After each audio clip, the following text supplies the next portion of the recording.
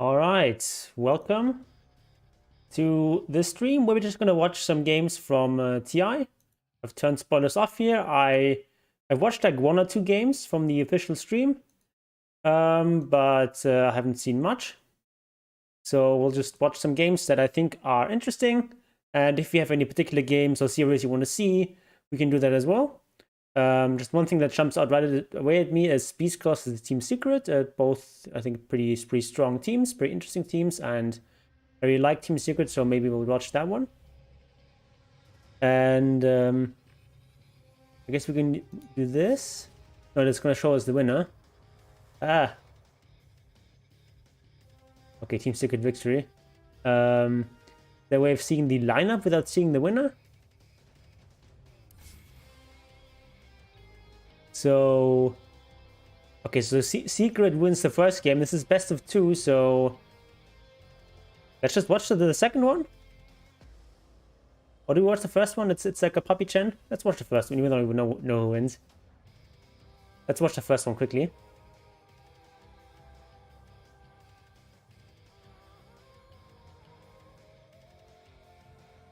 It'd be nice to be able to see the lineup without seeing the result.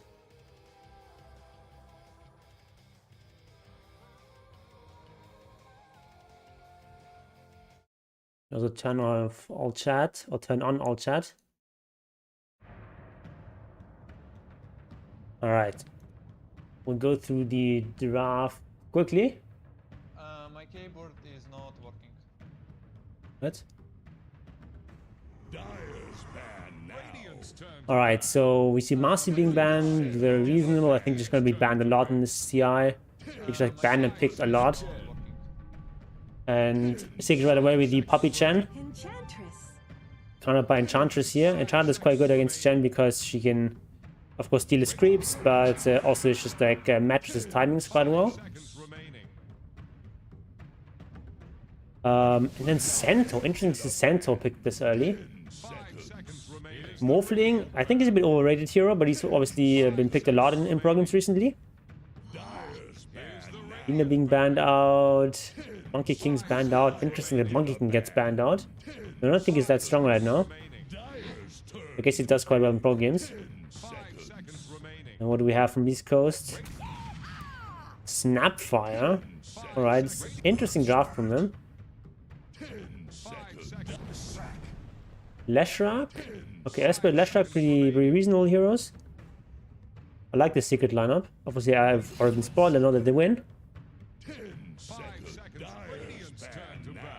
The Beast Coast lineup is just a bit weird to me. Like Centaur, Snapfire. I don't think they're that strong.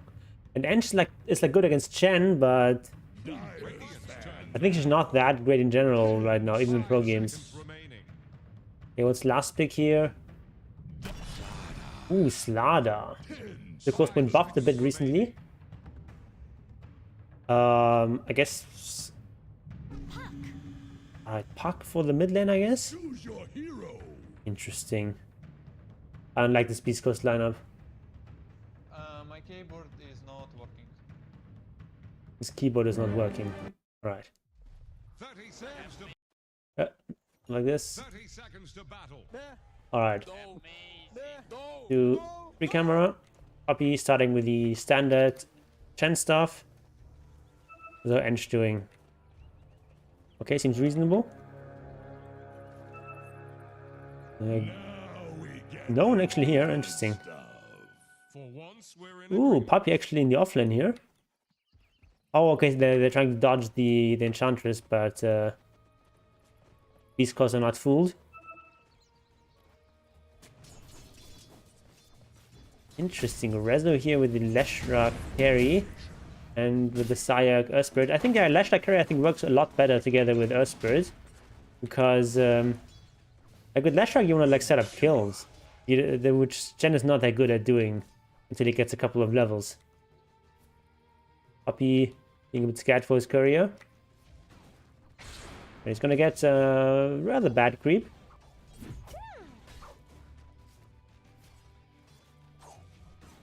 And you see the typical Puppy greed on Chen. Getting some creeps here.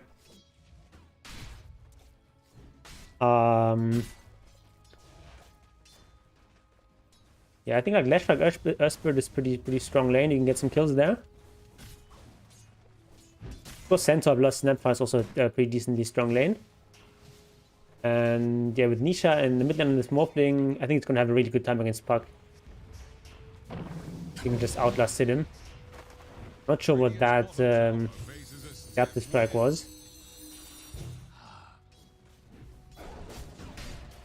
Okay, we see the Enchantress here, dealing creeps. And yeah, Chen getting extra region here, very smart. As you know, this Enchantress is going to harass you.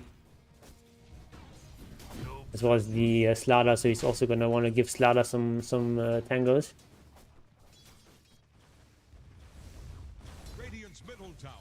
So far, actually, Puck doing a decent job in lane with the last sitting. Although, never mind, now this like lane is free on the tower, so he like a bit of an advantage here for the Morphling, which you would expect. And here, top lane, we have both these heroes like Slardar and Bloodseeker are really good if they can snowball in the lane. So the fact that they have this Enchantress against Chen advantage is going to be nice for Beast Coast. Who actually the GPM Kobold here. Prospecting Aura. Providing extra GPM here. He's too far away now. There you go. 40 GPM for Beast Coast.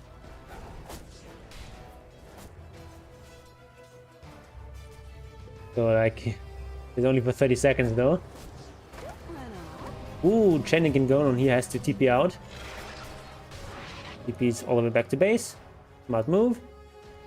What is he going to pick up? Is he going to pick up well, Stick is not actually that good here.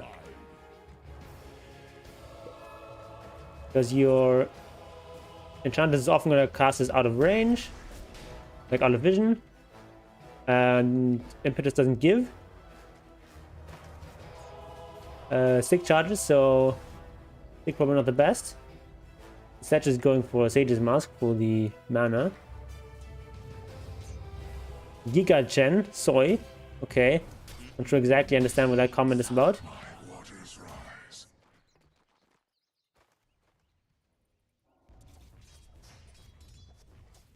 But what does it last looking like here? 16 against 6 and 18-1.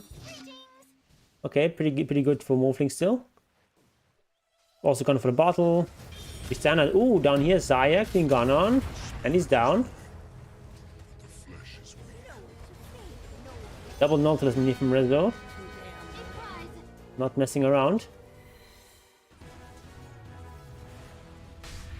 And oh, interesting. Glossy face first. Kind of makes sense with Slardar, especially leveling up Bash of the Deep. Actually very important on that hero.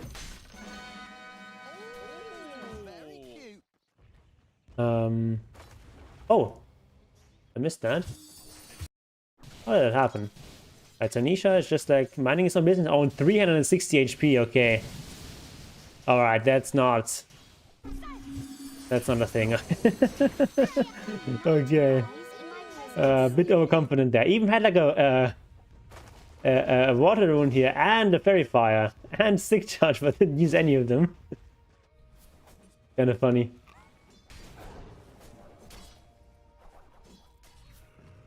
And with the advantage of being able to get these level 5 creeps now. Like the Chen. We're still down to a level 3 creep at the most. Okay, that was a bit of a waste of mana there. Of course he has plenty of mana though. Okay, Beast Coast at the moment like slightly winning the lanes, but not that much. Staying down there I think is quite good for them. Rezo struggling a bit for region. Top lane, I think Bloodseeker, yeah, like they're ahead on all the cores basically. That's the situation here. A full 1k up now, which is not bad for this early on in the game. Because they have a bit of this counter here with the Chen and against the Ench.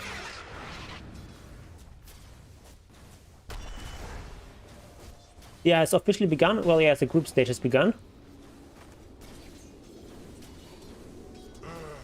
you have a replay for Nightbot? If you have a particular game that you want to see from TI, then you can let me know.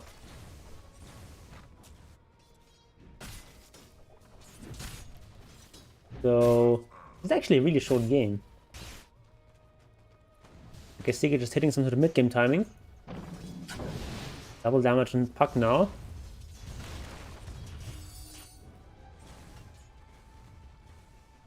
Alright, we see Boots already up for Slada now. He's gonna finish the treads. Out of region though, no region Chen either. Yeah, Puppy has been forced to TP back twice.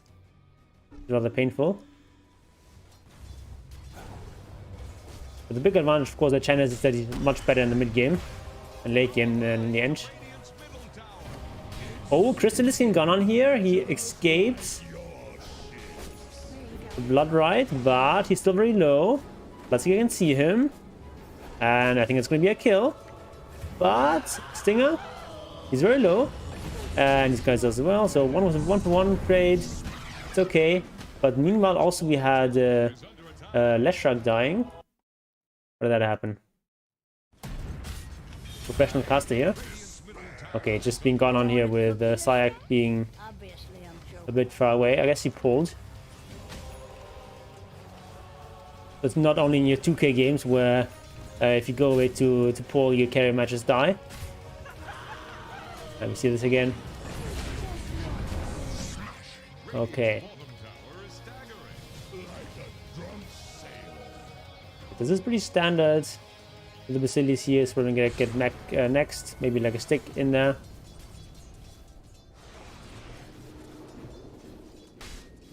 I'm just completely ignoring Divine Favor. I think more and more chance of doing this. Because Divine Favor has just been nerfed so much. Why are lane kills fairly frequent when League of Legends? They literally never happen. I mean, the thing is, like, lane kills are not that impactful, right? If you die in lane, it's not that big of a punishment. So you don't even have to never die in lane.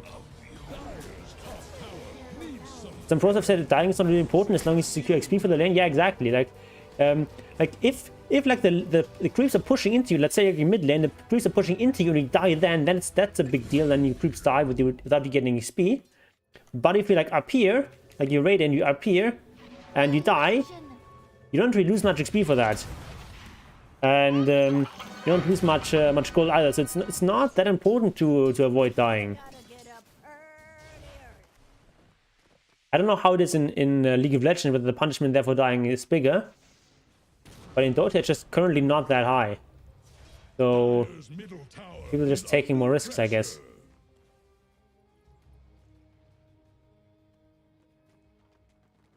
Hey, Puppy going for the mech. He's standard. Chandler's meanwhile goes for a cloak here. It's okay to die, yeah.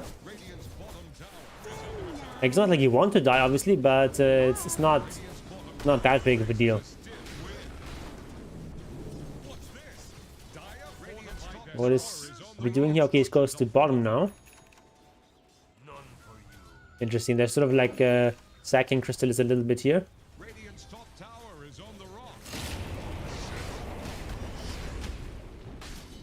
Oh, but now they're going for the rotation here. Nice patient with Zayak here, but Crystal's still gonna die. I saw a kill where SK Sand King, I guess, got ganked by Undying because Sand King probably expected the Undying to walk and disrupt the tier 2 pull. Okay.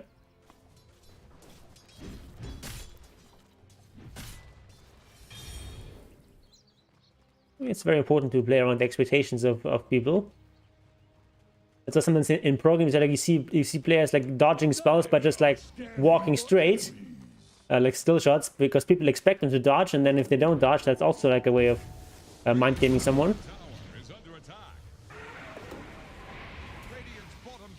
Yeah, I'll be just going for the stacks here, or like for the farm here rather, on a stack obviously.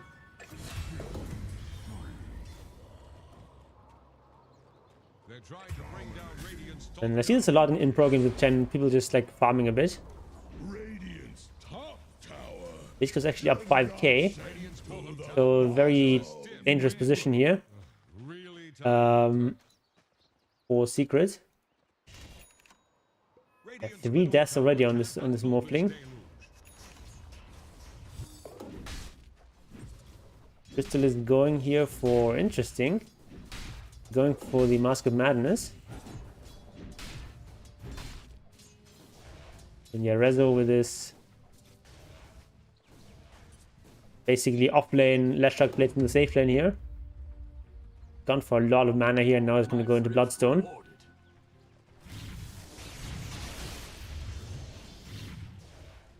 Always aim where they walk for bad players, aim for the Truk for good players. And really good players gets complex. Yeah, I mean, it's like you have to sort of randomize this stuff a little bit here. If you like always walk straight, then obviously we're going to catch on. If you never walk straight, then we're also going to catch up to that. At the pro level. And like, for example, how in StarCraft people just need to like play different opening build orders. Need to throw in some cheeses sometimes, otherwise people just get too greedy against you. Okay.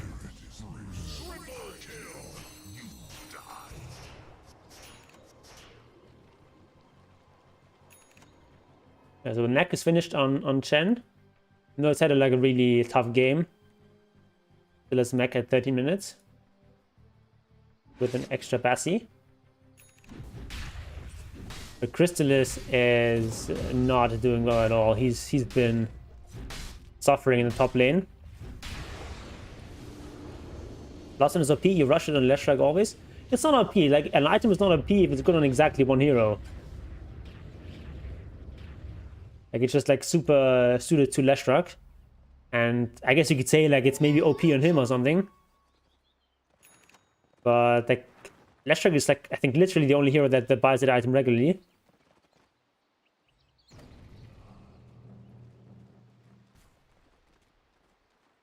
Magnus Carlsen also said that he plays intentionally wrong place to draw his opponents in a non-textbook area of play. Not like wrong openings, but he plays like openings that are like unusual, that are still like okay to play, but maybe not like the theoretical best. And then that way you can just get someone out of prep, and that's not only something that Magnus does. That's what like pretty much all the top chess players do. They sometimes just play openings that are designed to throw their opponents off.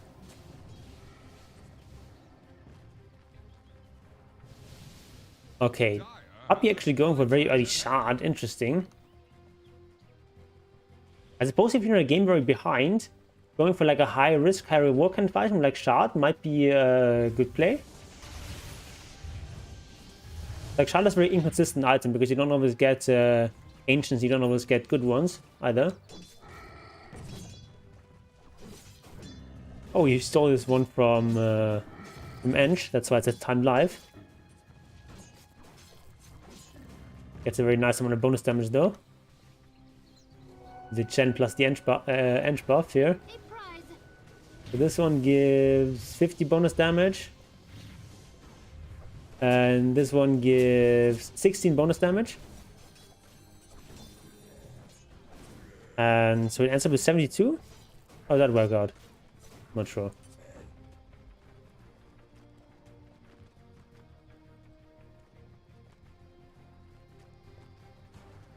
Okay, so...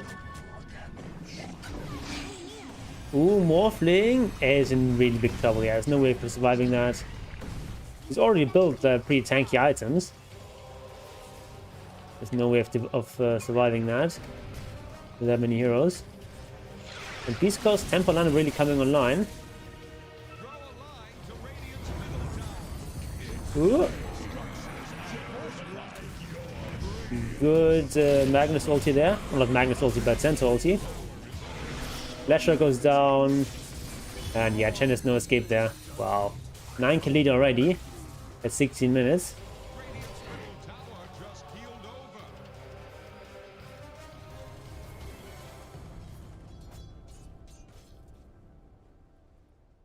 Yeah, so Bloodstone is still a little bit away. About 1,000 gold away. But I really like the very efficient items that Lesh has been getting here. Double Null, Windlace, Magic Wand. He had the mana boots that he disassembled for the Soul Booster. Need some raindrops there. Very efficient way of going for this Bloodstone Rush. And we've got mech now available. But we also still has the Hand of God. So they're actually holding this fight. Nice.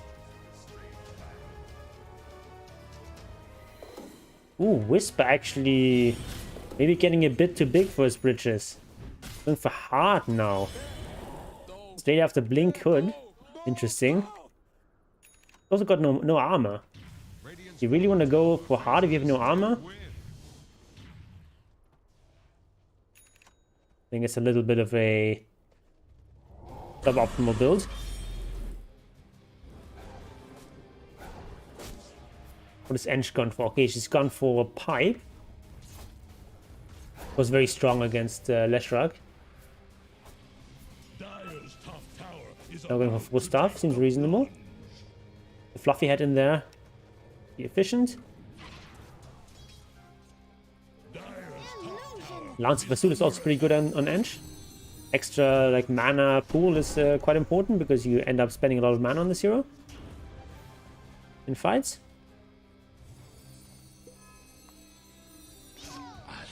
Here you see the shard now for Puppy. Most people have really put off the shard on Chen. Often I see people not getting shard at all or just getting it rather late. It's also what I've been doing in my Chen games. But the shard often just doesn't get enough value. It's a bit inconsistent. But I guess if you're really far behind in a game like that, it makes sense. Oh, Secret is being overrun here. 10k lead now. I don't know what the definition of OP is, but if an item is really strong on one hero only, it's at the very least badly designed and change is needed somewhere. I mean, maybe. But like, is if let's say Battle Fury is really good in anti-mage, does it mean that Battle Fury is too strong? I mean, it's just like a really suitable item for anti-mage. I don't think it's necessarily a problem there.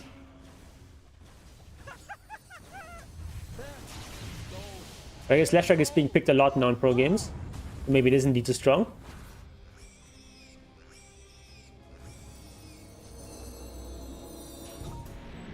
It's like amplifying the spell lifesteal is so strong. Like if you're in the middle of a fight, you're just standing in multiple heroes, you just get so much heal. Of course, it can be countered by stuff like Spirit Vessel. Oh, Secret finding some nice kills there. 2 kills going to Secret.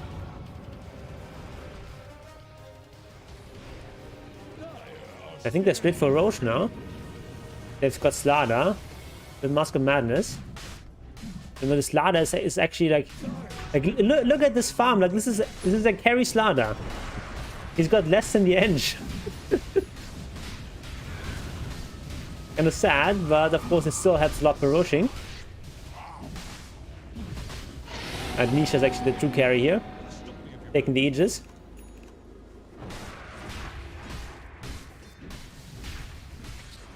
Okay, just going for BKB now.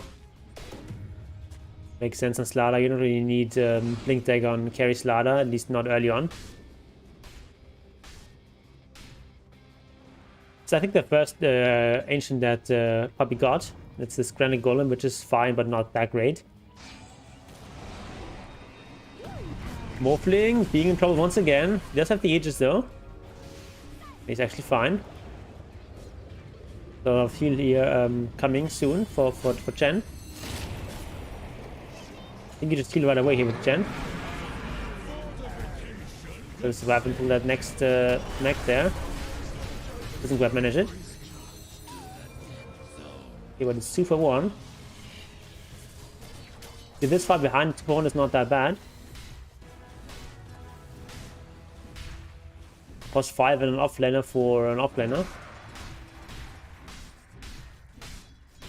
Yeah, you see, like this is actually favorable for Secret in terms of the net worth. Fortified structures can't be breached. I could.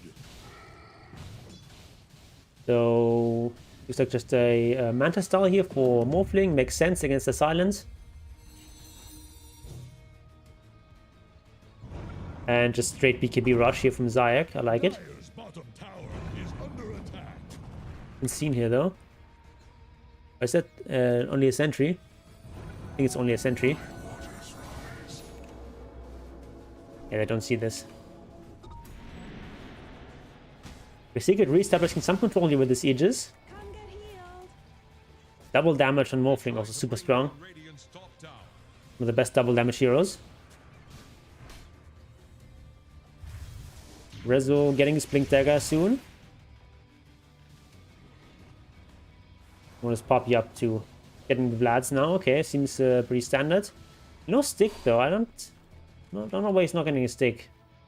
Like stick is so strong on Chen.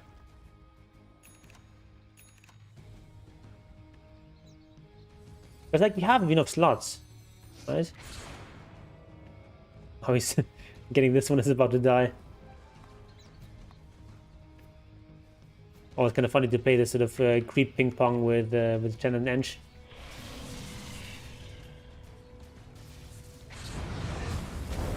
Ruler Assassin actually like a pretty relevant creep here against Secret in particular. Okay, Zaya goes down. Acceptable losses. And there's a very farmed Stinger here. Okay, Leshrac in a bit of trouble. He activates his Soul Ring, doesn't really get very much healing. Chen goes down. Puck also goes down though. And this is a good fight for Secret. They've got a buyback from Zayak though. They used their buyback. Trying to find something more here. Onto Gojira. And I don't think he can run away from this. Zayak jumps forward. And oops, the cookie. Thing also in trouble. He's gonna go down. Wow. Beast Coast kind of collapsing there. Alright. Nisha still has the Aegis for another minute. He's already getting close to his Aghanims.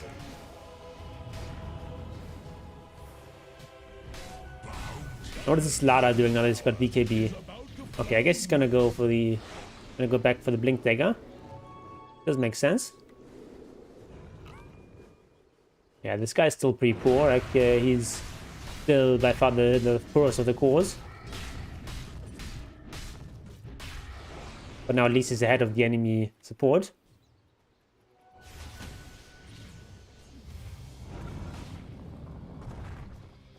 Zayak, does he finish his BKB there? Yeah, he's got the BKB now. That's actually huge timing.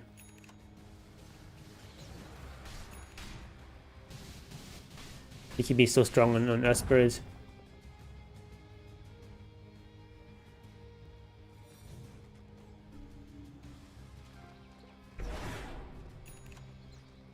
What is it? Okay, Holy Locket is next item. Really? Does he want to go Holy Locket now?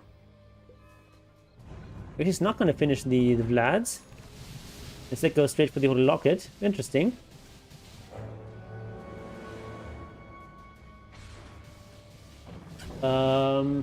Why is that? I guess they have no actual reduction, right? There's no... It's kind of interesting that there's no no region reduction on Beast Cost. Maybe that's a bit of an oversight in the itemization. Like, if you just get a, you know, Urn of Shadows into Spirit Vessel, you could go on maybe Snapfire. It's pretty poor though. You could have a Spirit Vessel by now. I think you'd have a much better time here. Because both against the Leshrac and against the Morphling, it's very powerful. Also playing against Chen.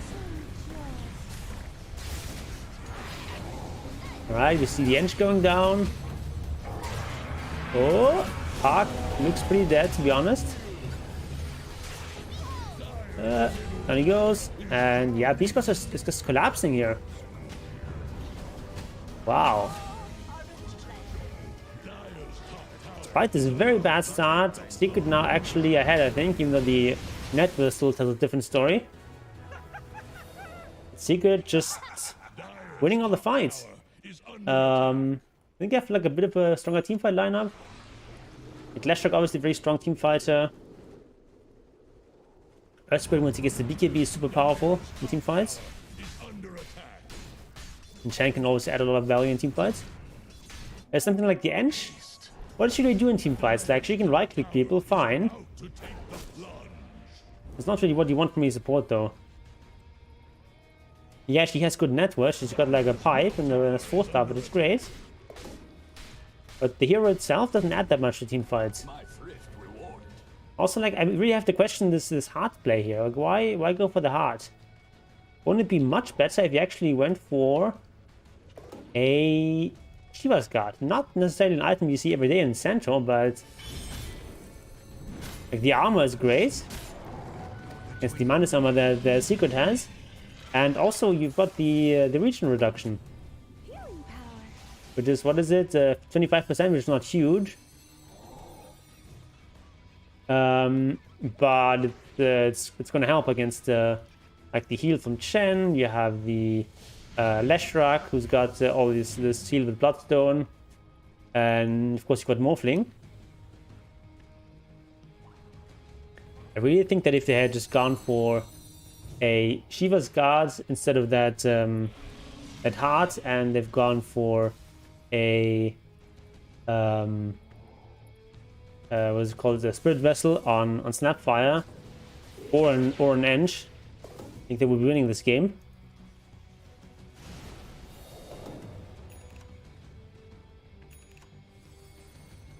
A Titan Sliver, very powerful item on Morphling.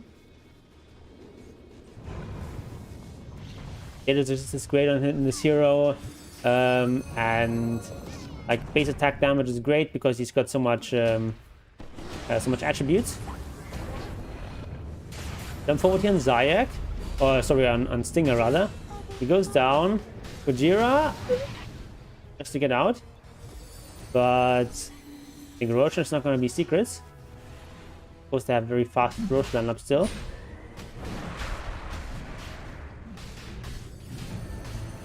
Oh, buyback forced out here. Alright. We can just retreat now. Network now completely even.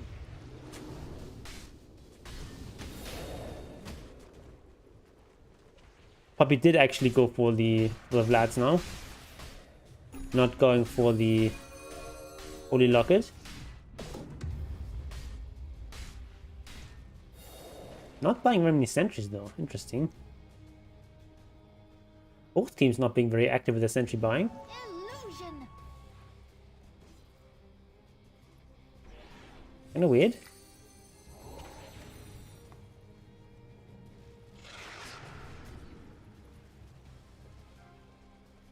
I wonder if Stinger's gonna go for the ancient talent here on level 20.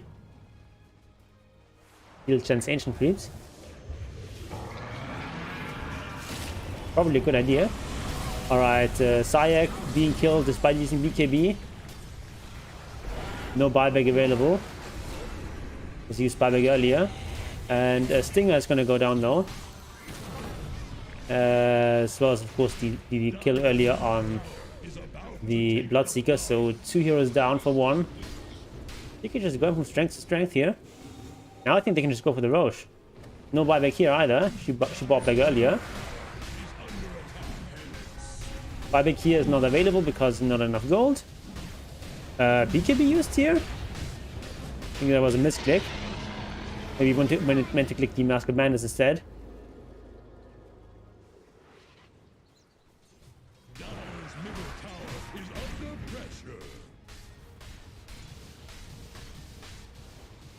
Yeah, this Trico lineup from Secret performing really well. They're winning teamfights when they were down 10k. Now they're actually up 3k. Alright, Puppy getting some more ancients. Actually, I'm not even bothering to get this ancient there, but it's just a very weak ancient. You really want to get the dragon and the big dinosaur.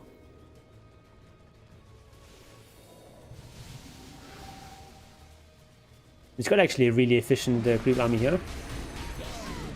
I'm just gonna time out though. The Wraith Pact in here as well. Obviously an amazing item. And what do we have in this engine? Excuse me? What? Did this enchantress just sell her pipe and buy Midas? What is happening? What?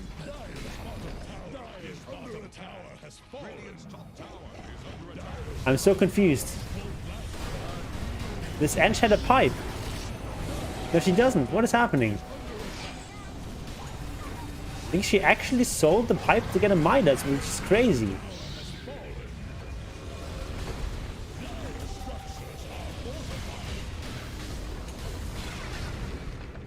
Right, GG. Wow. Incredible comeback from Secret. And I don't know if this tilt on Stinger's part or something. That's something we'd expect to see in a pub game, not TI.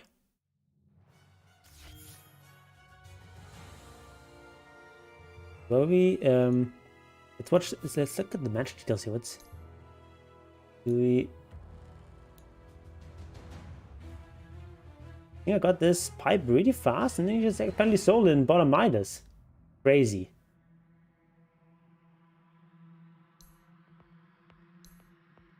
So, let's see, when did he buy the Midas? It's at 31.30.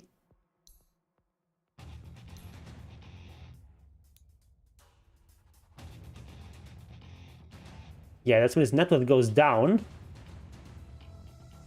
Net worth goes down here. We sold the item.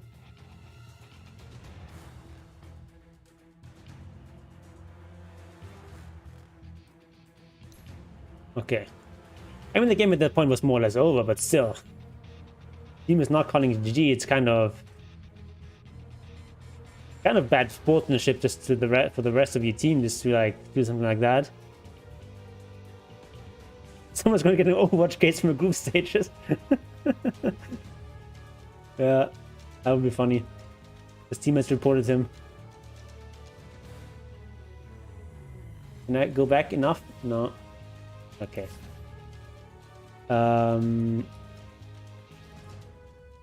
Let's watch game number 2.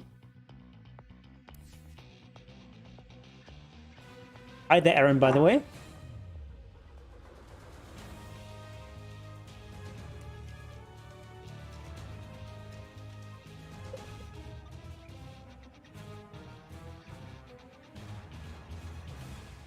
Yeah, very impressive how Secret kept their cool under pressure there when they were behind 10k at 16 minutes. Let's go quickly through the draft here. The Marcy getting banned. Nyx. Interesting that you see Nyx getting first phase banned. Marcy, of course, to be expected. I think this hero is pretty much always going to be like either first phase picked or banned. Enigma was first phase banned last time. Now it gets through. I think it gets a silencer now. Interesting. Probably going to be Puppy Silencer. And again, the Psycho Spirit. Long time since I've watched, but here I was supposed to be in. Yeah, I can relate to that.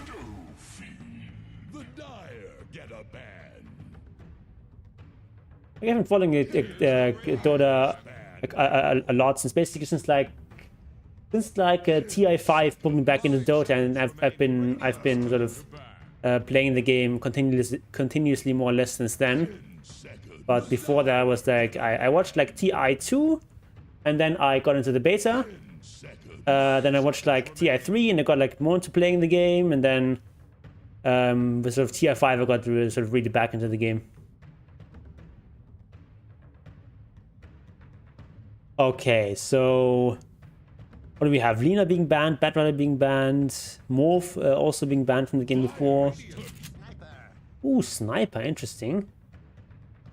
Interesting to Sniper being so highly prioritized by Secret here. I mean, to be fair, it's also like oftentimes, especially like some of the teams that sort of are feeling more confident, are experimenting a bit in the group stage. It's not quite as high stakes as in the like main bracket. You can afford to lose a game here and there, and sometimes you like see innovative new strategies emerging in the group stage, like for example at what was it, TI9, when Anna just sort of told his colleagues on OG that hey, I've played some carry IO in pubs, it's been quite successful, let's try it out. And you know, they did try it out, and it turned out to be the OP strat of the tournament. 10 seconds. 5 seconds remaining. Okay, so Leshrac again. Probably another resolution Leshrac, but could of course also be Nisha. Maybe they're still waiting for Nisha hero here. Dark, one of the strongest carry heroes right now. Shadowfiend probably gonna mid then. Raven of course can also be played carry, but with Slark in there, it's gonna be Slark carry and Shadowfiend mid. Oh, interesting. So Lycan offlane, Enigma pos 5? Or pos 4? Interesting. Usually see more Enigma as offlane these days.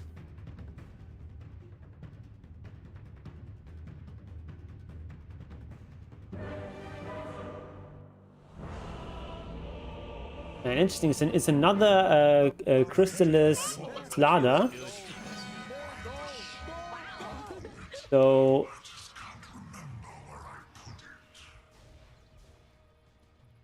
it means it's a Nisha sniper. Really interesting how Liquid are basically playing position 1 mid lane here. Again. 30 seconds to battle. A bit of a standoff here. Of course, Beast Gods are going to have the advantage here because they have the night vision from Slark. Very important. If you look at the vision from both teams, you know, he sees this much, the enemy team only this much. I mean, I guess they have the wars here. Kind of makes up for it a bit. But Secret is going to get this one. And Crystal is going to take this one. So, okay, 2 for 2. Oh no, actually 2 for 1. Deny here from Whisper. Interesting. Puppy with double Mantle of Intelligence. Gonna get Glaives of Wisdom here? The rest like that? What's it here? Does he plan on actually getting double null here? Not something you see that often on a support, but it's not that bad. Like, it gives a ton of mana regen as well. Yeah, it's Glaives. Oh, but he's a bit out of position here. This could be dangerous for him. Whisper not quite managing to cut him off. Ooh, interesting. Crystal is here going for the Slithering Crush level 1. I don't think I actually needed that for the rune fight.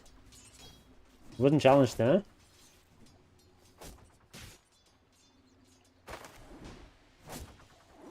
Puppy trading. He's immediately queuing up another tango here. Very smart, obviously. Oh, the first courier just going sentries. Clarity. Interesting. So Lycan Enigma lane. I think it's quite strong in Silencer here. Silencer can't really deal very well with these like Sue type things running at him. There's no disables and no movement, like no mobility ability. But with all these stats he has, he's actually trading quite well. Also, don't forget that Silence has like pretty good natural stats. Got like 4 armor, which is very high for a ranged hero at this stage, especially an int hero.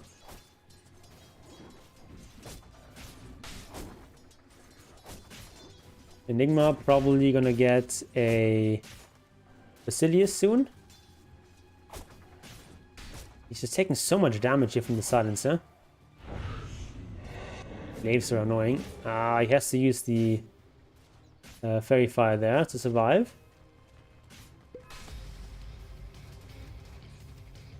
Poppy also out of region though.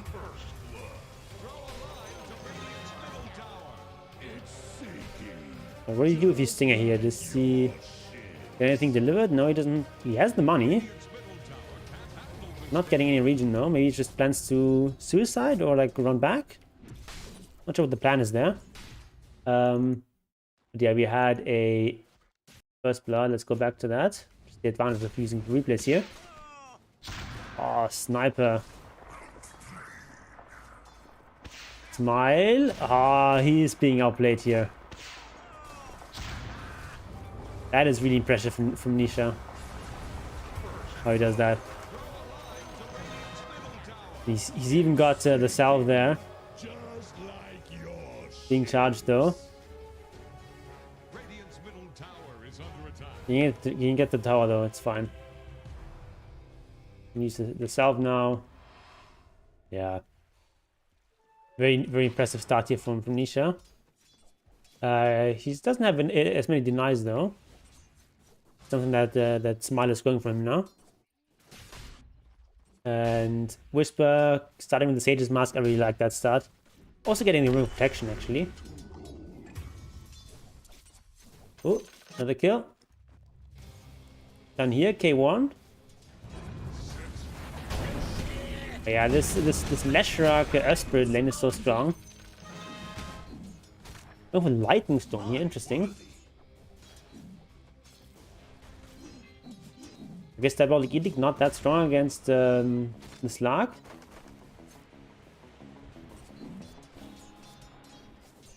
Rezo again going for the same kind of build. Double null.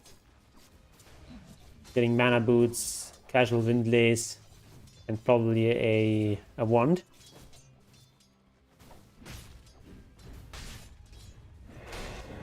Yeah, a lot of players just doing the same thing as the previous game. Crystal is just doing the same thing, same build. Rezo and Zayak also pretty much the same thing. And Smile is just so poor, like...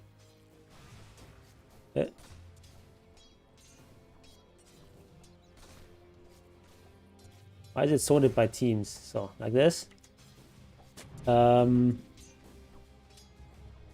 He's so poor after that death. He's basically only got a bottle to his name.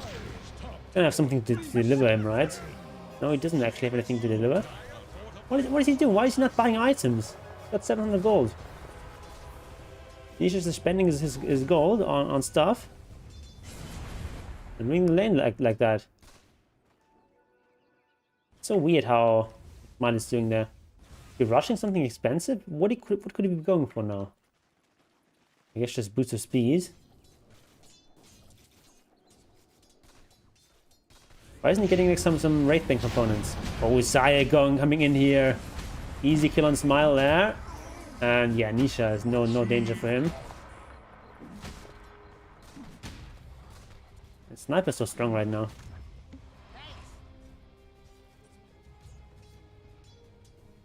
Okay, it's a shared self here, not very efficient. Honestly, if you Zayak, just use self on yourself. I don't think it's actually worth to give yourself to your mid lane if you lower yourself. I think I'd rather have 200. Like even as like a mid player, I'd rather have my my low HP plus 4 using the self on themselves to get 400 HP on them rather than 200 HP on myself. Oh, Stinger going really low. The charge coming in here on Crystalis. I think should be fine though. It's only a Lycan level 4. Not the most kill potential. Yeah, this is not another thing. Okay. Cancel the last second here, but is it maybe too late? Gojira here going down. Oh my god, Seeker is so good. They're very low now though at top. We can need more region.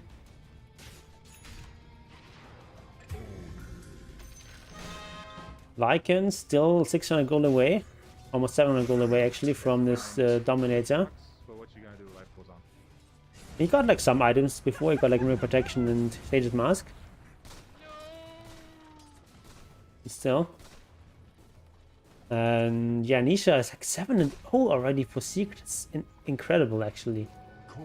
Nisha going down here. Zayak. Okay, they get on the board here on Beast Coast. But it's gonna be another kill on Smile here. Yeah, like Nisha just showing this. It's good if you spend your money on items. Wraith Bands. Diffused Raindrops. Treads. Incredible. Not sure how I feel about the Lycan Enigma lane. Yeah, it's a very passive lane. I don't think support Enigma is that strong right now. I think you kind of have to run him as a core.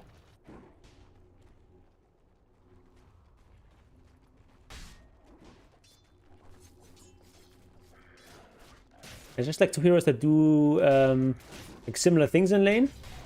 They have these summons, they do good damage, but they have no real disable. Like if you ignore Malphus, which is like not anything to write home about.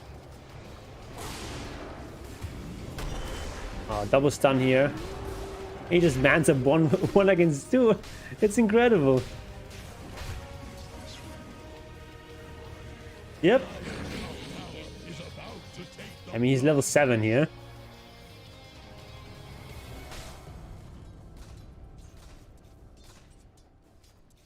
Oh, I got Nisha so far ahead.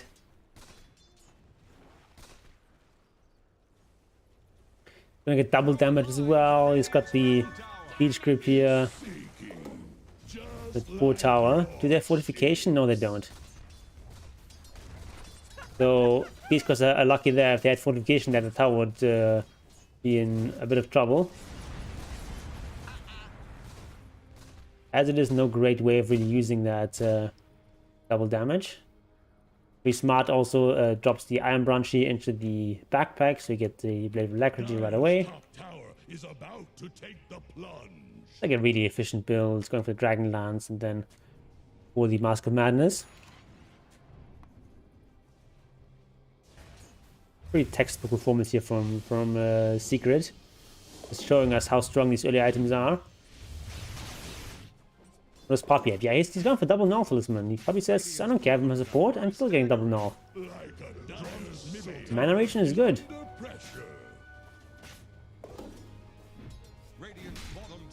Yeah, look at this. All these Secret heroes just like winning the lanes by being efficient, spending the money on small efficient items. I don't even know what you plan to do with this Enigma here now, especially with the Silencer. Yeah, I mean, like, Silence as a counter is not that bad, because, like, yeah, of course, it means you can't really initiate with your Black Hole ever, because then you just get Global Silenced. But also, like, you can just wait for the Global Silence to come out, and if Enigma doesn't use Black Hole and Silencer doesn't use Global Silence, that's like an even trade. You can just wait for him to use Silence and then use your ultimate. Alright, see first shapeshift here. Not gonna get anything though. Oh, almost though. I guess he's gonna get a tower here. They get a smile. No points in pressing the Dark Lord yet, but still a little physical damage coming out. Shadow Fiend, of course, doesn't work against buildings by default.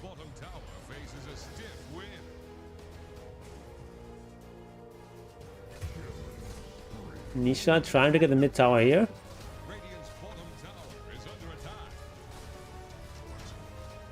And yeah, there's no way they can save this tower. They do have fortification though. Probably don't want to use it though.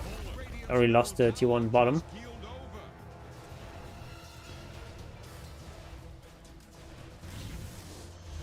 Yeah, very efficient item on the reso here.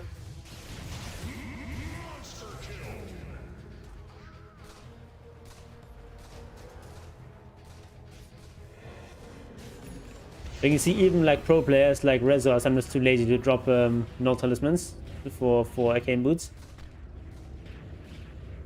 It's region now though, so it doesn't matter. Ooh, actually Yules, interesting.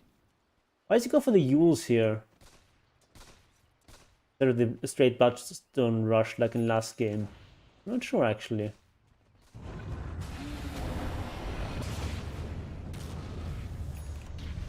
Maybe some additional save against like him?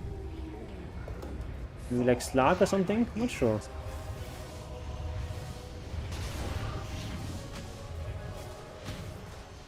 But yeah, Leshrac quite good against these Su heroes. And the farm is just not here from this Lycan. But he's actually the highest net worth on Beast Coast. And they're just getting stomped here, honestly. Fast forward a bit here. I think it's just putting on a real show. Early game dominance.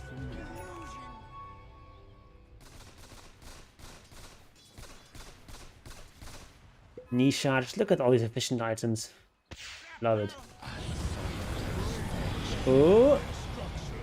Forced to use it defensively. Okay, that's a pretty good black hole. Nisha actually going down. Alright, a good attempt here from Beast Coast, but it's not quite enough. Only 2 alive here, and with the ultimate running out, no boots obviously. Whisper is gonna die? Question mark? Yes. Alright, Slag also gonna die. Wow. Yeah, it's got nothing on the Slag, it's just got the Midas.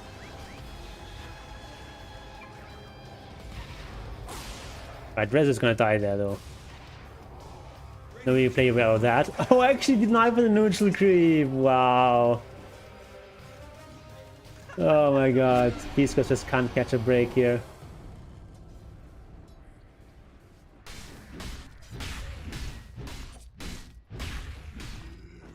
Crystal is this time not going for the BKB, but instead going for Blink Dagger right away. I guess it's not that much that the BKB really blocks here in this game. Like, Lycan doesn't really care about BKB.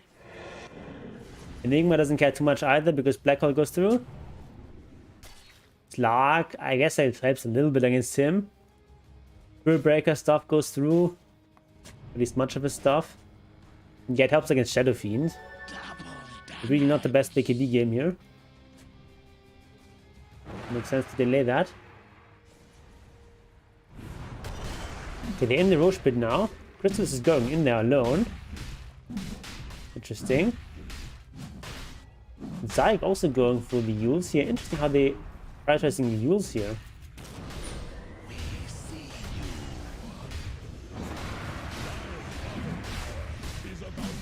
Who takes this? Is it Crystallis? Probably. Oh, it's Nisha, okay.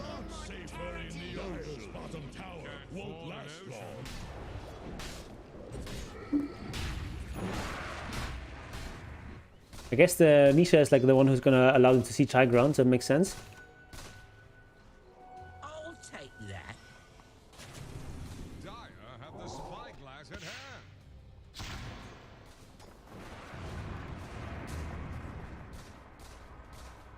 Interesting that Nisha is not going for Maelstrom or anything like that here. Despite being up against this Su lineup. As opposed to they're just relying on Leshrac to deal with that.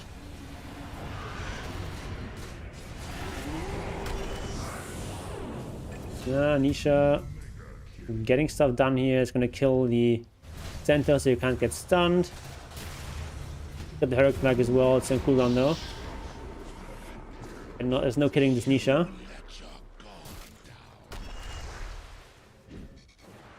I also didn't have Black Hole in that fight. Yeah, Figure is running away with this game.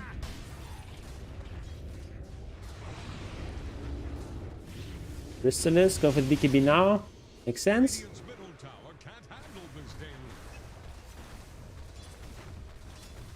Yeah, this tower is gonna fall. No fortification available. Rezo taking the right spot here behind the tree so he can't get seen. And he's close to the Bloodstone now. Only 100 gold away if he disassembles here. Oh, they're going in the Slark here. Slark can get away though.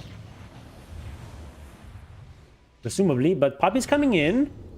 No mana on Slark. It's absolutely out of mana. It's no stick either. Yeah, it's gonna go down. Wow. 11k lead now. Don't forget, last game was the other way around, approximately at this stage of the game. Oh, he doesn't get it! He doesn't get it. He doesn't get the second hit in there. Could have gotten it. Like last game, B-scores at this stage of the game was up by not quite 11k, but I think like 9 or 10k. And they still lost. Now Secret just putting on a clinic here.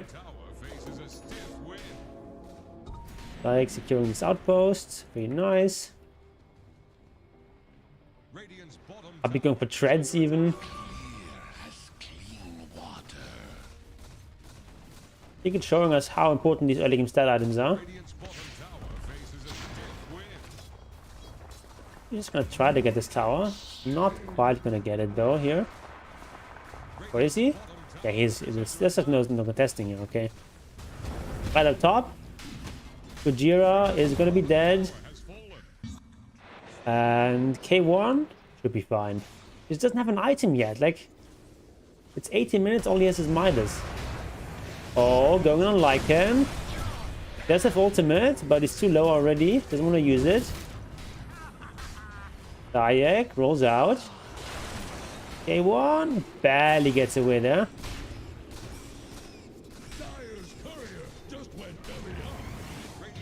Yes, I don't know what Piscos can do here. Got nothing going for them. Resin now with the Bloodstone, already close to Blink Dagger. I think it's very smart for Puppy to go for the Ghost Scepter here. That's like the only thing he needs to really fear is the Lycan there. Haste. Radiant's top tower is under attack. The initiation here, Slark is just insta dead. He just still has Aegis for a couple of seconds. Okay, Black Hole used here, but Silence comes out. Yeah, I mean, that was desperation, Black Hole. Whisper disconnecting. I think Whisper is super tilted here.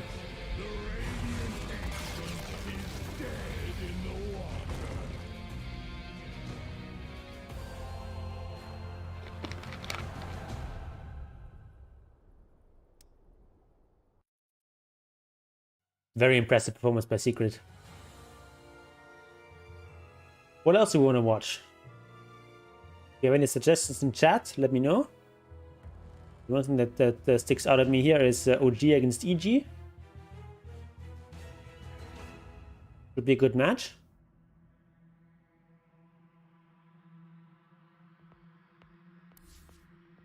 Of course, two teams with a lot of history here in Dota 2.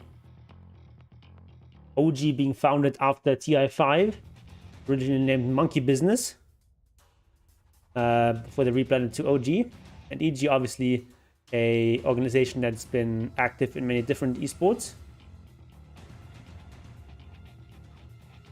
Two TI winning teams at least, not necessarily the same players. Are they even any of the same players?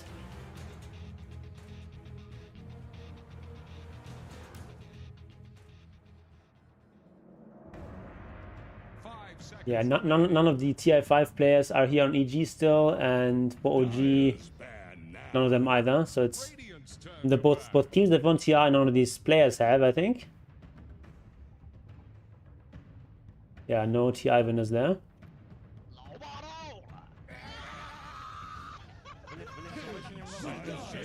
Alright, we've got Primal Beast being banned and Marcy being banned. I think we're gonna see this here all the time, if they're not first picked.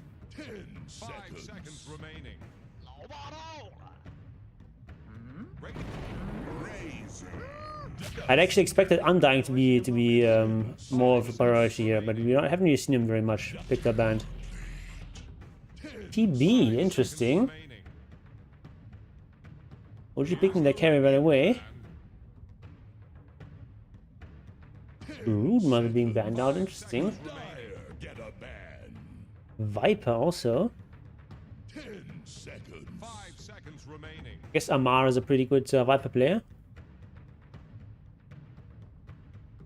I interesting to see Razor being first picked here by AG. Radiant's turn to ban. Like after the nerfs, I don't think EG. I don't think Razor is really first pick material. Like he's fine, but as a first pick, I don't know. Okay, what do we see here from EG? They're using a lot of time here on this ban here.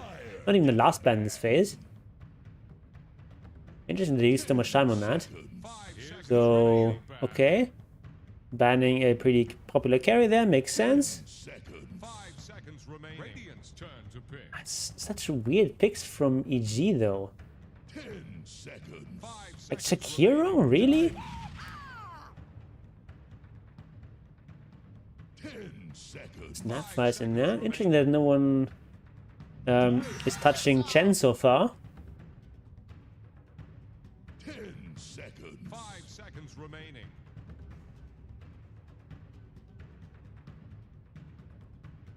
Okay, Timbersaw? Radiant's turn to pick. I don't can't understand these picks. Why do you go with Timbersaw here? 10 seconds. 5 seconds. Aquila is like a good support. Makes sense. 10 seconds. So, okay, do we really want to go up with Ursa against Terrorblade? I don't feel like we can really manipulate a Terrorblade properly. 5 seconds remaining. The Dire get a ban. So far, I think I like this OG lineup a little bit more. Seconds remaining.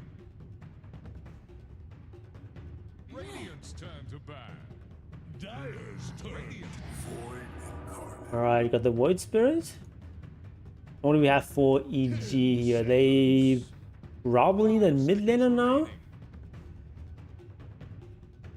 What did he go for? What is open? Leshrac, okay, obviously I forgot that Leshrac was still in the pool. What? Abed Leshrac, okay.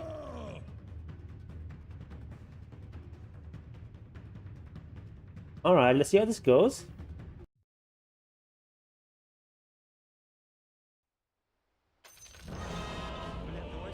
Both teams going for the smoke. Who made you captain? Ну, ребят, It's это база. pronounced admiral. Misha just going for a lot of region there. He just wants to... It's like a brawling build here.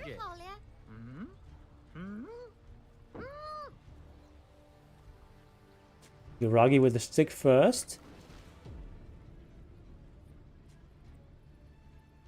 Interesting, we go for the stick first there. Lai also with the brawling build here with a lot of region.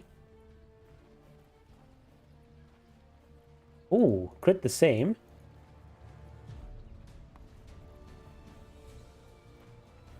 All these supports here really 30 seconds to battle.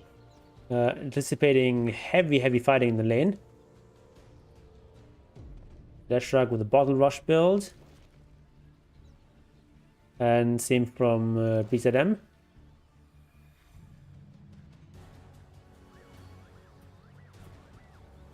But no one's really making a move here. Are there gonna be a trade here? Maybe they're gonna make a move here? Come on. Crash? Okay. Like Artesia is disconnected. Смотрим дальше. I had time At to the back. find a snack. Is gonna go for this? No, I don't think you wanna go for this against Clock. Ooh, gets the D-ward here. Nice.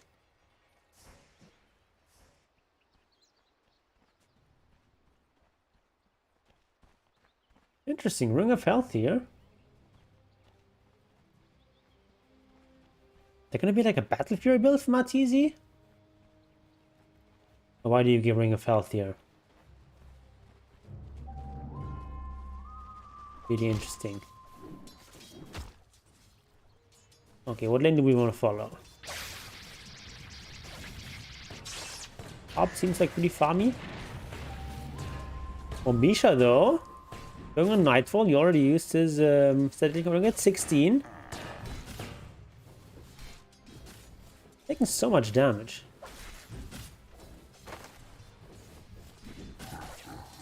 Terrible, of course, in this phase. He's got the meta is very powerful in lane. But once that goes away, it's going to be a long cooldown.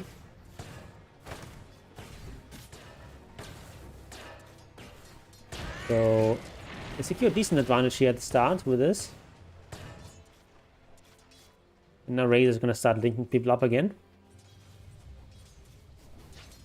Mid lane, both players have pretty much secured their bounty. Abed already has it. BZM is going to get it now. Ooh, a little aggression here coming out. Abed in trouble. He goes for the creep here. Bit of a turnaround here, but both players quite low. They have to use the bottles now. Probably just going to be like a trade for the water runes. No supports coming to really contest those.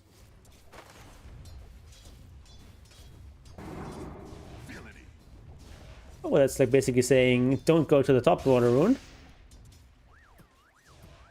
Yeah, we can just go for the bottom. It's fine. Maybe a trade is expected. How's Uragi farming so far? It's got 7 last hits. Is the same as Nightfall. Are you okay? Ooh, Nightfall actually going for double Wraith ban. Interesting. Don't see that often from Razors. Usually they go for 1 Wraith ban at the most. Misha coming in again here. Nightfall has Link. Not using it yet though. Interesting, he's never interested in linking up this clockwork.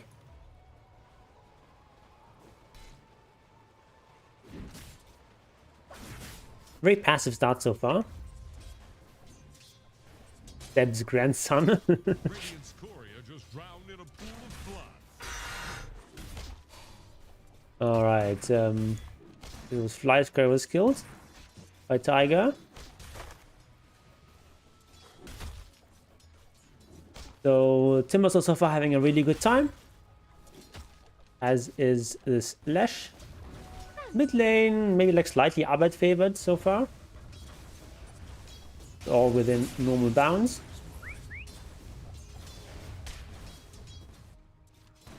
Bit of a high five there. And I'm really curious about this Ring of Health. Oh, going here on Timbersaw. Interesting. Only 1 level in reactive armor here. Use the Timber Chain to get away. I think that's smart against the Ursa.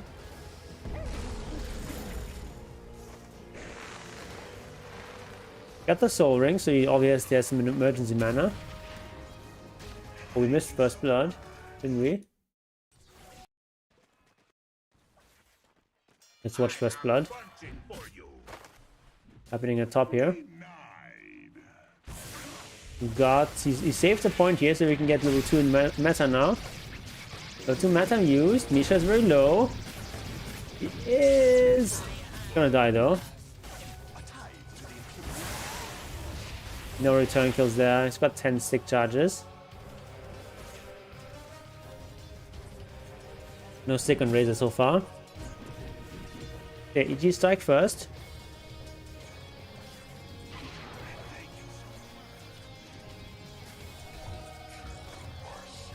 Using some tangos there. Almost friendly support. A pretty passive game so far.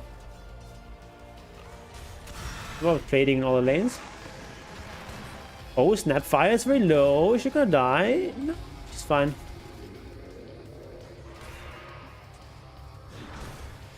Okay, Tiger is going for the last hit there. Oh, Atizi going deep.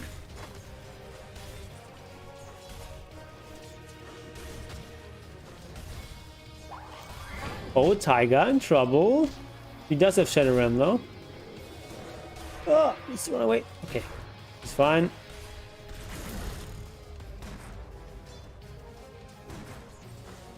Yeah, Amar still has the highest last hits here. 8 ahead of Atizi.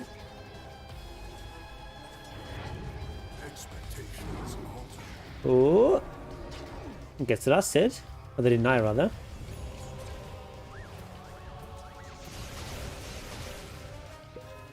Yeah, both players here in the mid lane going for the raindrops.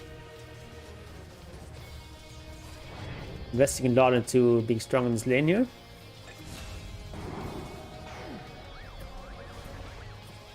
Ooh.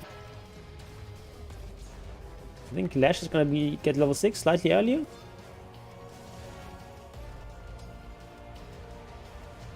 And the level 6, the minute 6 rune is gonna be very important. Who gets that? Probably gonna be Abed. He's got the more HP, but it could be just a 50-50. Oh. Yeah, okay, Abed. No, actually, Seb gets it. Well, not Seb, but BZM. Ooh, that's a lot of value for him. It's very close, though. Down there, Atiz actually dying. BZM coming in. There should be a killer on Snapfire.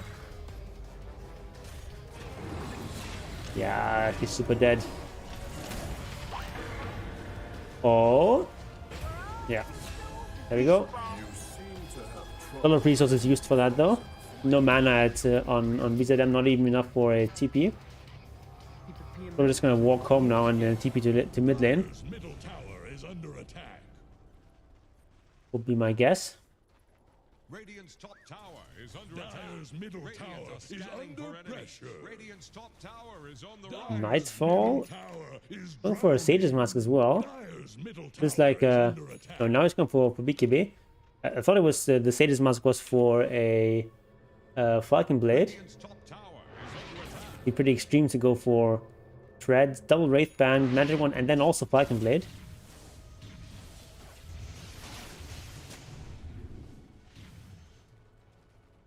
Maybe just like a value Sage's Mask.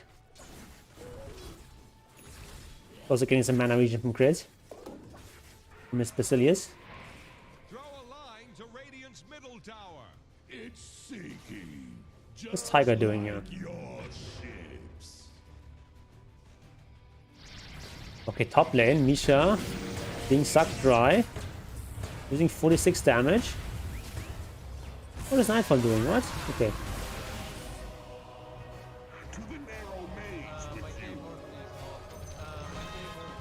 Not sure why he's wandered there. Dyer's top tower needs some friends. Okay, Abed. Got the arcane boots. Dyer's top tower is under attack. Okay, Kaya, first item here for Void Spirit. Is Misha going for? He's just got the Tranquils. Nightfall actually has 3 kills. That's impressive. On the top of the net worth. Gonna get a pretty good timing on this BKB here.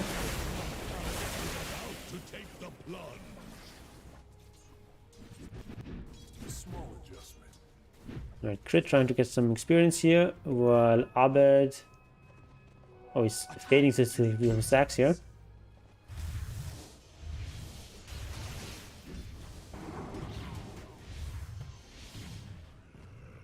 Aiga.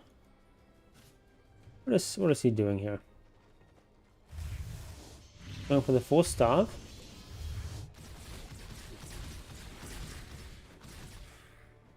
So the big story of this is obviously that this Yuragi Terrorblade can just outfarm everyone.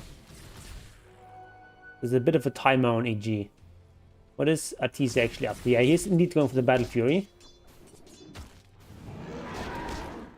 But I guess makes sense if you upper against TB.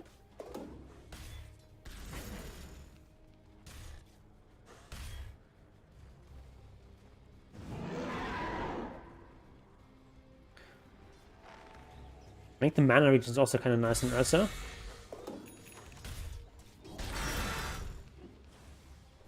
Just do have the level 10 talent.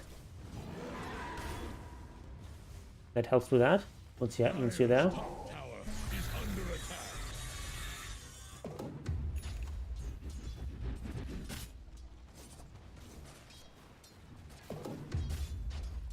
Double damage bottle here for Void Spirit.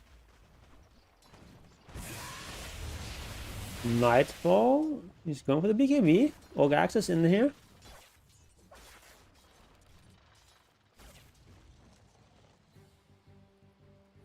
Yuragi, no mana items except for the infused raindrop. I guess the cold bracelets have as well. It's like 2.5 mana region per second. It's fully charged up. Radiant's bottom tower is under attack.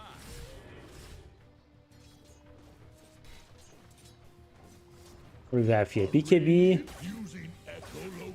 coming in like really soon on Nightfall. Like another 2k gold away. Misha getting gone on here. He's fine though. But this Void Spirit coming in with double damage. Drop now coming in. And the Snapfire. Okay, they get 1 kill. That's a massive rotation though from EG. Yuragi meanwhile just still farming. So is Arteezy.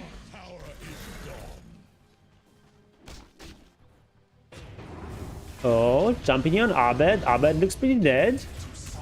Down he goes. He's at M though. He's fine. Ooh, interesting. Going for the E-Blade after the Kaya. Alright, getting the invis. And right now everything is very, very equal.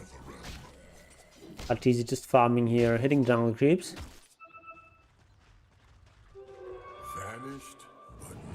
He hasn't had the best of starts. But they picked this Ursa into the Timber Saw.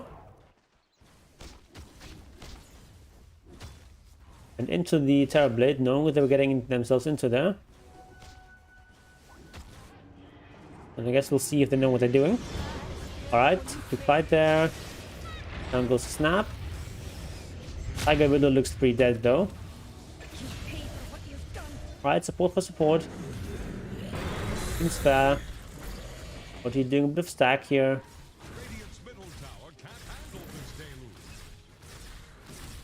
Yuragi is not going for any threat, instead just leaving the circlet intact, and he's just going for Dragon Lance into Yasha. Pretty standard stuff.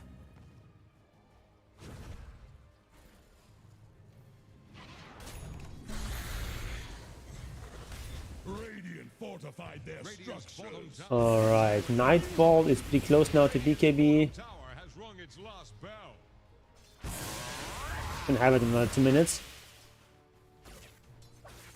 At the latest. Actually, here's another 400 gold.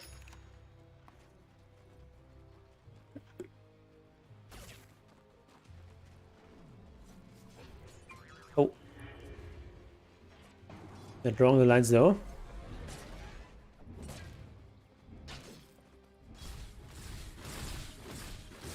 Interesting to see what he's going to do with this E-Blade.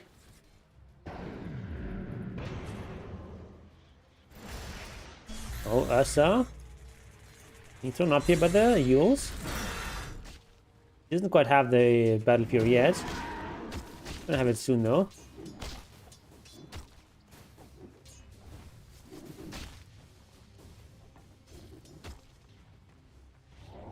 And that's Battle Fury flying out for Ursa. Very important to already have your courier sitting there in advance. Oh, Misha is pretty deep there. He's fine though. Oh, Abed gets deleted.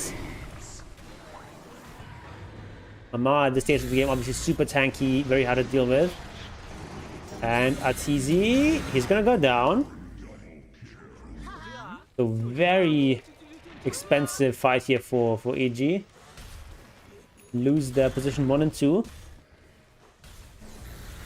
against this full rotation of OG, and they're gonna get a tower here, I think. So still quite a lot of time on matter here. That's enough for this tower. Oh, I guess a bit too deep there. From Tiger. Okay, tower gets denied. Tiger maybe getting a bit overeager there.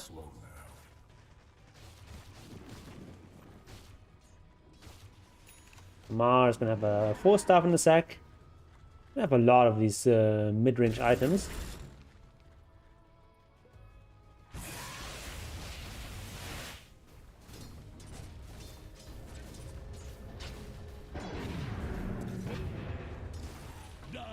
Alright. Bottle being refilled here for Seb's grandson.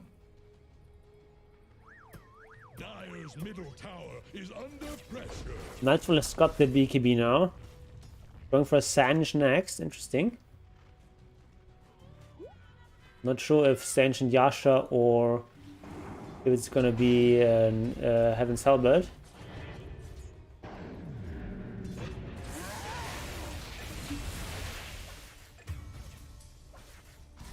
Oh, what happened down there?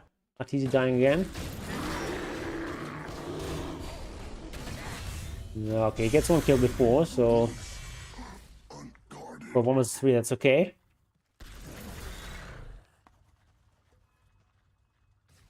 And he's just going straight into BKB now. There's a bit of a lack of small items on Arteezy. Would have been maybe good to see like a Windlace or a Venom on him.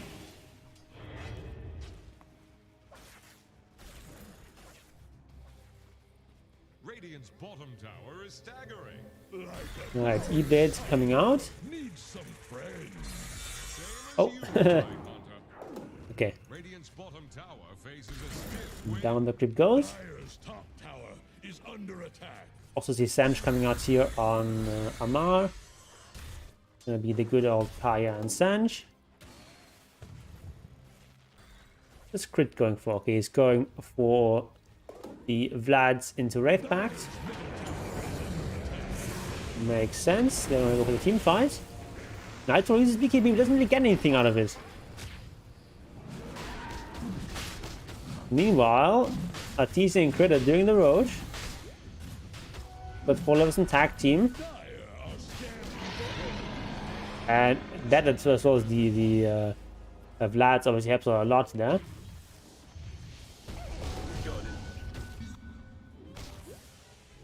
Dragon Scale, pretty good item.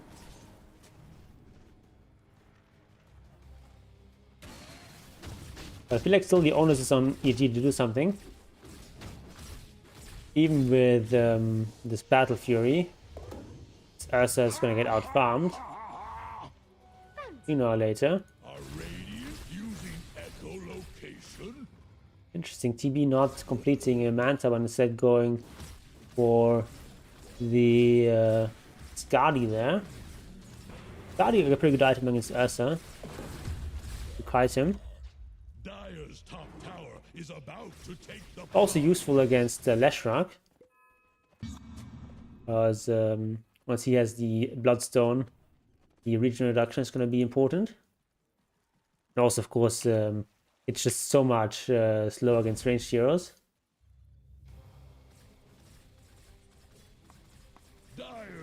40% movement, a bit slow.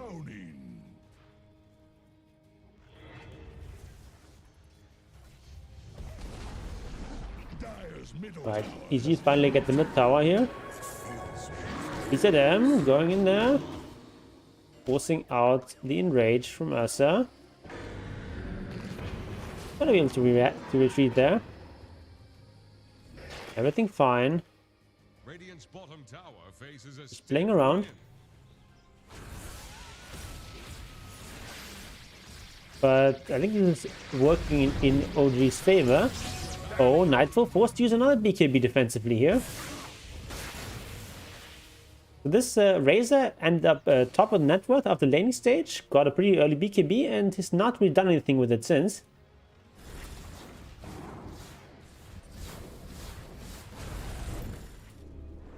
Even though EG are supposed to have like the early game lineup and they've got the Aegis and so on, they can't really make the plays. I think if the game just continues passively like this, it's gonna be very good for OG. just like yours. He almost has the Guardi. There we go. Alright, a little bit of a kill here on Tiger. Tiger don't need to tank everything. Got 4 deaths here. But generally just like a very low death game so far. Less than a kill per minute. Tiger and Sanj finished here. Yule Scepter finished. Much earlier obviously. So not going to be easy to bring down this Timber. But sort of the period of domination for Timber is sort of slowly drawing to a close. In another couple of minutes, the AG heroes are going to be strong enough to kill him much more easily. Dire have the spyglass at hand. Very big time is going to be this Bloodstone, which comes out here in a second. Makes Leshrac much, much stronger.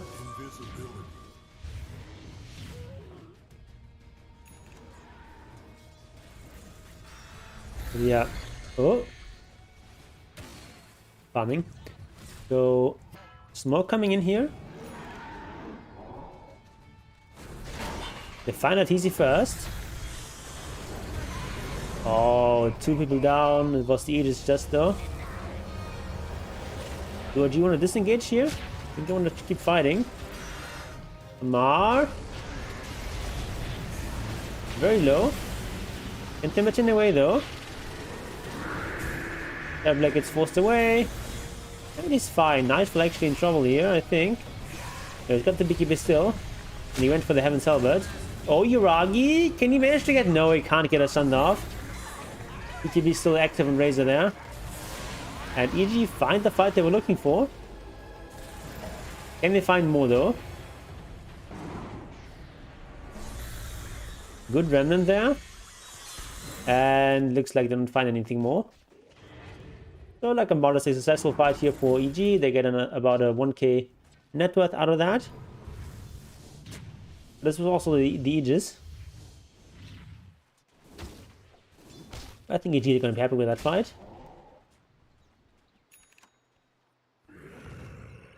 Would have gone very, very different though if the TB managed to get off a Sunder there.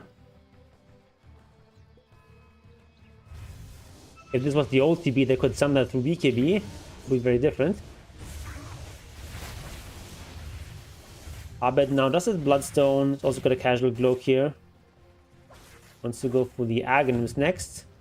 Get that Nihilism ability. Which I think is quite good against OG's lineup.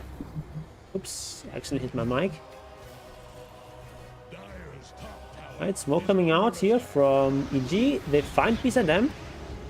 There's an Arcane Rune. But it gets deleted instantly here by Tusk. And OG in full retreat. Except for March just going in on crit. But with the Wraith back here, he's fine. Until he isn't. Tiger is also very, very far out. And they've got the Nightfall. So 2 for 1 exchanged here. Another good fight for EG. But Abed is not quite done. Didn't really hit though, so that's gonna be it. 2 for 1.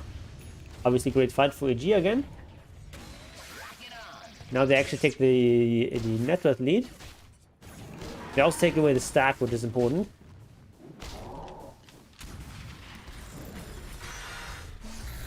Amar coming in though. Trying to go for Fly. Fly is very poor. He goes down. But Amar is also going down. Ooh, Misha going in deep. Atisi is down. Yuragi with the Eye of Skadi. Nightfall forced to TP out with BKB. So actually a good fight here for OG. Just barely. Can they get this tier 2 tower though? That's going to be the big question. Going to open up the outposts. Very important. Fortification is available here. It does take out the entire creep wave here. Oh, crit here. Going down to the Bedlam. Right, Yuragi actually deciding not to go for the Manta, but rather for Ancient Yasha. Interesting. Not really that much to dispel here. Suppose it makes some sense.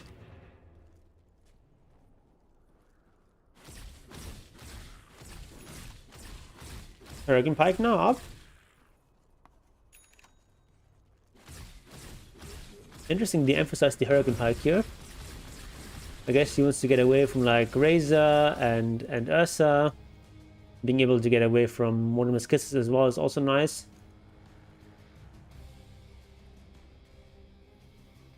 You can't always rely on your supports to 4-star you.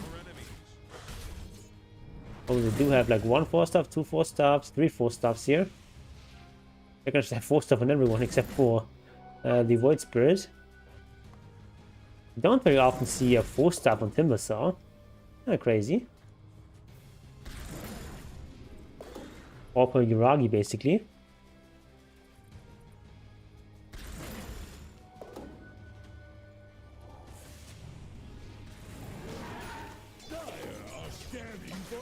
Like Nightfall, now going for Shiva's Guard.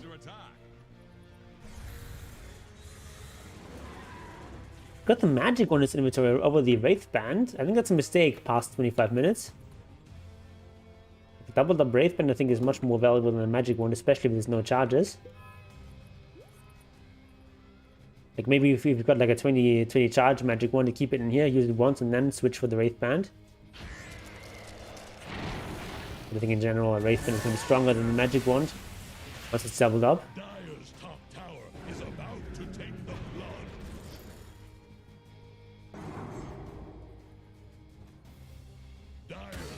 Right, okay, Moon picked up. Obviously great for Void Spirit.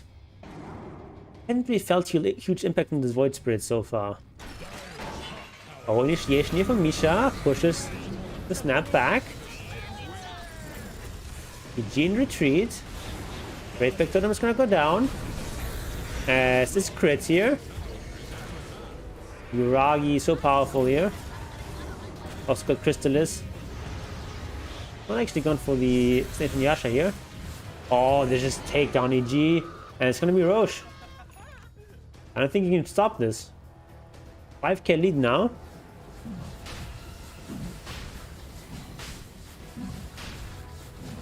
I just don't feel like EG have the best answers to this Terrorblade, even though he's first picked.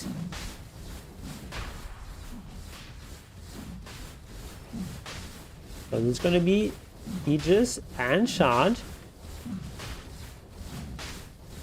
He needs someone to come in to pick up the Shard though, or he needs to drop an item.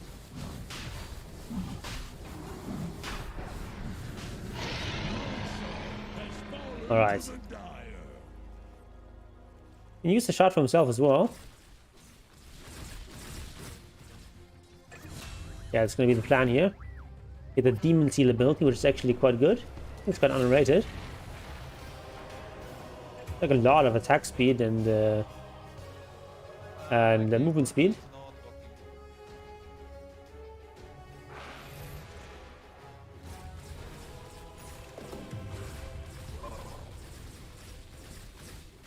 Demon Seal, like, it gives a lot.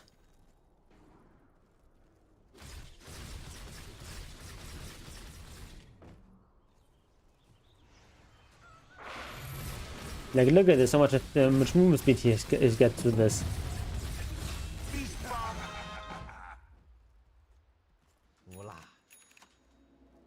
Does cost some HP, obviously, so don't want to use it too excessively. But you do have Sunder.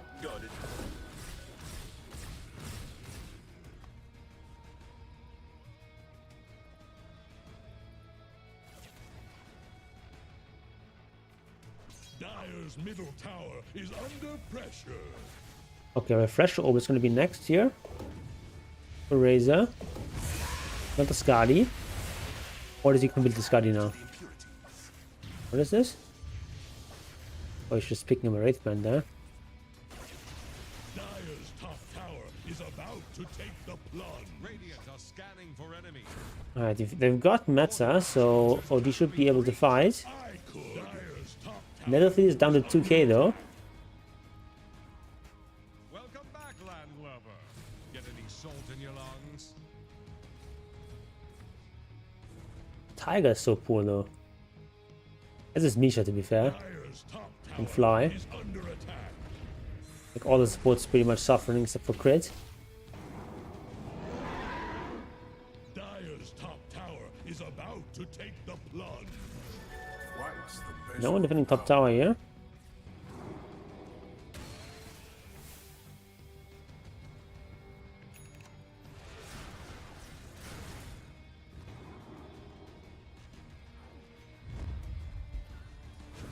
Dire are scanning for enemies. Yuragi smoking up with his team. Initiation here, very nice on task. That's just pretty tanky though, but let's go down. Misha got the shard.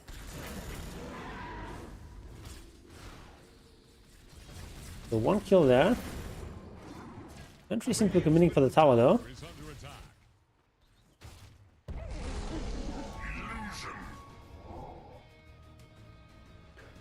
TZ now going for the nullifier, which is great against all these 4-staffs. Can you dispel Demon Zeal? Yes, you can actually dispel Demon Zeal as well. Kinda cool. Also, all these dual scepters here. Got dual scepter here, dual scepter here. A pretty valuable nullifier there. Oh, OG going in again here. Misha, some great initiations. Seen so many great hook shots from him on Clockwise so far. He even gets the bottle here from BZM for a moment. Exchanges it for a gem.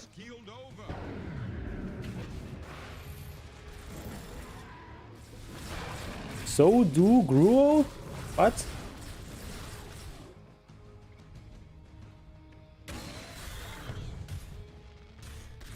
Do group stage losers get any money? I'm pretty sure everyone gets at least some money. Radiant's top tower has fallen. Incoming! Radiant's courier has been killed. Oh, they go here and on BZM. Yule Scepter is good though. He gets used again, but the enemy. Who's my favorite team right now? I would say Secret. I really like Secret. Poppy probably my favorite player. It's been so consistent for so long. Oh, okay, he gets the heal there. Oh, even onto Arteezy, nice. Oh, yeah, he goes down though. This actually was a great fight by AG.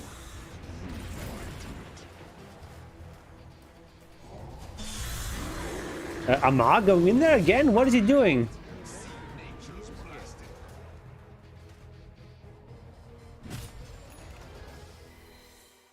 Consistently the second best.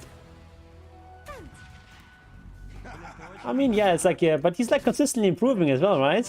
With secrets. Like each TI, they get a little bit further. Dire's top tower is about to take the plunge. So if the trend continues, we should get second now at this TI. Dire's top tower is under attack. Top tower has fallen. Oh, bottle plus double damage here. It'd be funny if like a Void Spirit just jumps in there and steals the bottle and the DD.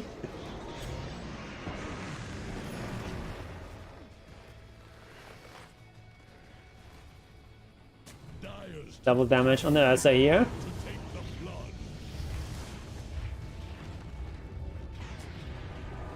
Oh. GF looked pretty dominant in this game so far, but now they're showing some signs of weakness. Tower's gonna fall.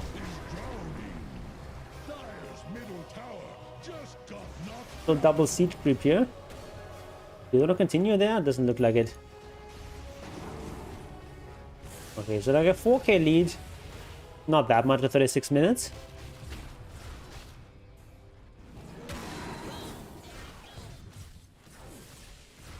A tide to the impurities. Got it. Haste! So just gonna keep this Yasha as Yasha. Interesting. I guess he needs BKB. I think you realized that last fight. It's already been like very greedy to not get BKB after all these items.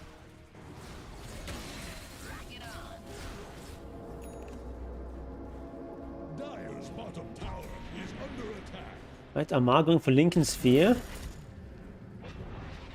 Dire's There's an item you can cast on Yuragi as well. couldn't withstand the tide.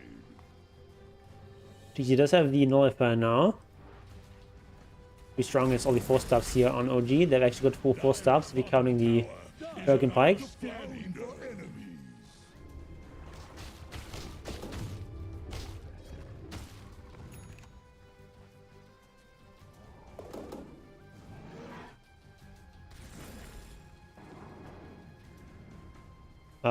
Okay, BKB is now out on Yuragi. And next is gonna go for a... interesting. Going for Butterfly. No lifesteal anything, no Yasha upgrade apparently.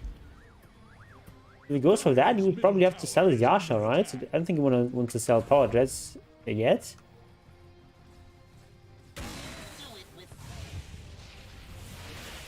Dire's top So tower. EG consistently getting a bit more net worth here. He's just being incredibly bold there. Right, Yuragi going in, Abed forced to be out with BKB. Oh, initiation here by BSLM. Gonna catch the Snapfire there. Grandma goes down. But Tease is still hiding here. In the trees. Tower is under attack. Oh, Roshan just respawned and this spot is out right away.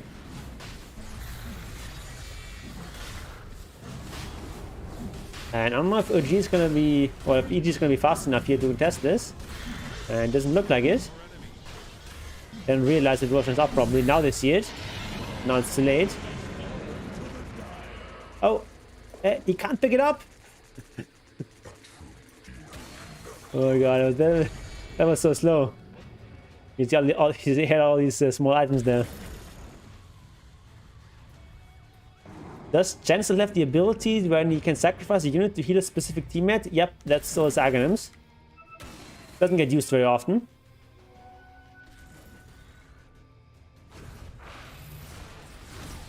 PGL really has to put effort into making the cast unlistenable by allowing Moxie. Usually watch the official games. I think like the Moxie hate is a little bit overblown. She's not a great caster, but not that terrible.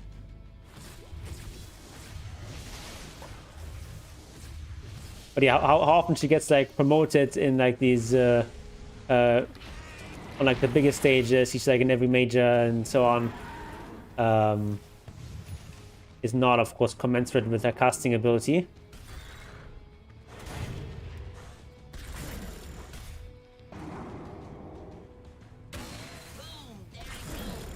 Think I could do a better job, Terrible? I don't know.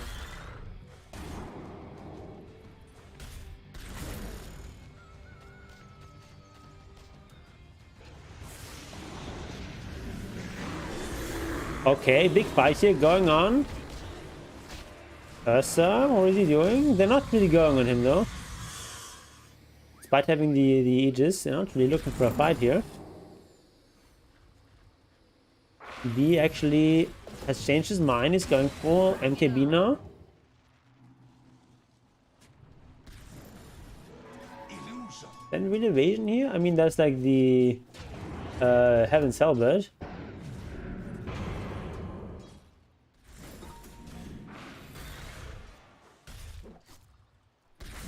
Deactivate Nightbot here.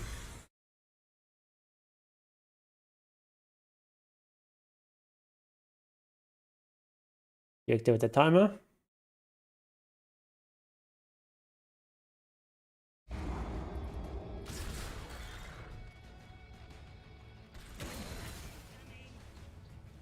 Uragi, I don't think he wants to save for buyback when he has oh, he's actually Daedalus instead. Oh, he goes to Daedalus and Monkey King Bar. Okay. How much damage do you want? Uragi says yes. They're trying to bring down Radiant's top tower.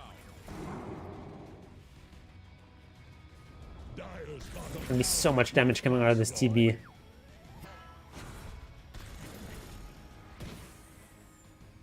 Or they're trying to find something, but they're not really finding anything. Crit is on the sidelines.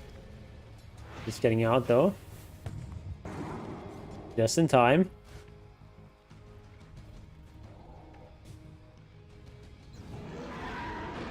Uragi says yes. Yes, it's a meme. You know, it's like, how much of X do you want? And then the answer is yes. With the idea that I want a lot. So you're familiar with that meme.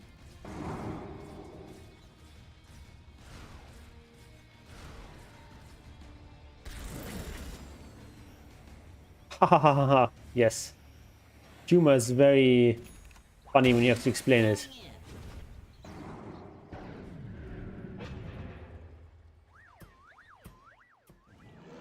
Okay, so we've got 1 minute on Aegis. Looks like they're not really want to push anything here. I think like even though EG is up a little bit in net worth, I think OG is much stronger here in fights. Both teams sort of trying to angle for an advantage.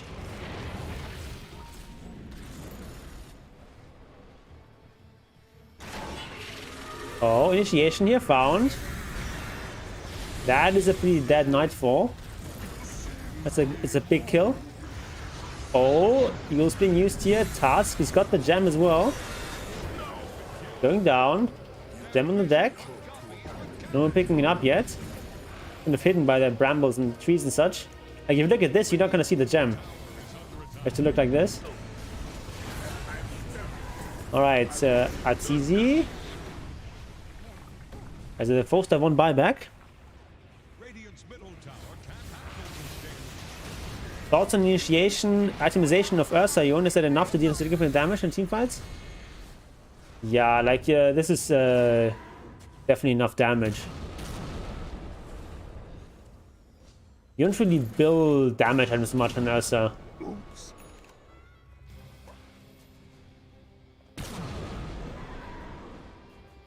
Yeah, it's probably gonna get like a Swift Blade at some point.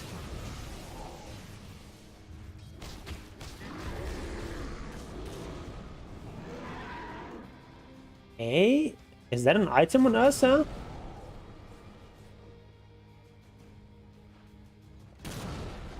Apparently. Axe is pretty strong. Yeah, Axe can be quite useful on Ursa. Gives you a much lower cooldown here. And you can use it when you're stunned. That's a lot of items as well in Timbersaw.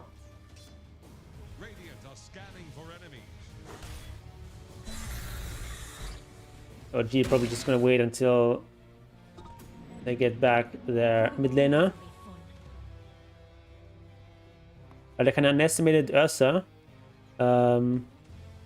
Yeah, like Ursa just he just have a ton of damage naturally with Furious Vibes and Overpower. So you just like build around like tankiness, mobility and stuff like that. He already has like more damage than most Ursas because he has like Nullify, which adds 80 damage, a ton of damage from Battle Fury as well. And of course like Bashas and the Abyssal Blade are very strong on Ursa. Which is like also damage, like to be fair. Like if you look at Basher, that's also like a decent damage item. So it already gives you like an average 50 damage per hit for a pretty cheap item. Okay, big fight coming in here. Task getting initiated on. Gonna live for a long time though. Wow, he lives for so long. Still alive. Amar going down. Wow, that Nullify coming in clutch there. Nightfall survives as well. That was a great fight for EG. Wow. Octary may be decent just because of all his active items. I mean, maybe. That's relying cooldowns quite a bit, that's true, but I'm not sure about that. I think it's just like a hard game to play Ursa in. And they picked this Ursa into TB. And I'm not sure about I agree with that pick. But okay, EG, they're still looking decent here. They're gonna take high ground here. You have buybacks. Okay, there's a bunch of buybacks available. I want to save them though.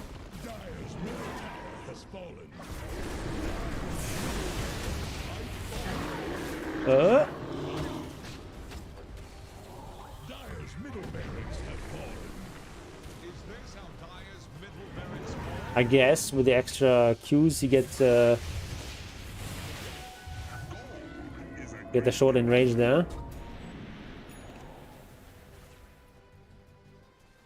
I mean, it also means you're always purging off debuff.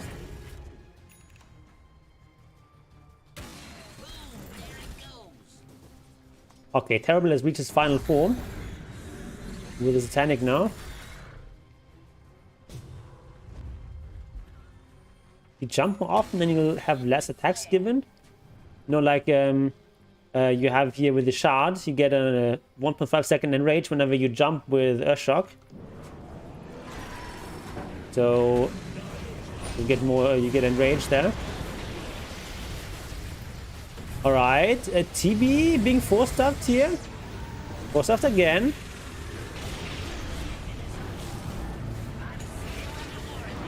TB is a beast, but can he win the game on his own? Abed should go down here. Now he gets saved by the snowball. Using a Refresher Shard now to get everything back. Oh, it gets done again here. That Ursa is dead though. Buyback used though. Everyone buying back. You know, an Echo Spear item which is 4 Staff and Echo Saber combined? 4 Staff and Echo Saber combined. Okay, that's interesting. Maybe.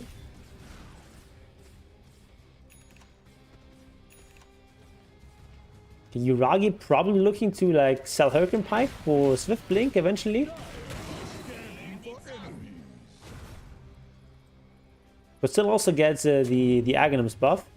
Maybe he's hoping for the Roche.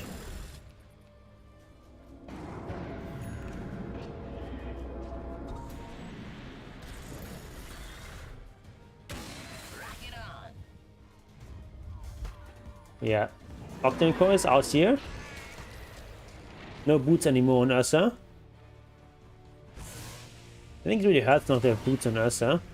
Far more than on TB.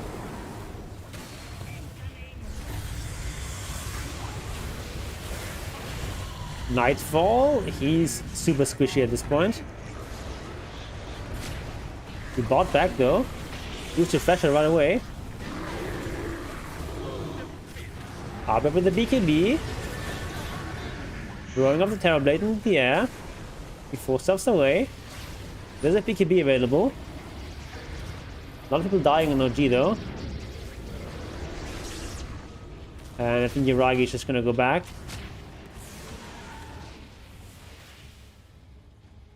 Dyer's middle barracks are under attack. Okay, OG. Do they have buybacks here? They don't have buyback here on Amar. Yeah, no buybacks at all. So they can't contest his Roche, which is actually a very smart move from EG there.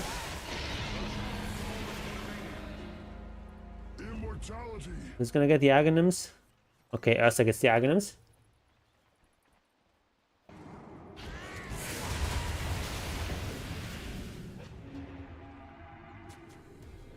Okay, OG finding out that 1 TB is not enough to win the game. Even though this is a very beastly TB. Going for the second lane of Rex here. They can't get Megas. Still tier 2 tower here. Are they going for tier 4s here? I'm not sure if that's the right choice. There's actually still 30 seconds here on Armado, so maybe. Needs to invest in the carry Dark Willow. Yeah, it's gonna be a while until that carry Dark Willow comes online. Oh, she's actually going for MKB. Right, Yuragi. Going for the last defense here. And that Leshrac shard is so annoying. I think it's so strong. Right, Yuragi is going down. Oh my god, no, no, no. Can he survive? Yes, he can survive. Gets Nightfall here. That was so close though. No BKB available anymore though. And he gets down. Goes down. He doesn't have enough gold for buyback. Oh, he bought the refresher. That's why he doesn't have enough gold for buyback. Yeah, Leshrac is just really good this patch. Wow, EG actually pulls it off. Interesting, interesting. I expected OG to win this.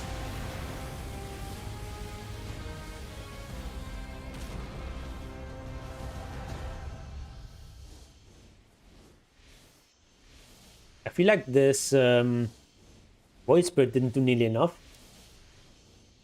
Didn't really feel its impact very much.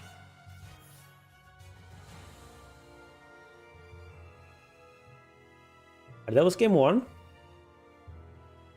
Let's watch game 2. I just saw a Team Liquid video where they watched an old game where they had Tiger Dark Willow ultra killing when VP went for the throne push. Okay, yeah. We can never really see it in pro games, but I do think like Dark Willow as a core is like surprisingly strong. And she gets her Aghanims and some right click items.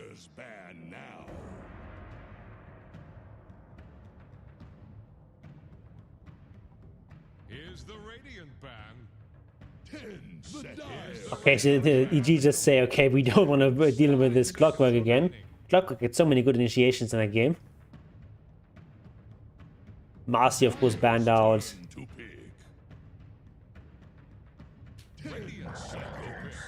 Right, Primal Beast.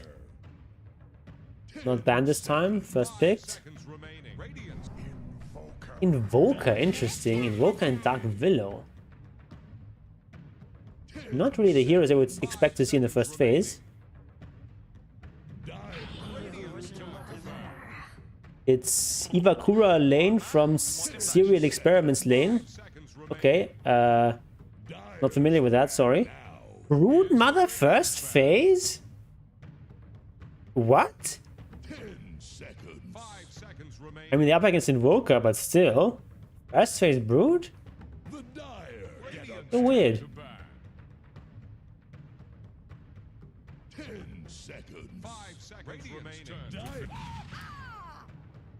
What's the idea here? 10 seconds. 5 seconds remaining.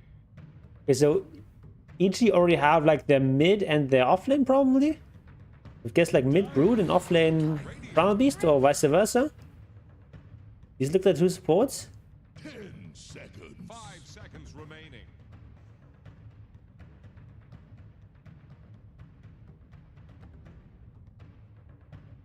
I have this hero as having the highest win rate in at least 5 games. My predictions. So maybe if Broodmother can win this, be nice. Troll Warlord, not a hero we see very much. Such a weird picks from OG. Here's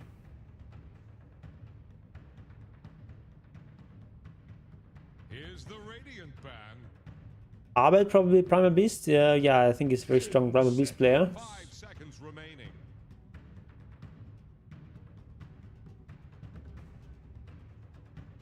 But The Dire get a ban. is Broodmother a good offlaner these days? I haven't really seen her in a long time in pro games. 5 seconds remaining.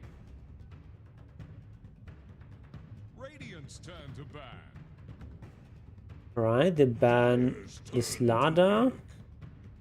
The strength hero getting banned out there. What's the idea for EG? 5 seconds. They probably need an Arteezy hero here. So what is Arteezy gonna play this game? Radiant. Ooh, Artesia Shadow Fiend? Yeah, it's Artesia Shadow Fiend. Okay, and Amar Mars. Okay, okay. Interesting. Yeah, it is indeed Mid Invoker. And Nightfall Broodmother.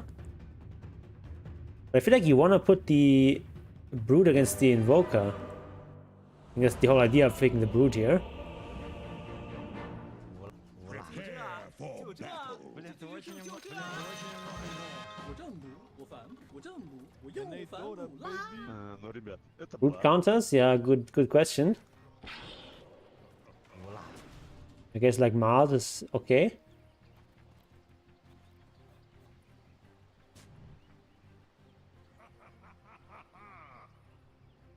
Very confusing draft from OG.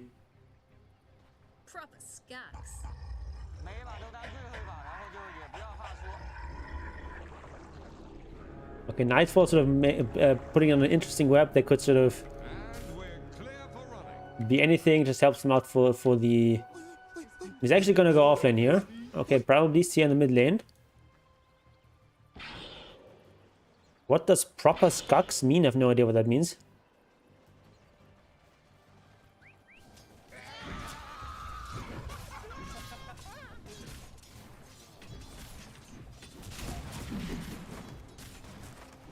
Okay, let's see what this offlane Broodmother can do. Courier just drowned in a pool of blood. Like, it's so weird to pick this Broodmother and then not lane her against the Invoker.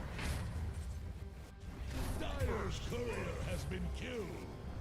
Dire's top tower is under attack. Although I guess these days with Broodmother just only getting her Spiderlings at level 6, she's not even that big of a deal, right? Because you can still probably stay in the lane until you're 6 on Invoker. Yeah, we've seen a lot of Primal Beast mid in Last Chance Qualifier. And as well as here so far. Denied. Radiant's top tower is under attack. What is this item build? It's only mangoes. 8 mangoes. Look at this HP region.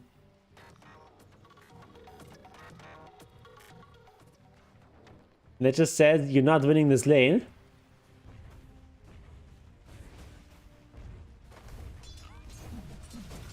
Nightfall's one of the hardest post 3 players to lane against. He's also one of the best farmers when doing so. He's always above or on par with Artesia in terms of net worth. Yeah. He's like very farm oriented offlaner.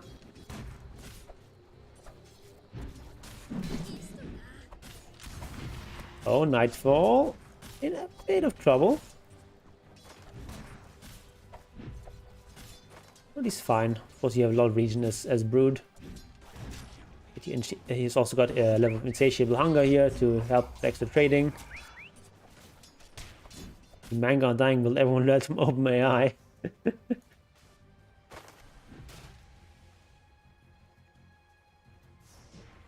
And this is not distributing resources evenly. This is your POS 5 investing a lot of resources into the early game to give resources to your carry. This basically says, okay, I'm not playing for the long term, I'm just playing to win the lane.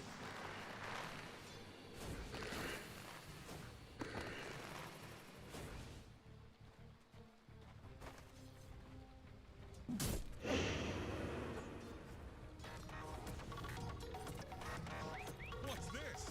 Dire Alright. structures? What's that thesis plan? Is he going for any region items? Doesn't look like it so far. Maybe it's just relying on getting some mangoes from our friend Fly. The decay and raw damage right click of Shadow Fiend is the core concept of the dual lane, right?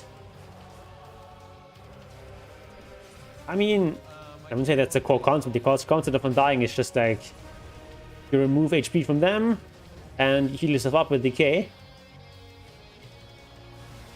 Yeah, there's no particular strong synergy there, as Aaron says. Just two strong laners. In fact, probably the Shadow Fiend you'd rather prefer to have some sort of hero like with a stun or a slow or something, so you can land multiple Shadow Razors more easily.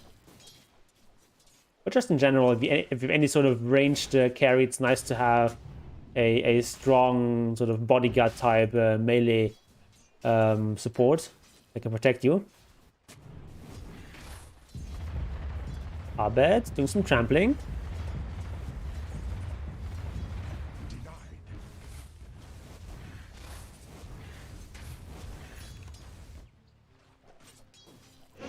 Okay, bit of pull being contested here. Tigers also got some range, but nothing against all these mangoes. Dyer's courier has been killed. Okay. Dyer's top tower is under attack. Interested to see if Arteezy is gonna go for something like a Falcon Blade here, get some region, or whether he's just gonna go only right-click items. I'm close down here. Oh, Abed rotating here. Charging in here, and there should be a dead Yuragi. Yep. Stomp, stomp, stomp. Come on, long time for PZM though. Going straight for the Midas after boots and wand. I think you pretty much need to have boots if you're up against the Primal Beast. Because Invoker naturally is rather slow. Especially now he's going for a Quas Exhort build.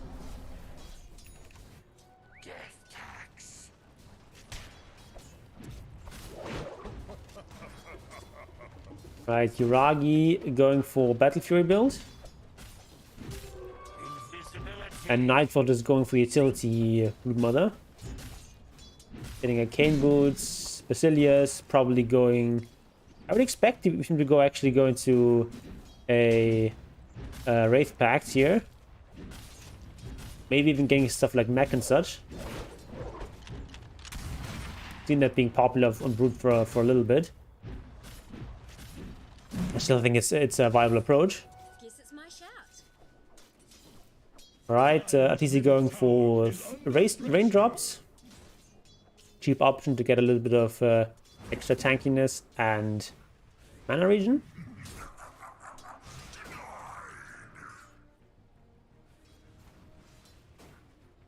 Oh, interesting. We've got Yuragi as this courier already parked there. But he feels like he can't go for this shop here. Gonna get stuff delivered from the courier. He's gonna have all the mana in the world with Perseverance. And yeah, phase boots are gonna come out shortly here on Primal Beast. Also got the Windlace, very efficient. And BZM going to Hand of Midas pretty soon. So yeah, so far I think it's looking maybe a little bit better for EG, and especially once this Broodmother level 6 comes online. Abed stomping in here again. Yuragi. Oh, gets interrupted. He's still dead. Yeah. Level 4 only on Yuragi. Oh, Misha's gonna die as well. Oh, the courier with the Void Stone. That's so sad. Yuragi is so sad in this game. 8-minute rune if it spawns down here. I'm gonna go to Abed as well. He gets lucky. Oh, goes for the deny here, but not quite. Abed wants to get another kill there. It gets revealed. Oh, charging in. Good reaction though, but not enough for the Willow. Flying just gonna sit in mid, I guess, a bit and get some experience. But Abed says, nope, I'm back in mid. Up top here, Arteezy, Shadow Fiend. He's gonna go straight with Dragonlance. Oh, interesting. He's just gone for 2 levels in Shadow Rays, and now he's going for the Necromastery. Kind of reminds me of a lot of like Luna builds, where they just get like 1 or 2 levels in their Moonbeam, and then they go for the passives.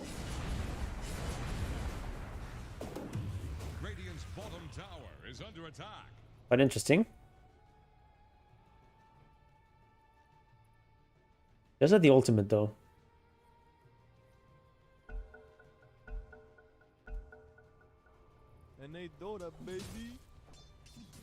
I wonder if it isn't worth to just skip the ultimate for now and just get the level in Presence of the Dark Lord. It'd help you so much with this farming, yeah? Radiant's bottom tower is under attack. Stomp, stomp, stomp. Double damage too here. Oh, poor Uragi. He's so underfarmed.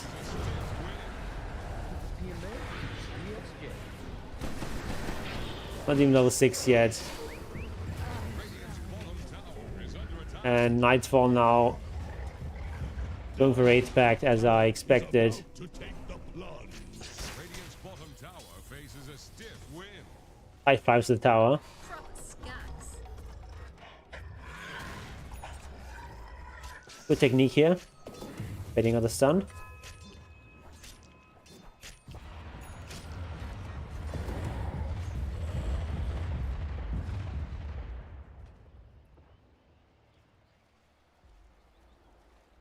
Yeah, Fly just invested a lot in this lane, but still he's got more than poor Misha.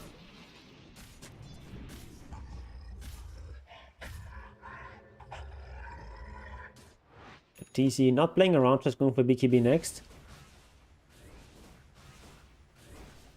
He says no fun allowed.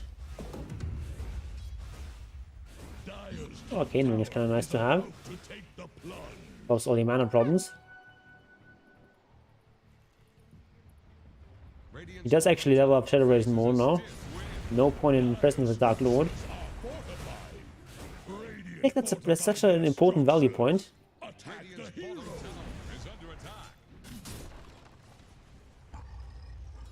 Alright, we've also got Vlad's coming out on Mars. Interesting. Amar not going for the typical... Like Vlad's is good on Mars. The thing is, like, Mars... It's so important for Mars to have, like, Blink and BKB. That typically the Mars players don't go for Vlad. Amar going here for a bit of a greedy approach. Also not gone for a Soul Ring here. Instead just going for Raindrops and Basilius. Radiant's middle tower has fallen. Response to the nerfs here. And Uragi is so sad. He doesn't even have boots. He's gonna get a decent timing on this Battle Fury, to be fair. Gonna be like a 13-minute Battle Fury or something like that. Which is pretty good, but with no boots, not that great.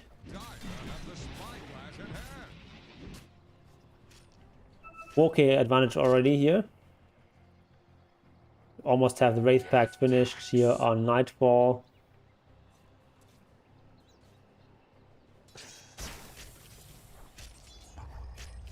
Building off some spiders. Scouting presumably. These spiderlings, there's spiderlings as well.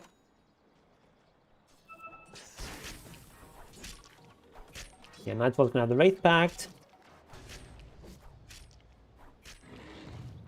What's that kid about Windlace? Interesting enough. Oh, he's actually stuck here. He's got the Quelling Blade though.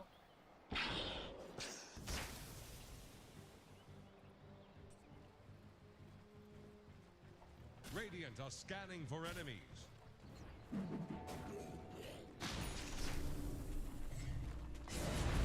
Okay, I guess Atizi has decided to get a Yasha in there.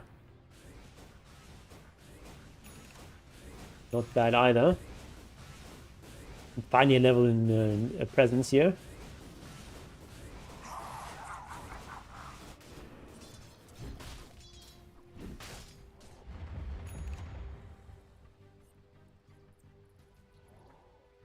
Charge. Next item here for Hoodwink.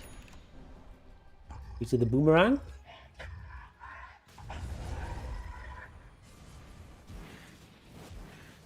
We're picking out piece of them. He's got Hand of Midas into Boot of Travel, the greedy build. And he's down. PG just running away with this game. Oh, the stack here being contested now. Misha is so poor. Nightfall. Yeah, he's gonna go down. Abed says all your stacker belong to me.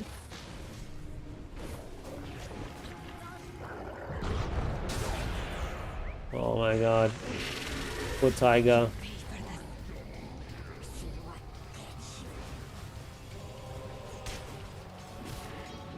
No boots on Yuragi. He's now king of boots. He does have the Battle Fury though. So that's something. We do have a Midas here on BZM.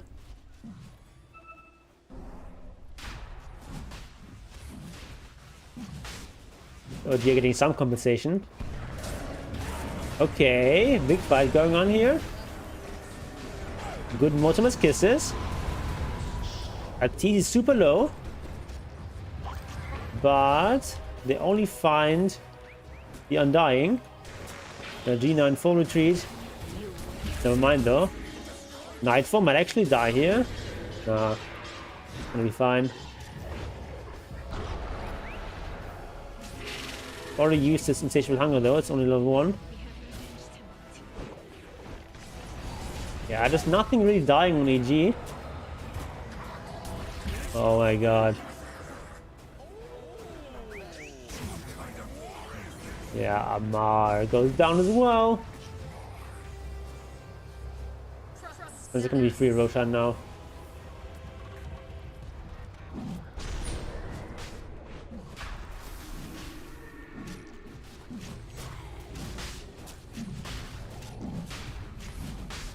We're gonna take the Aegis. Not easy.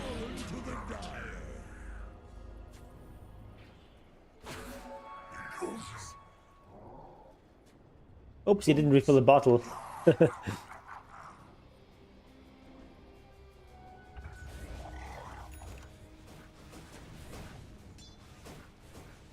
BKB on the way here. Oh, Ausstatter friend. Oh, Abed. Yeah, Tiger is super dead. You're not getting out of this one.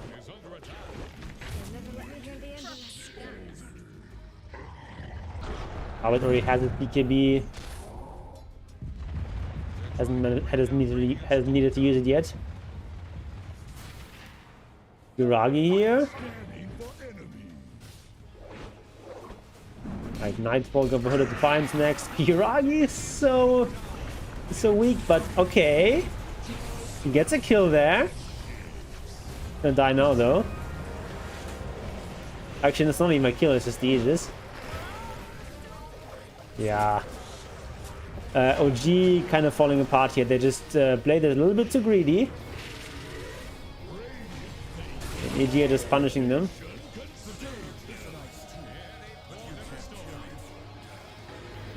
Crit looking for something here. Atizi is in the arena. He's gonna die though. But Abel comes in. That's gonna be the end for Tiger. Amar is also going to go down. And yeah, OG, they fight back a little bit. They get some kills, but on the whole, it's all the EG party here.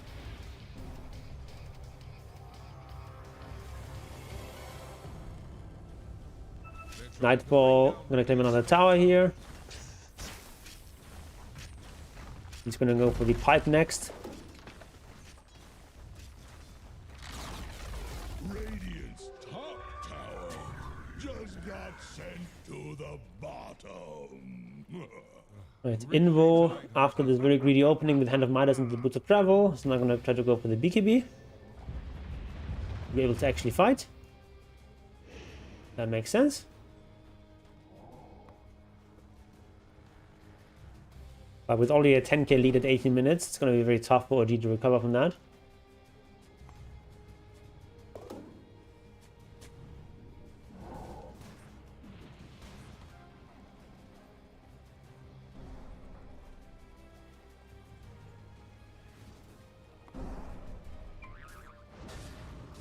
BZM trying to catch up here, but he's actually the highest net worth on his team. But he's still pretty far behind all the air cores on EG. Poor Yuragi. Get bullied so hard. Isha gonna go down. Yeah, they just have no control over the buy angle here.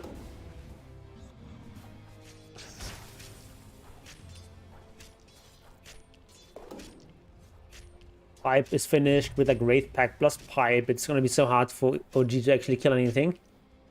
Radiant's middle tower can't handle this deluge. Dire's top tower is under attack. Two spiders getting roasted by the dragon. Not that easy to actually split your spiders properly. Okay, Nuragi went down again. And yeah, just doing so much damage here. Abed trampling in. He's godlike. 425.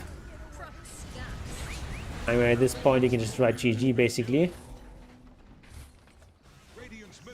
Okay, Atizi just gonna go. Oh, they have a mech somewhere. Okay, yeah, they have a mech on Undying. Nice. Radiant's bottom tower faces a stiff wind. It's quite a strong Undying item. Radiant's bottom tower has fallen.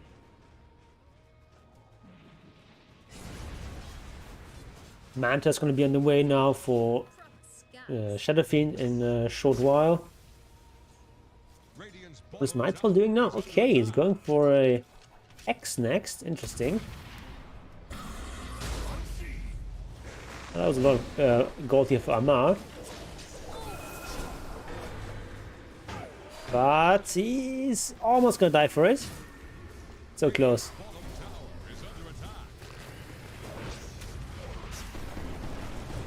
So close. Okay, easy killing for Abed.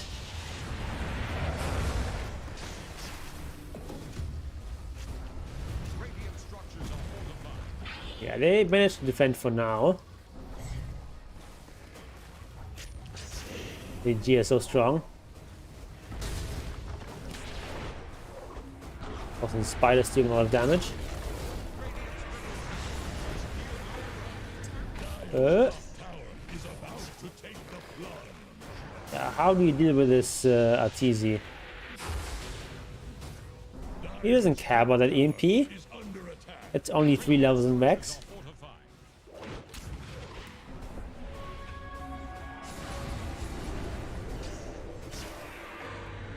Okay, you can stun him a bit. You can delay this. KB now.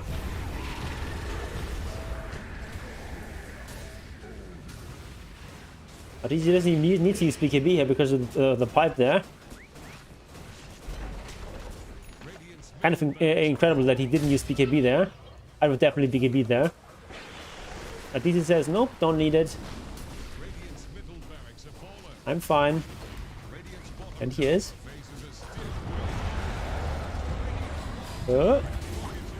Misha goes down. And yeah, from this point here, there's nothing that OG can do. Fast forward a bit here. Yeah. Down he goes. I think it was just like excessive greed from OG there. He also didn't really properly address the brood. I didn't like this. I didn't like this draft at all. Like especially going for like an Exhort Invoker here. Like it's the wrong choice.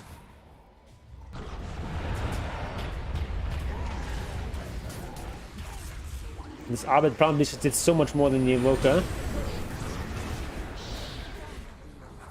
Yep, that's it. GG. Okay.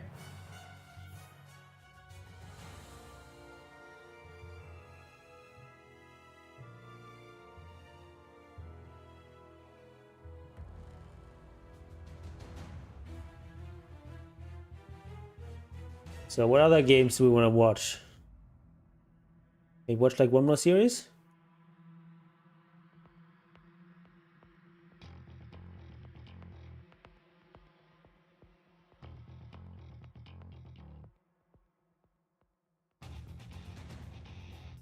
What do you want to watch?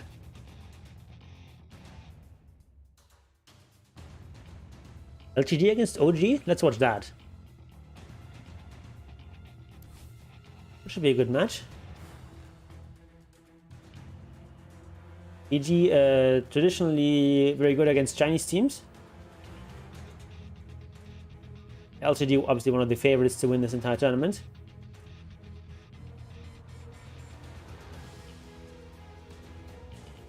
So could be a nice series. Here's the Radiant ban. The Dire get a ban. 10 seconds. 5 seconds Radiant's remaining. Turn to ban. Alright, LTD saw how strong the Undying was and just ban him. 5 seconds remaining. Dire's ban. Also banning Chen. I don't think EG played Chen that much.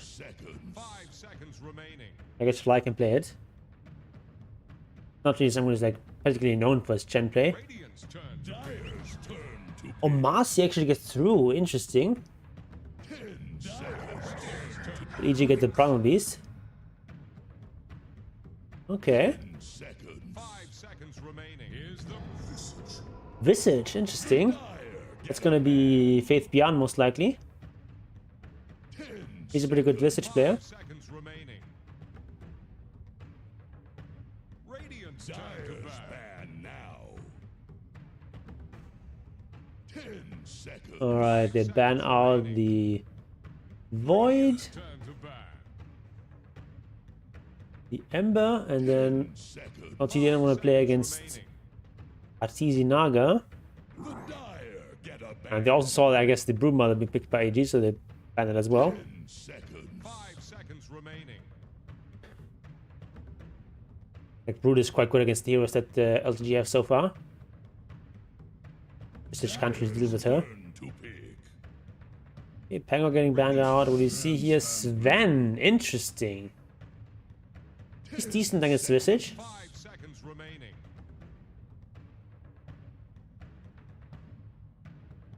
Not really a hero we see very much of. 干脆喝一把，然后就也不要怕输。 So it's going to be Arteezy Sven, or is it going to be support Sven? Could also be the case. Radiant's turn to pick. Mars? Oh, interesting. Mars as well. Mars plus Visage. 10 seconds. 5 seconds. What'll it be? Would expect both these two guys to be offlane, but who's going to be offlane actually? Hard to say what the positions are going to be here for LGD.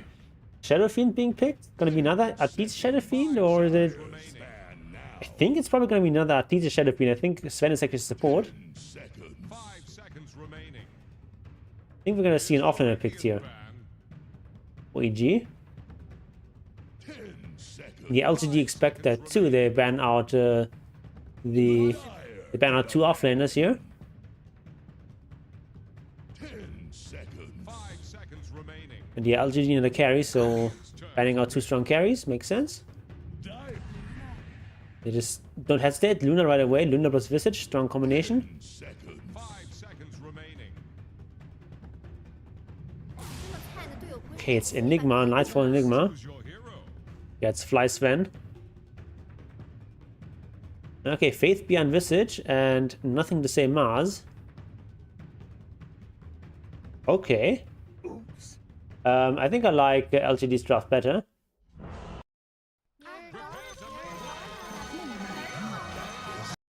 No. Faith Beyond going for a lot of stats here.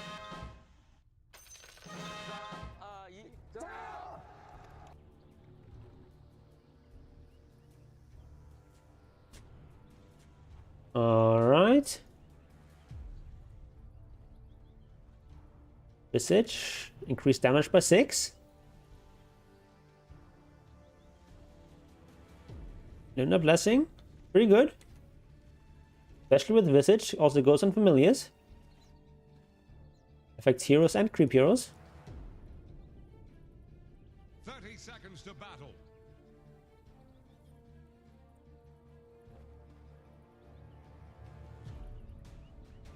Let's see. Luna going for Wraithbane as well. Oracle.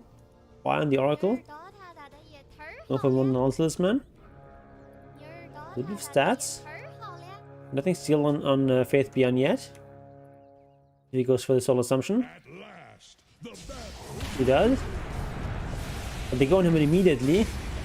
Can't really get anything off. And it's going to be good for AG. What is this? I came Let's tell him how we're going to play against Visage. If you go on him, then you can kill him quickly. If you go on his allies, then he's going to turn out a lot of damage with Soul Assumption. So smart play there from EG. And Shinkyu is also quite low, so he's not going to be able to do that much early on in the lane. Fly, gonna block that camp here. Shinkyu is so low, he might actually die there. Yeah, it's a death, he's dead there.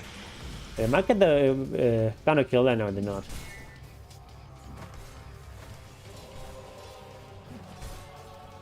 He's trying to go in there with his 3 charges, it's not gonna happen though.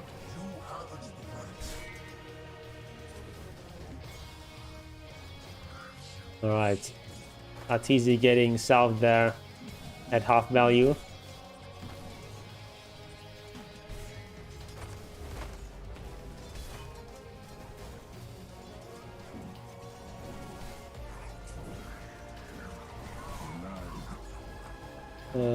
Oh, initiation here. Yeah, Marcy Visage is a very strong lane. Probably one of the strongest lane partners for Visage in general.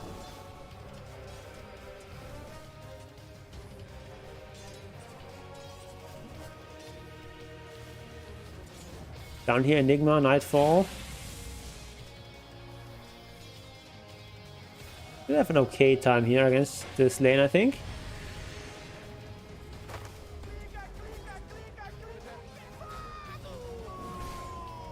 Alright. I think we're just gonna try to get some more initiations here. But this Sven Shadowfiend lane is not weak. Oh, Sven gets tossed back here, he's gonna be dead.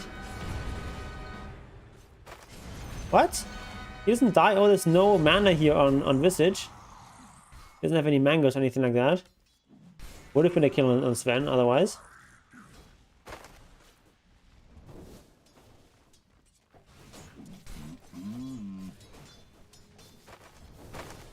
We'll see an old Venom here on Shinkyu.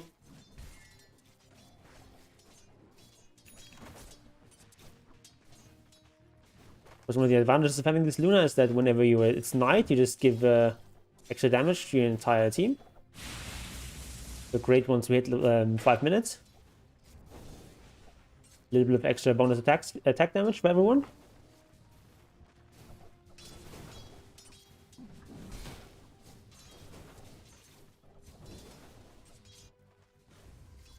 Radiant's courier just drowned in a pool of blood. Alright, this Mars. I think he can stand up to Primal Beast, but I still think like Primal Beast is just a much stronger hero in general. Then we've got Faith Beyond, just going for a lot of stats here. What is he going for next? Aegis Mask and Infused Raindrops. All the mana. Okay. Raindrops is also strong in this lane because this Shadow Fiend Sven lane also has a lot of kill threat.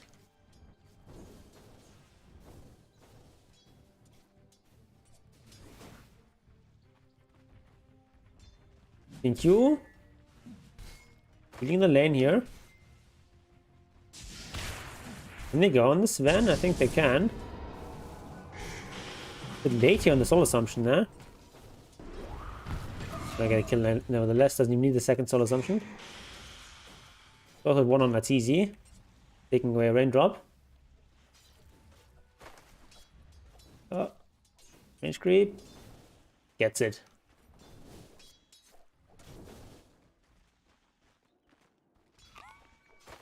Oh!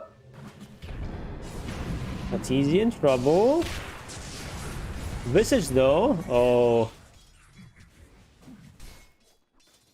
There's a lot of explosive damage coming out from both the lanes here on top. But I'm watching this lane the most because anyone can die at any time, pretty much. Whereas down here it's more like chill farming. Ooh, Abed going deep. Wanting to get some tower damage in there.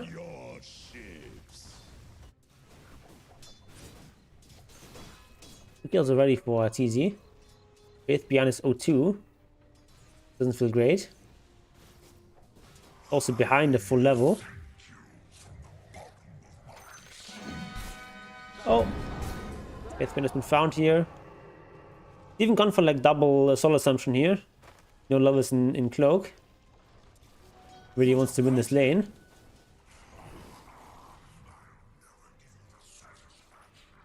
But so far it's not working. And Shinkyu is just gonna pull the lane. I'm just gonna trade farm here. Meanwhile, middle, nothing to say against Abed. Abed running forward here. Getting a lot of damage here. Everything on cooldown here from nothing to say.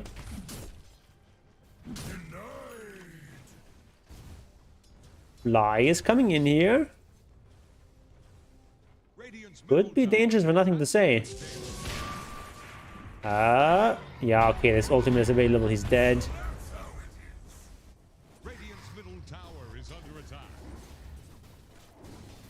Nightfall with a double region here from Basilius and Raindrop. Probably gonna see a Wraith Pact out of him.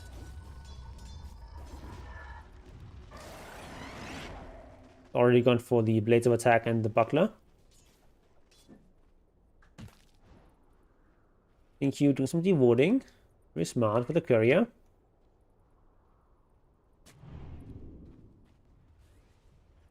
A good ward here. And they want to get some kills onto this Arteezy Shadow Fiend. Doesn't even have boots yet. Now he does. Oh, Y comes in here, but Faith Beyond is out of position. Not gonna work. Bit of discoordination here from LGD. Not everyone on the same page. I think Faith Beyond desperately needs a stick.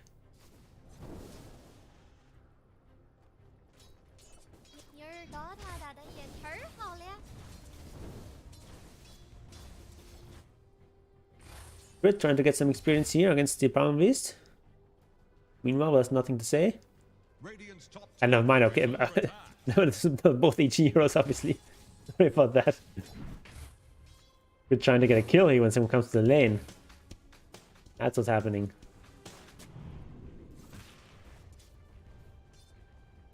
Radiant's bottom tower is staggering.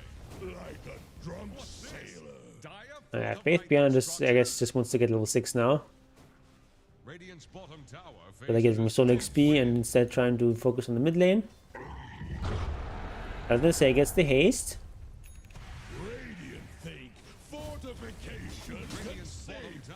Armor. His farm has been decent. He's the highest in LCD. But EG so far, slightly ahead. They're on the top lane, and they're on the mid lane. Bottom lane pretty even. Nightfall, meanwhile, almost has his Vlad's finished. Going for the no boots build. Doesn't need it against Luna.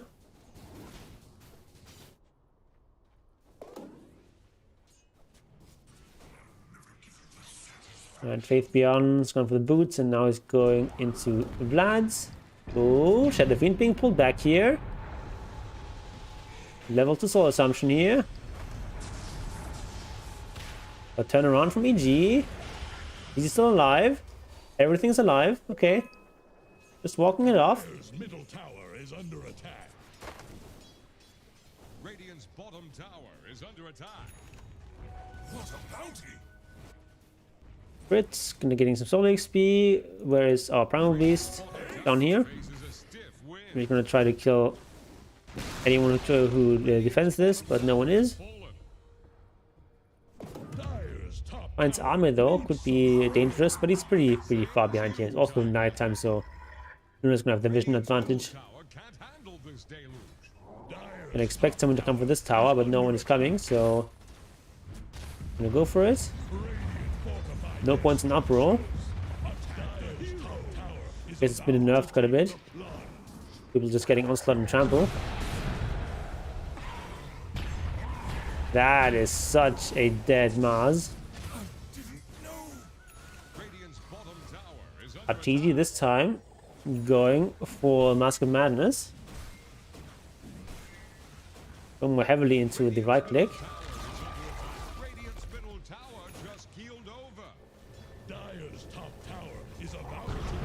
Ooh. Faith Beyond being run down. Got no mana. You can't do anything. Oh, his bird! One doesn't want to lose the bird. Down he goes. Down to one bird. That's annoying, he just summoned them. And his farm is not the greatest.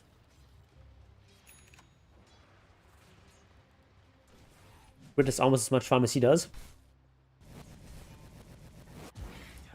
EG just... I like the LGD Lana better, but AG just... winning the lane is pretty hard. Very rarely see this much of a network disparity already at 11 minutes.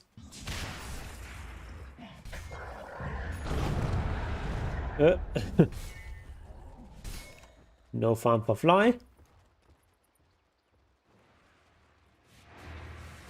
Easy meanwhile doing these stacks. Obviously Shadowfiend is the best stack farmer here. He only has 2 levels in Shadow Rays.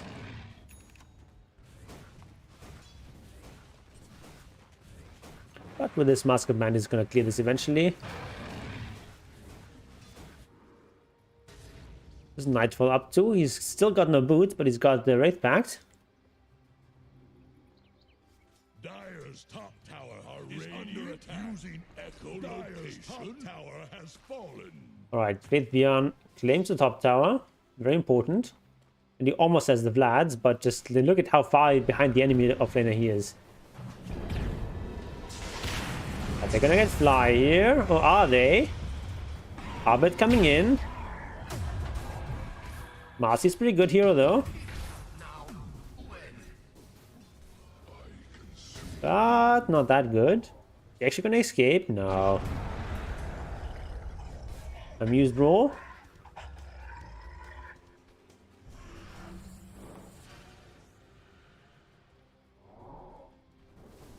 Yeah, Faith Beyond so far behind. Arbet getting some stacks here. Very tasty. What is Arbet doing? He's also got the Mask of Madness. Going to Dragonlance. He almost has it.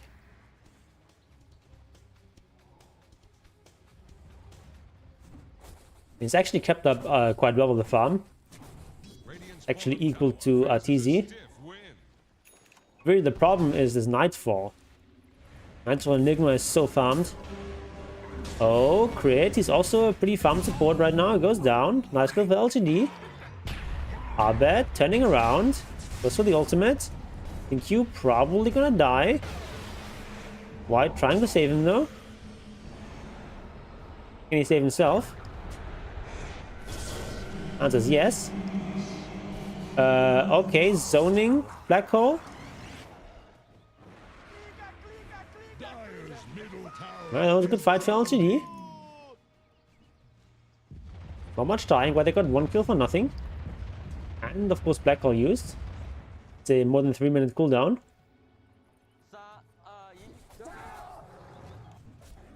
Army keeps farming here. It's gonna do this buy angle again.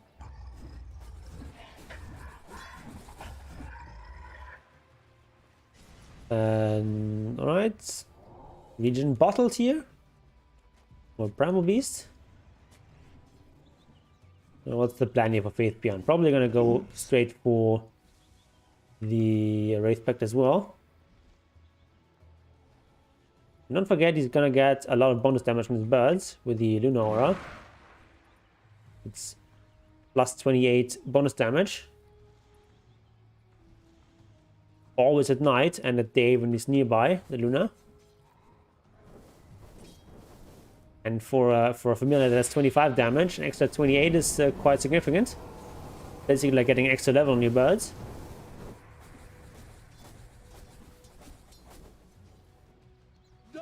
Right, nothing to say, is alone there.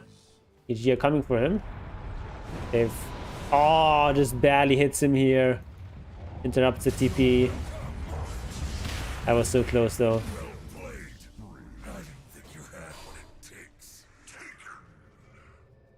Very smart to ult there for Arteezy. Expected a TP. Because they knew that someone was there because they used scan. With Beyond being chased. And he's super dead.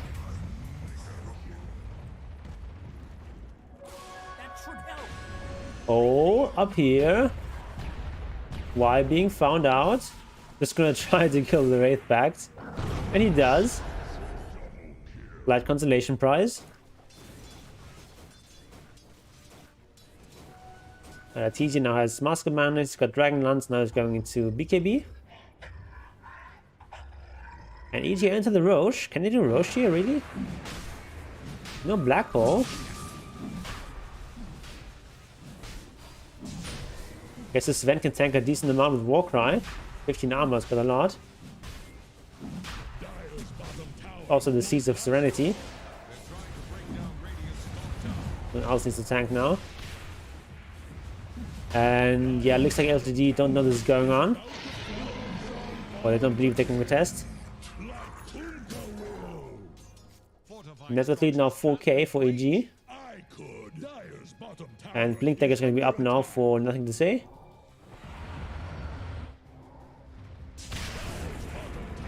Okay, Familiars. In trouble. There's 3 levels in Gravecure's Cloak. Still Familiars dying quite fast. He just got the Aegis.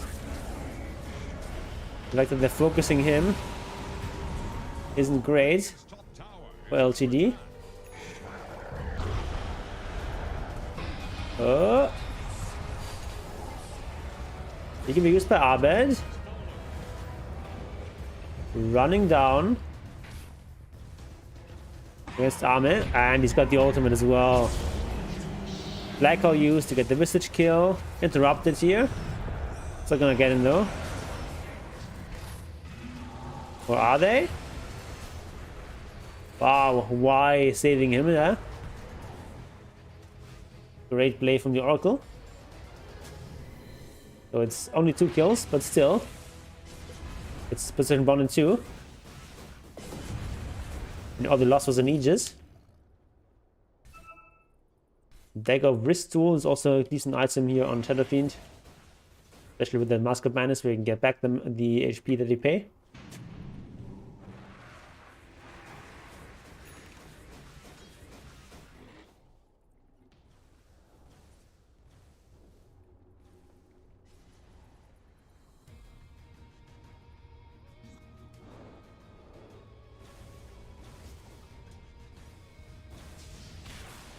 What's happening here? Why gets gone on here? Faith Beyond now finally has enough money for the Wraith Pact. Which the Enigma had like 10 minutes ago. Well, not quite, but like a long time ago. Can't quite buy it though because enemy team's controlling this area. Radiant structures are fortified. Sending out a courier now. Dire's middle tower is drowning. So we just free some birds.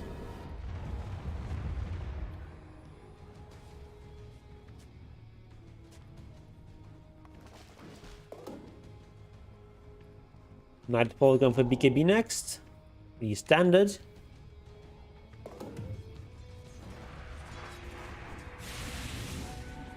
Arme being initiated on.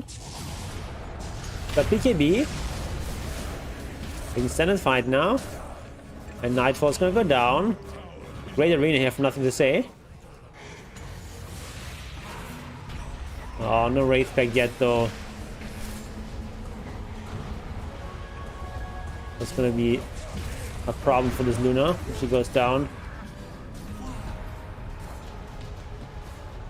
I finally has the Wraith Pack now, but it's a little too late. Oh, nice spear there.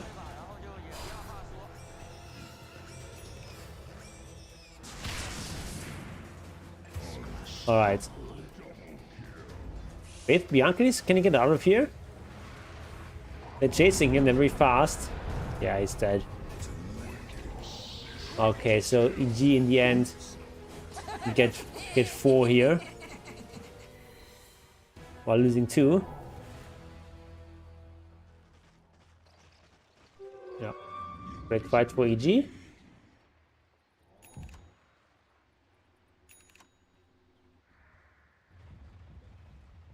Radiant's middle tower is under attack. I don't understand why you don't have a stick or a wanty on Visage. Dire are scanning for enemies.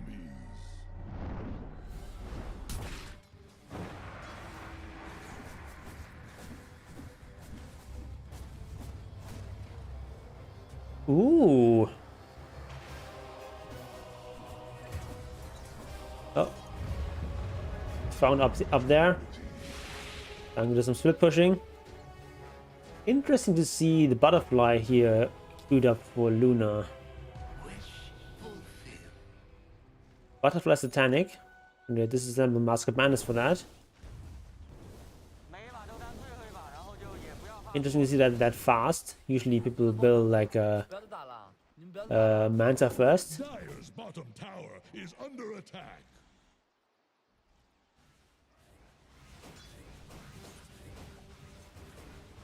Dire's bottom tower won't last. Curious to see what Faith Beyond is gonna get next. So it's gonna be like a drum or maybe something else, maybe like a pipe. I'm not sure what he built here. He's just like I had such a bad game. 0-5.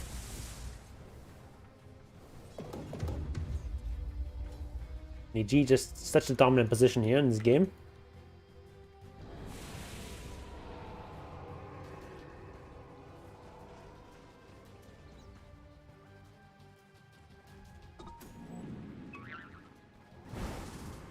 Okay, nothing to say. Pushing our top lane. He wants to get his BKB, very important. TZ also going for butterfly. A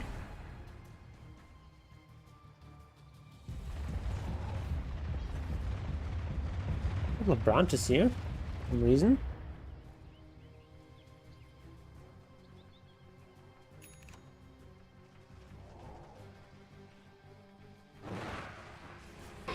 Alright, what's the plan now for EG? When does Roshan respawn? It's a little bit, what's that? Oh, Faith Beyond, his birds being chased here. No blink tag or anything for Arteezy, so that should be fine. It looks like they're gonna go for smoke. Faith Beyond not really spending his money.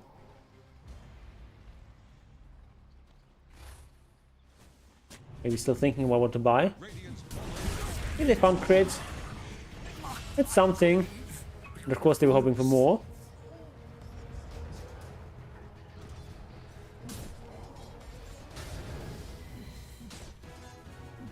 I keep in mind that crit is almost as farmed as Faith Beyond and Nothing to Say.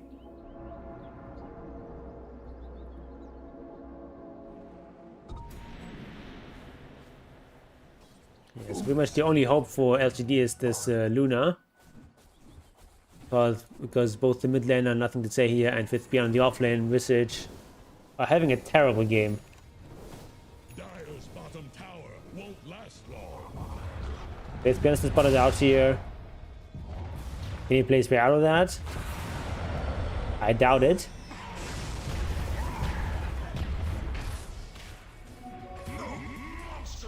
Yep, down he goes.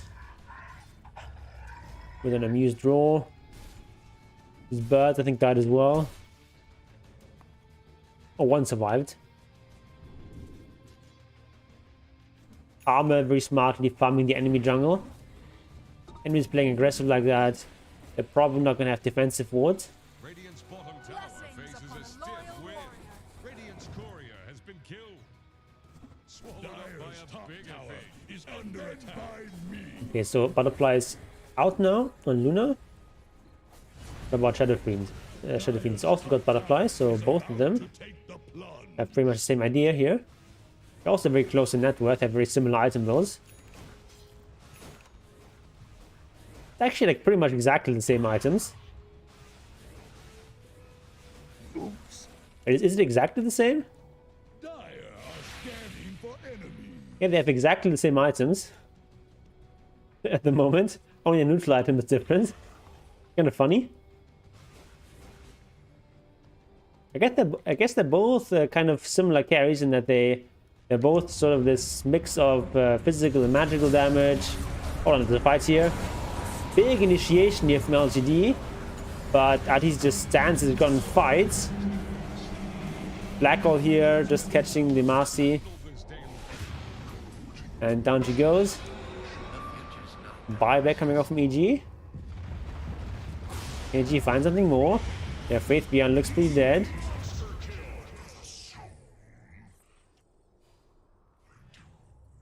But Roshan not quite up yet.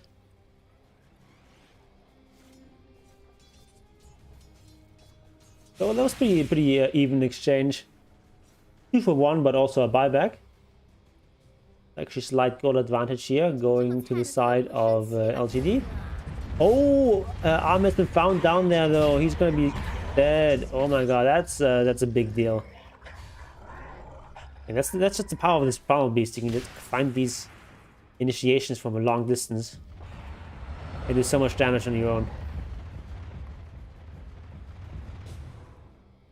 Right, Medallion is out on Sven.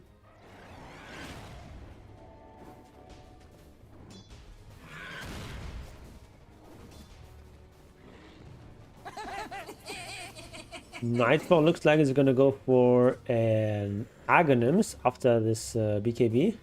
Interesting. Okay, Roshan is up.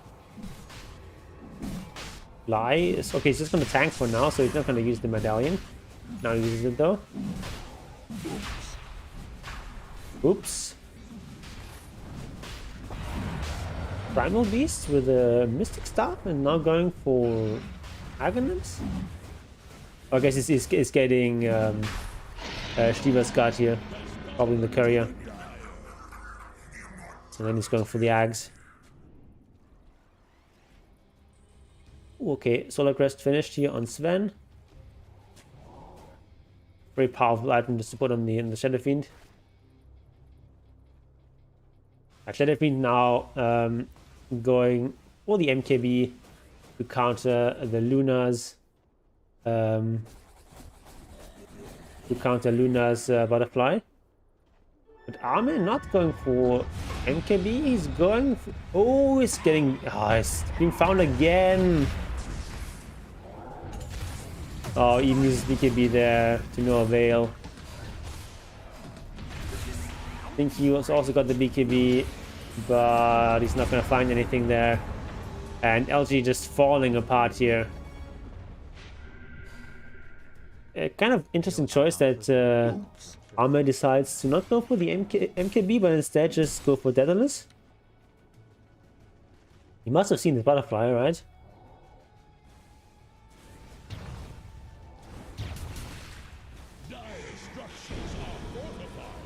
LCD trying to delay here a bit.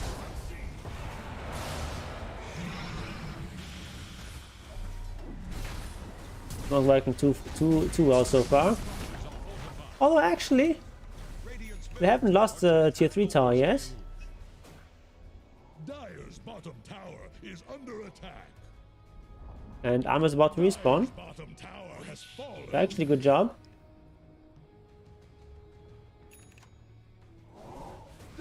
Oh, rip birds. Oh, big fight here. And it's just, this Luna just can't catch a break. Armor's really fallen behind a lot in the last couple of minutes. Okay, GG gets called. Top tower Yeah, this is too far of a disadvantage to come back from.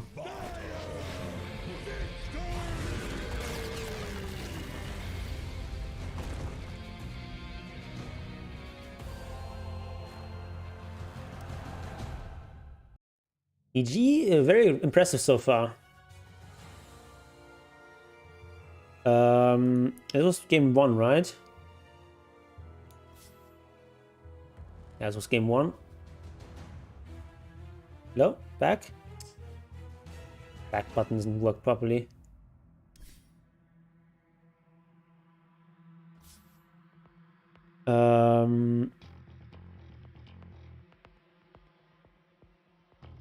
Where are we?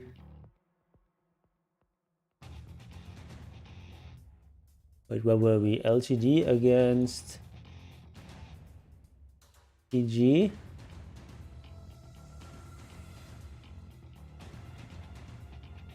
There we go. Match number 2.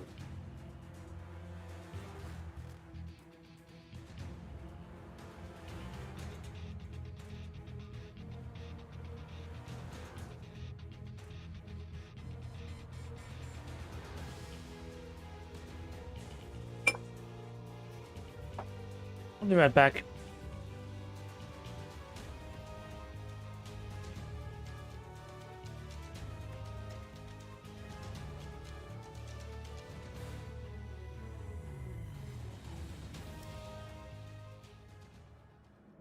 Radiant's turn to ban. All right. 10 seconds. 5 seconds remaining. Dire's ban now.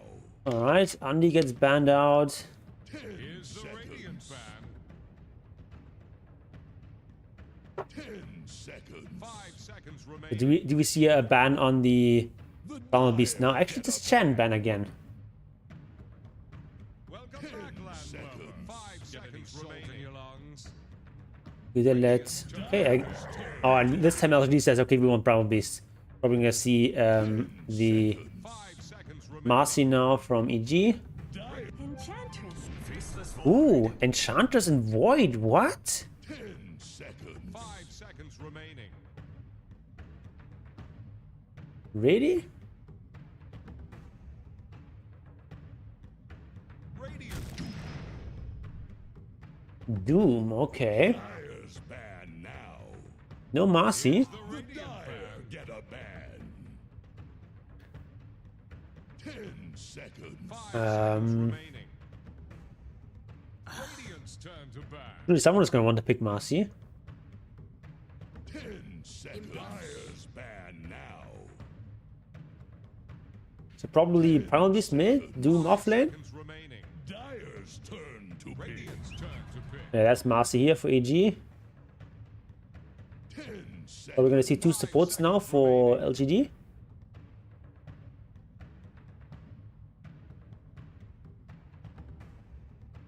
Finally came up for air. Radiant. Ooh, actually picking a carry here and support ledge. Okay. 10 seconds. 5 seconds remaining. Leaving some ambiguity for the last pick. Could also, of course, run Doom as a support or Primal Beast as a support.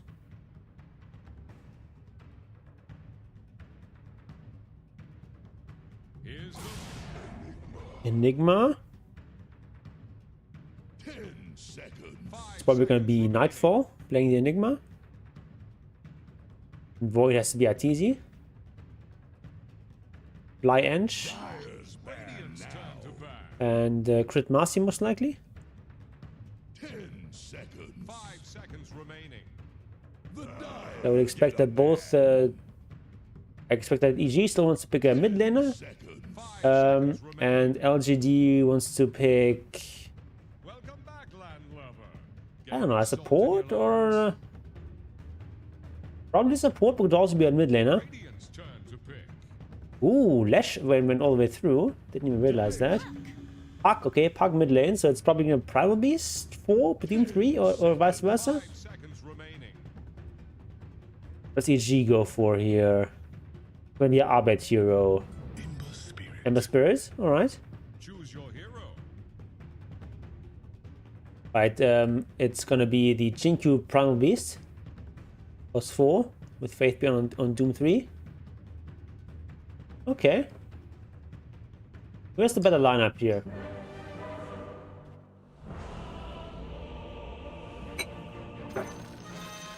I think I've got to go with LGD on this one. It's pronounced Admiral.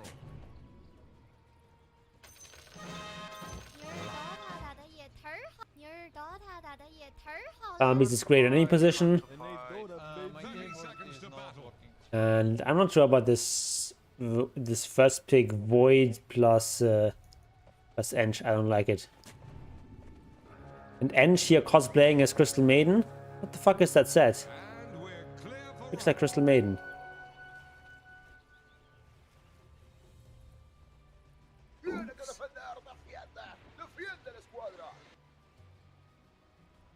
Alright, mid lane gonna be Puck against Ember. Probably nothing too exciting happening there.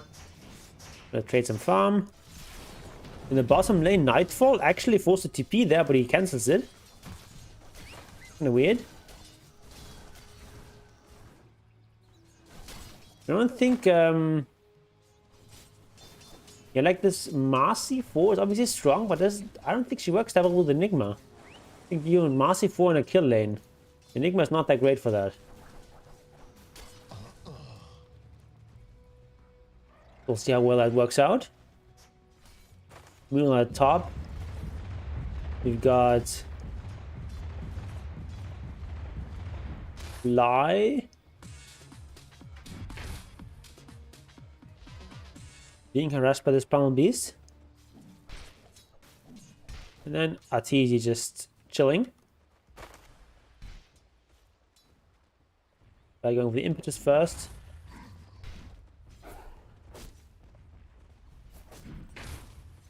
Oh, Fly taking some damage there from Shinku.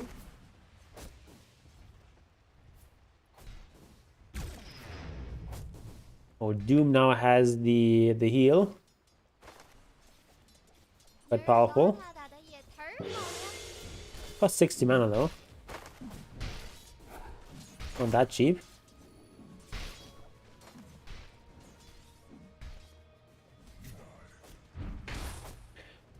Alright, let's look at some of the last hits. So far, Abed, a bit of an advantage here over Puck, about to be expected. And down here, Nightfall.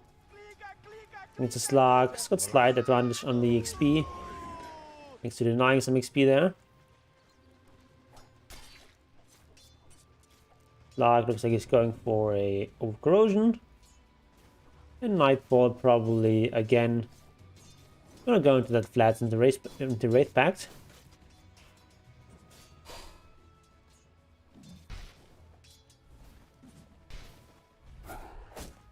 Right, Enchant now available. It's not quite as strong against Doom because he can always eat the creeps.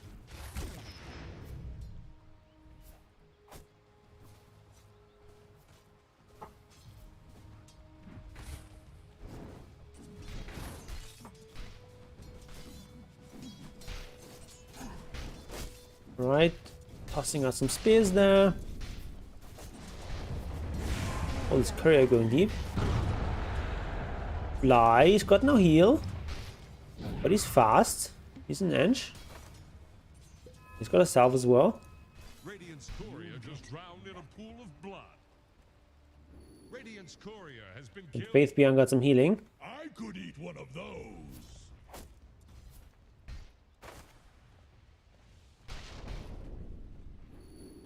So he heals for effectively 115 every 10 seconds. Costs him some mana though.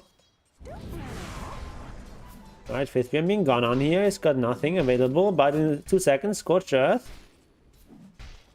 Always been frozen by the time dilation. So low though. They're gonna find him eventually. Surely. First blood claimed by Arteezy. Okay, Shinkyu gets out of there with the onslaught. Oh, nothing to say, those down here as well. EG strikes on both lanes.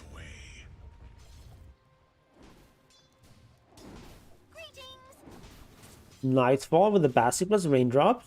Pretty standard. He does want to get boots in this lane though.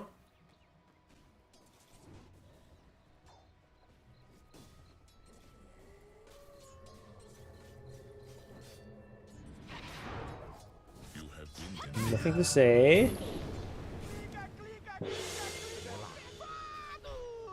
Alright. It's beyond. That's the heal creep. For some sustain. Stun. Not used actually. Just a fake.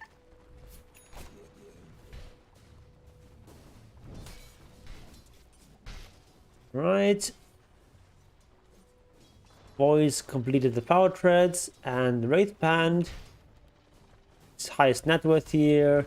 Arbeit also doing really well here on the Ember Spirit in the mid lane. Gone for a value Blightstone.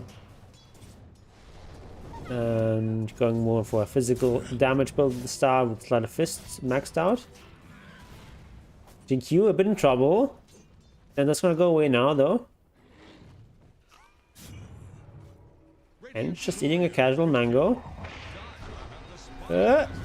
Ember is in trouble. Oh, he gets away though. Gets a region one as well. Pretty lucky. Dire's top tower needs some friends. Same as you, Tidehunter. Okay, down here, Nightfall closing in on the Vlads. He's third highest net worth here. All the EG cores on top.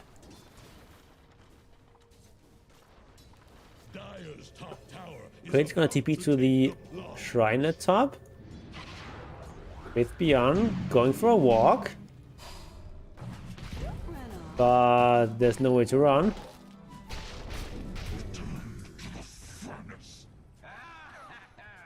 At least he forced out a TP and took up the time a bit. Void, I think, is gonna go for Midas here. The Gloves of Haste. Pretty good item on Void.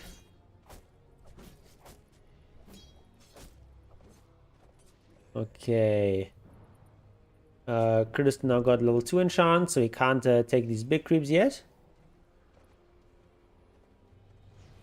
Disappointing. The creeps here not very useful to him. Abed is so low. Got no more remnants, but he's fine. And barely surviving here. At least he does have Chronosphere, so maybe they can kill Faith Beyond here. It's only level 4. Doesn't decide to go for it. Charging it from Jinkyu. It's gonna be a dead crit. Or is it? Actually survives. And it's Shinkyu who actually goes down, not crit. Kind of funny, both teams blessing this ward. Radiant's bottom tower is staggering. Like a drunk sailor. So, as you should have seen this being placed. This is an EG ward though. I want the watch is bad he doesn't reach this one. Oh, that's actually funny. Radiant's bottom tower is under attack. Interesting. Dire's top tower They had the right idea there. Okay, what is Army up to? He's got the Orb of Corrosion. Thing about Orb of Corrosion though, it's only good if you can play aggressively. It doesn't help much for farming. Dire's courier just went belly up. Had to use his ultimate already. His cooldowns are frozen. Ah, and down he goes. Is under attack. Not even a chrono use there. Now obviously Void is like a really good hero against Slug. Radiant's bottom tower faces a stiff wind. Radiant's bottom tower has rung its Okay, last Midas almost done. Nightfall hasn't actually gone for boots after all. Just gonna go for the Wraithback Brush once again.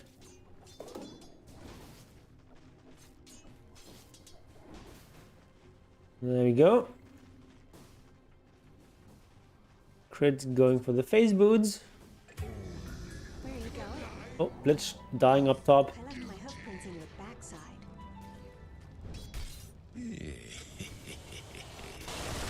Throw a line to Radiant's middle tower. Okay, gonna see an Echo Saber coming out of Slag. Just like Nothing too impressive yet. Radiant's bottom tower is under attack. Dire's top tower Yeah, Midas is finished now on is gone. Arteezy. It's a very nice neutral item as well. No mana though. He gets infused brain drums Tower is under attack. and some clarities.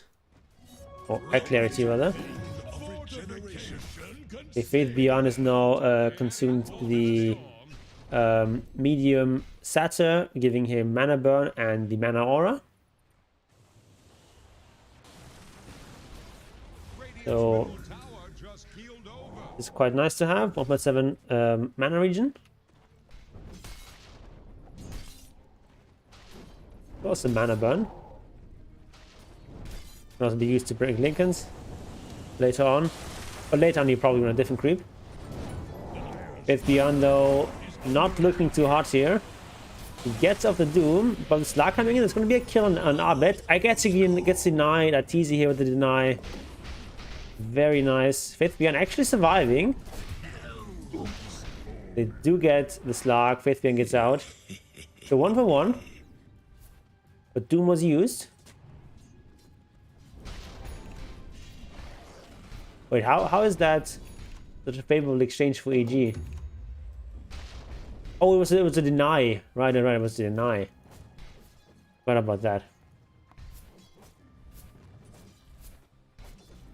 And now with the treads.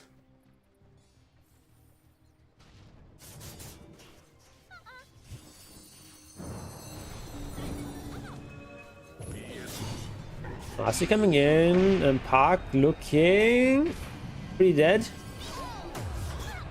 Oh, okay, he's dead. Think also looks pretty dead.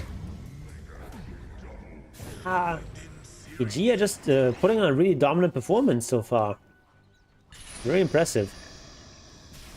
Marcy going low, but she survives. Radiant's middle tower is under attack. This courier, I think, is not gonna survive. Radiant's courier has been killed. The lesson was run.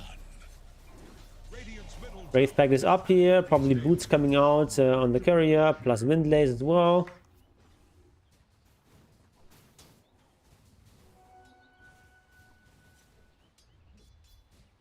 dire structures Alright, and she's even going for Dragon Lance. That's a bit of a flex.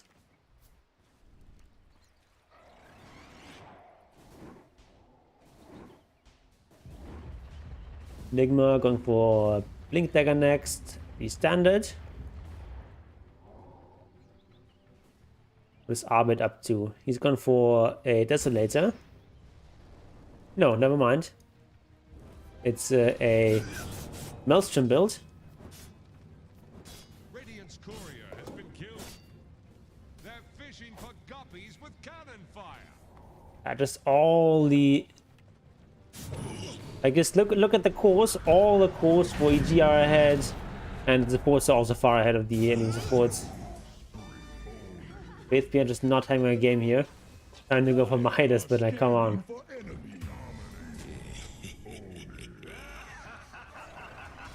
He's got nothing.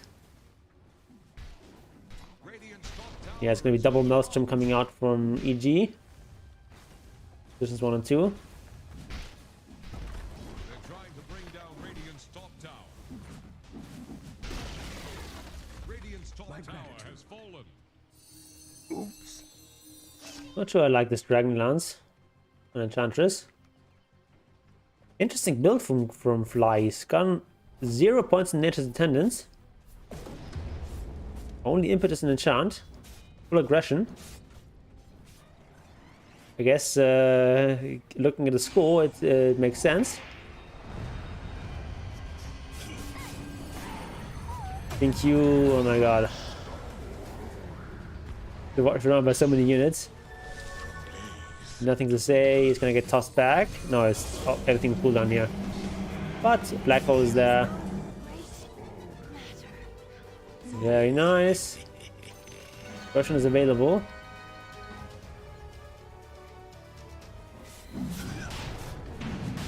Even tank this a little bit with the Eng.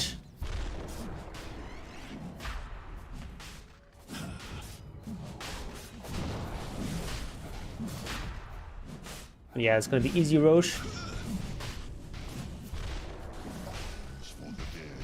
And I don't know how LGD come back from this. Dyer's bottom tower is about to flounder. Faith Beyond have the Midas now, okay. But it's like 15-minute Midas. With not that much bot before. It's like it's got like a phase boot, the magic one, and like Arts of Bracer. Not that impressive.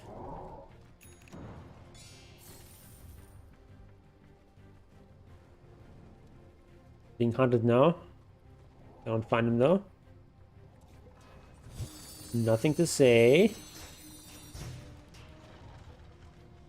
Yeah, he doesn't have anything. Like, fuck is so poor.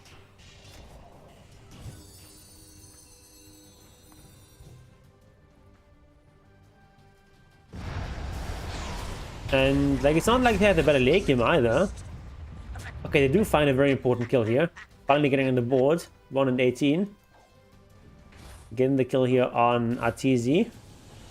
Also delaying his Midas usage there.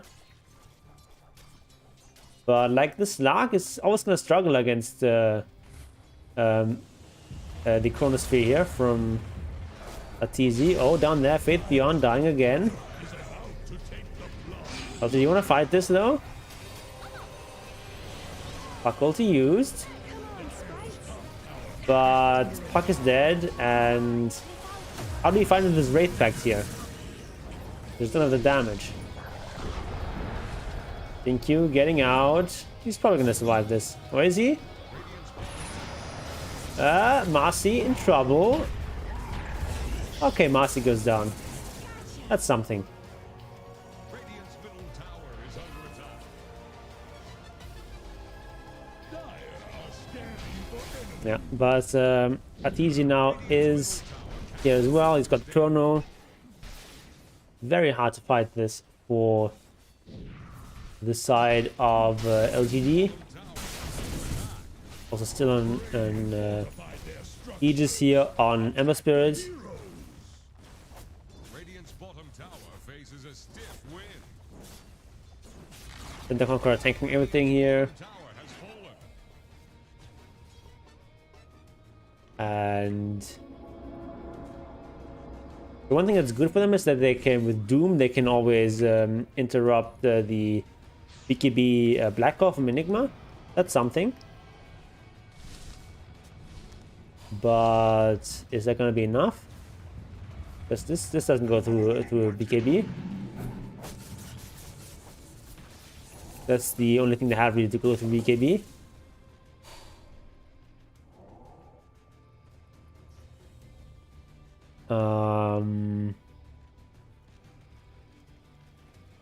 So we have also like level 25 Dream Call pieces magic immunity. That's also something that they have. They have some ways of dealing with the Enigma.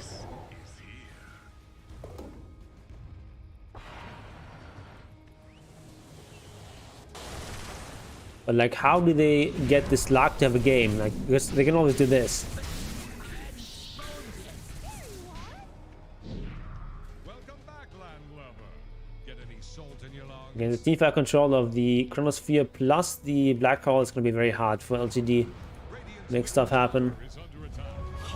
Actually, fast forward a bit. Oh, another kill here. Lie actually with a monster kill. He's 8-0. Radiant's middle He's just going for straight Hurricane Pike. He doesn't even care. He's having fun.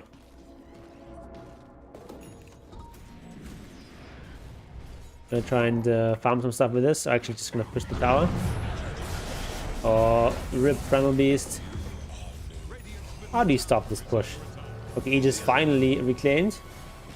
Radiant's middle tower has fallen. Knows the other towers are gone now. Or can't handle this deluge.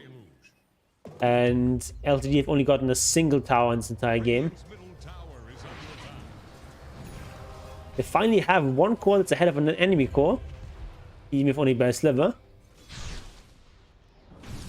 Something. Oh, Fly might actually die for the first time here.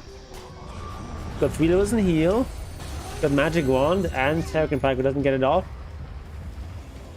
So this is actually a pretty substantial killing spree. They get like 1,000 gold for killing a support. Right, great fight for LCD, but now here comes Arteezy. Gonna kill the Slark. Or is he? No, he's not. Not enough damage there. Arteezy actually throwing. Whoa! LCD showing signs of life. That was a huge fight for them. It's a 4k swing almost.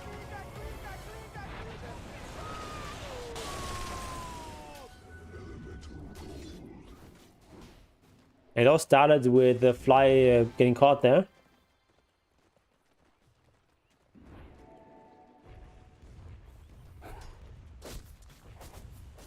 But of course, still a big lead for EG. But if there's like another 2 fights like this for LGD, then they've equalized the game.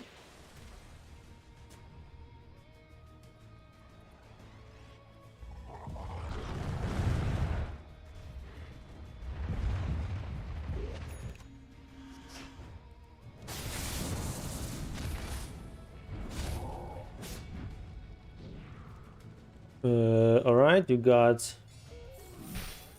BKB almost available for Faceless Void.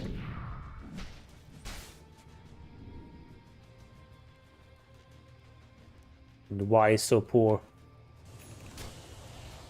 Oh, there's this, to his name is like an arcane boot and the magic wand. Not even like a windlass or anything. Just arcane boots and wand. He's sad.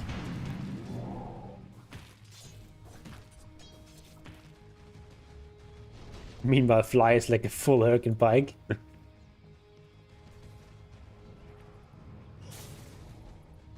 I mean, just look at his net worth. Like this is like +5 Enchantress. She's got like almost twice the net worth of this Lich.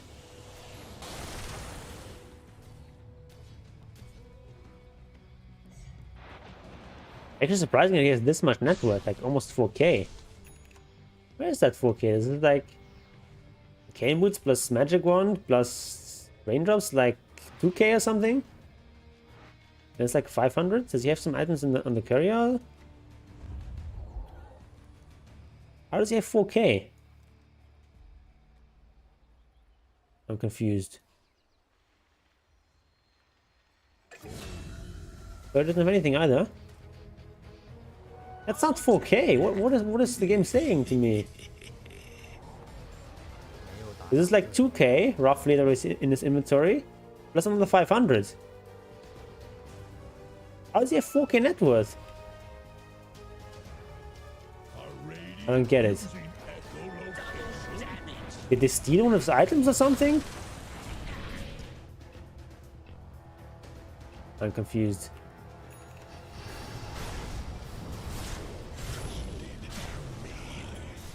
Alright, Lich gonna go down.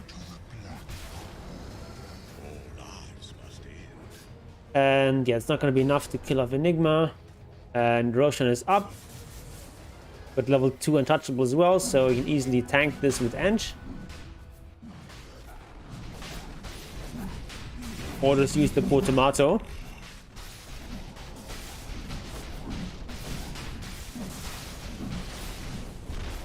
Oh, they actually put the sidekick on the tomato. Probably misclick.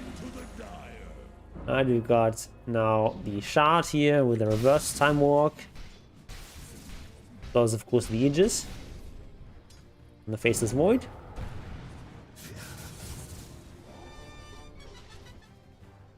Dire structures are fortified.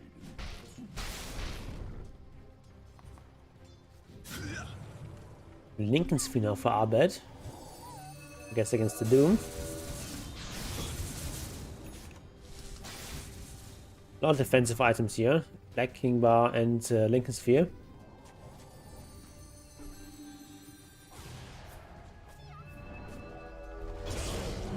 Okay. That should be a kill here on Nothing to Say. Down he goes.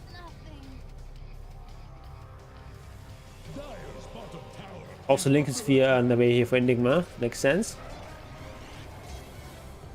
So he can Dire's bottom tower won't last long. be protected against Doom. Doom has no creep with an ability. What is happening? Is under attack. Dire's bottom tower. How is that even possible? Radiant's middle tower can't handle this deluge. Radiant structures are fortified. I'm a bit confused. So how do you lose the ability? Dire's bottom tower is about to flounder. As if you eat another creep with no ability, even if you have autocast on, you don't lose your old ability. Weird. How did that happen? Maybe replay bug? Speedy rune of haste.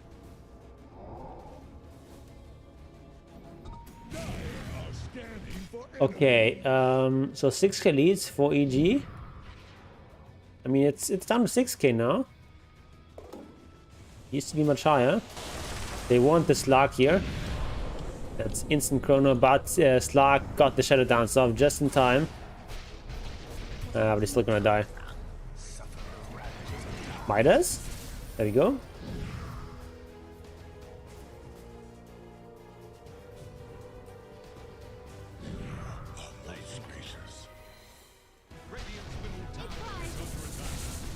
With 2 people dead, I can take this last other tower.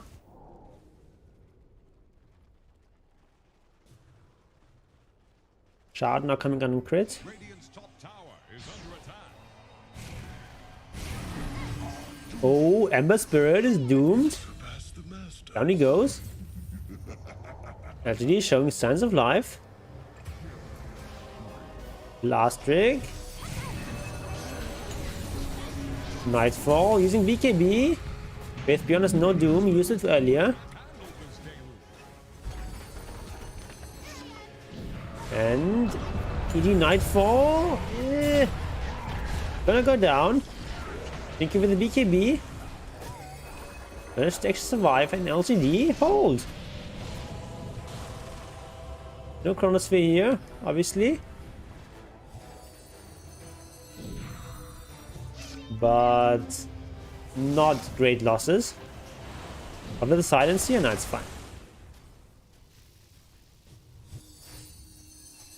Crit though. Yeah, he's fine. Dire's middle tower is under attack. DD wants to go for this. Trying to get for the bash. Might cost him his life though. Okay, he survives for now. Oh, they get the Slark here. Outplayed. But Atizi, oh, he survives again on the sliver. Atizi living on the edge.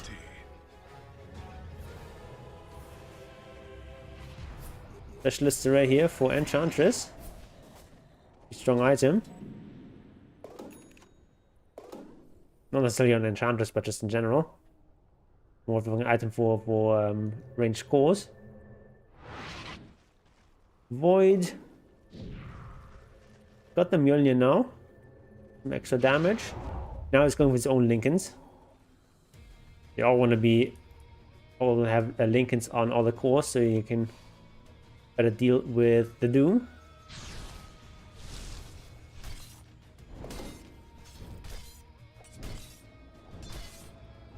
Oh, did he have the war stomp the entire time? Did I just look at the second at the second row here? Maybe I'm just dumb. I think he just had the war stomp the entire time. Yeah.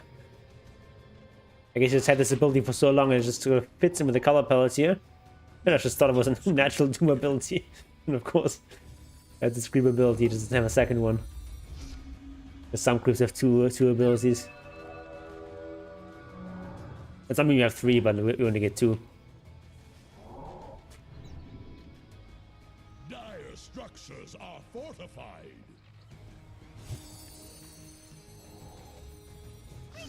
Alright. Eats Centaur.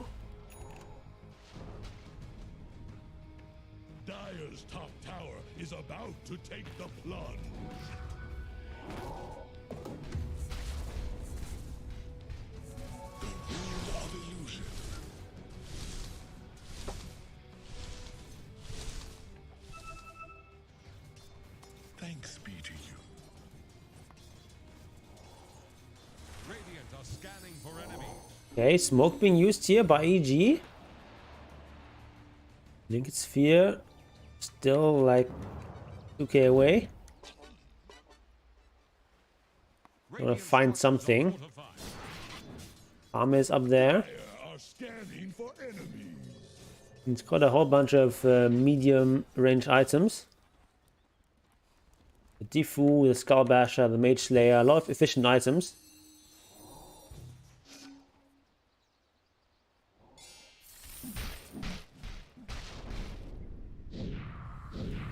TZ goes with Ultimate Orb, no saving of buybacks here.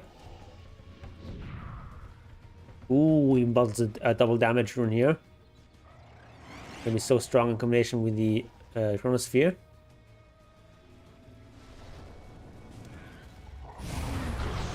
Doom used here. And down he goes. Great initiation from LTD. No buyback available as he talked about earlier. Abed also in trouble, but he can TP out. Crit with the BKB. Should be okay here. Alright, 2 for 1, but obviously a great fight for LTD. More than a 2k swing for them. They can finally get this tier 1 tower. It's been such a thorn in their sides for so long. Finally have all the tier 1 towers. Roshan went up, unfortunately, for them.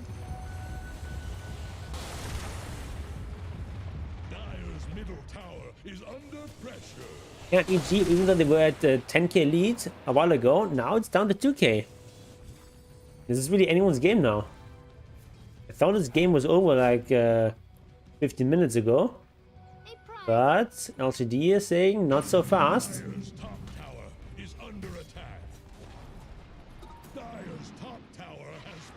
There's a reason why this team keeps getting really deep in TI year after year.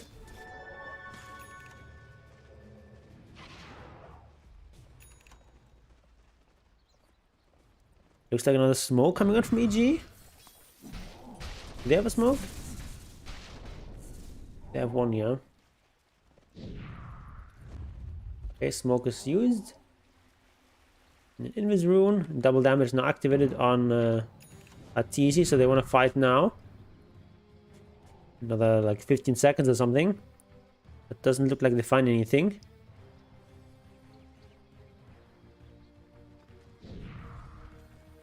It's down here, maybe someone is pushing this out. Yep. Just gonna do some farming here. What was that that emoji there? Oh, Slack. He sees. Lincoln's almost finished here. On Void. But Netrath now dead even. Honestly, the items that Slack has are more efficient than the items that Void has.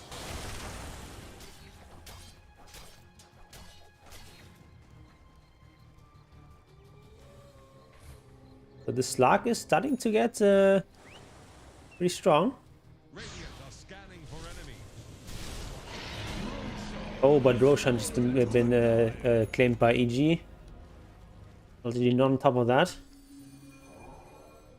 So we now get a Aegis here on Void. We get Cheese on Ember. Oh, Ember might have to use Cheese sooner than he would like to, though. Alright, just both sides disengaging. BKB used.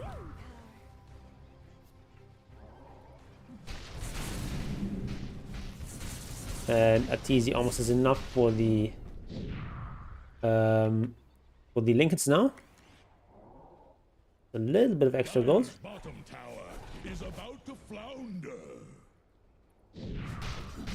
That should give him enough for the Lincolns. It's gonna be very hard to bring this Void down now. What is he doing? Oh, he just got the item now.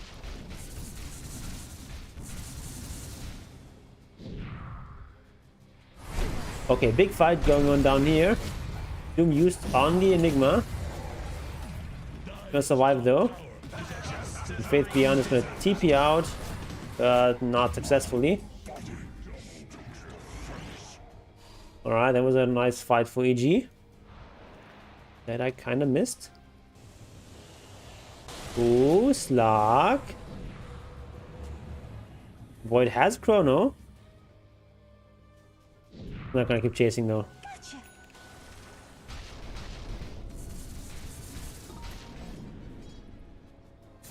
Okay, what can EG get here? They're up 2 heroes. And they're up an Aegis. Aegis has been used. We also have this very powerful creep. Plus 30% bonus damage. Modification used. Y using his ultimate plus the shard here. Doing a ton of damage to Abed. Not killing anything. Everyone is back now. But EG should still be very strong here with the Aegis. Nice bash here on Primal Beast. Down he goes. Abaddon is jumping forward, jumping back. And that's going to be the first lane of Rex for EG claimed. My sprites are with And not much that LGD can do against that. And there's still another 2 minutes of Aegis. They might try to go for another lane. Mind Break, a very strong item. Adds a ton of bonus damage. He's now going for the Refresher Orb? Interesting. Or is expected like another stat item or another damage item.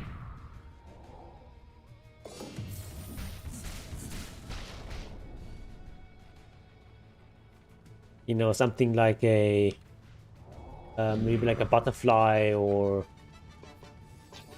like a Scarby or even something like a MKB or Daedalus. You have enough damage in Chrono to kill everything. But he says, okay, I just want to have another Chrono. I want to have another BKB. He also has this Witchbane, which is an interesting item. The people are really sleeping on this item. Actually does, especially up against Intio, it does quite a bit of damage. It's 4% of the target's max mana. So against like a puck, with this amount of mana, it's like an extra 100 damage. That's pretty good.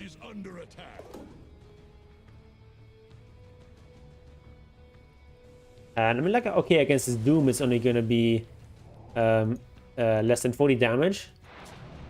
But against the Lich, it's going to be 60 damage, not too bad. Okay, that's the Chrono.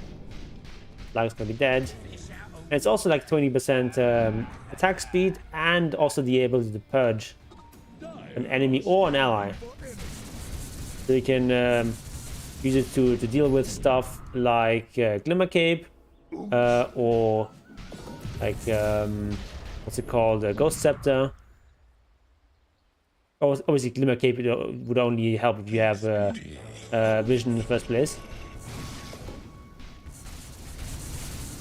Or be like time it just right.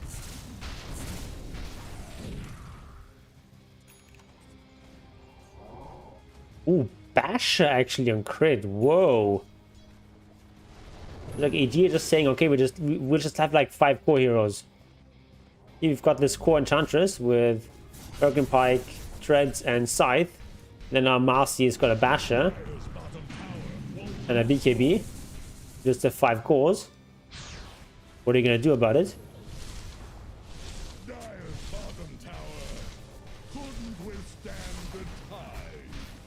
Interesting approach from EG.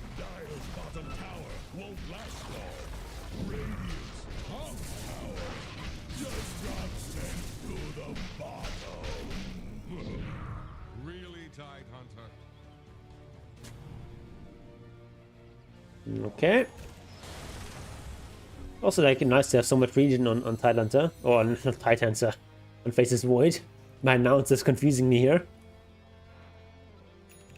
Octarine corner finished on nothing to say. He's got some pretty nice items. He's also quite farmed, considering where the game is at and what kind of start he had. Ooh, overwhelming blink as well.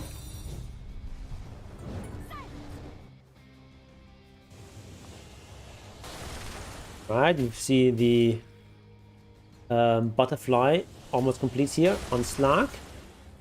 So I think we're gonna need to see an MKB here. The Faceless Void. So we're gonna sell the Midas then. Let's see if we not pull the MKB. And Void just stuck here for 5 seconds. But luckily, time mark is pretty low cooldown.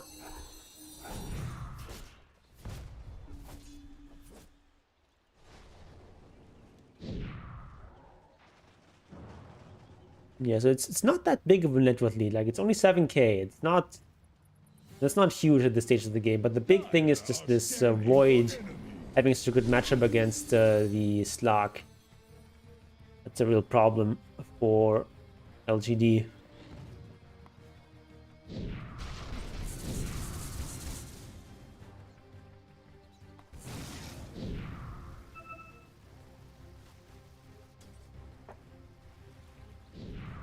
Okay, EG look like they want to control the next Roshan.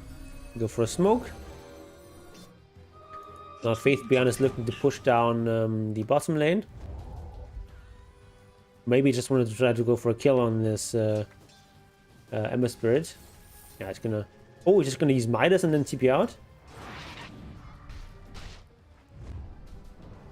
Oh, did they find someone here? Okay, let's see. Up there. Oh, they used Chrono. Didn't get him though. They get him anyway. Oh, it's also a gem here. Jumping even Faith Beyond. Good Chronosphere though. Nice job from Lich. No buyback here on RTZ. Just badly doesn't have enough. And yeah, great fight here for LGD. Really shows their quality as a team. They can still make these plays, even when they're behind by quite a lot. Dire's middle tower is under attack. Also get the gem back. And Roshan not quite spawning yet. Dire's middle tower. Oh, try to deny this. Not quite happening. Dire's middle tower just got knocked down. Lich is just chilling here. Tower is under attack. No pun intended. Dire structures are fortified. Watching for the respawn of Roche. Dire's middle tower. Near glorified ward basically. Middle tower. And sees the Roshan's respawn.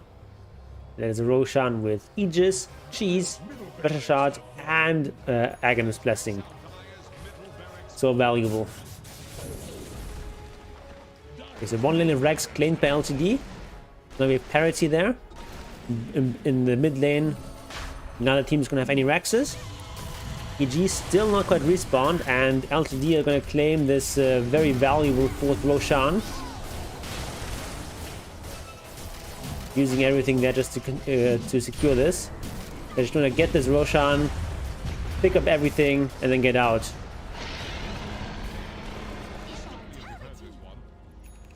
Alright. They're taking it all.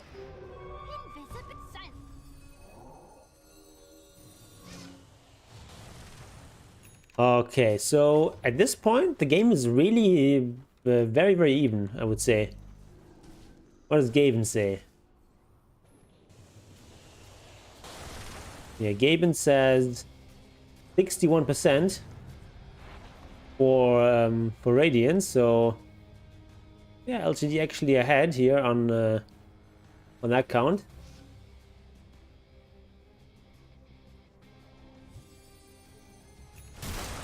Yeah, just like with 5k net worth lead and all of that nice loot here from Roshan.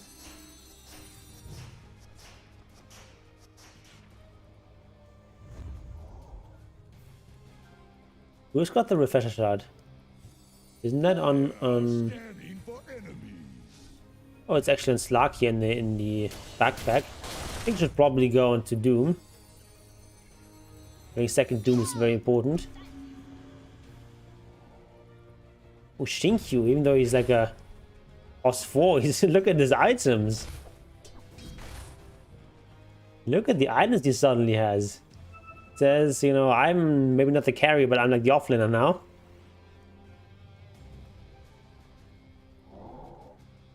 He's like almost has enough, has as much as Nightfall. And Nightfall is not poor by any means.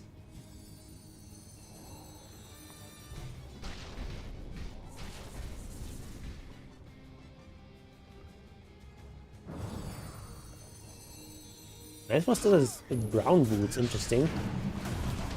Probably wants boots of travel at some point. Oh, okay, good. Good catch here. It's only a support. A buyback use though. And everyone's buybacking here on LGD and OG, and EG would need to get out of here. Park, very low. I don't think Abed can stay here though, he has to get out. And EG actually get out of here, they get away with murder. That was a big fight for EG. They got the buyback there and they didn't lose anything. And it's like a more than a 5k swing. And now suddenly EG out of the driver's seat again. Still isn't EG's on puck there. Interesting that Slug didn't pick it up. Maybe there's a bit of miscommunication there.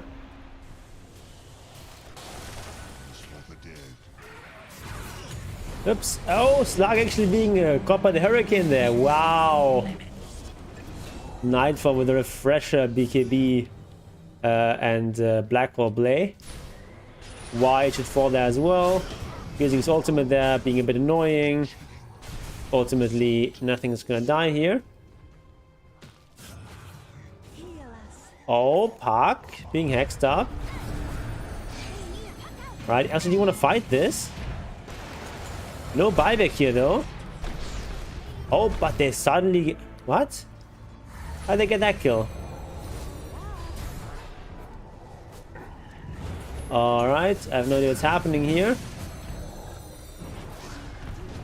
Oh, Faith Beyond going down.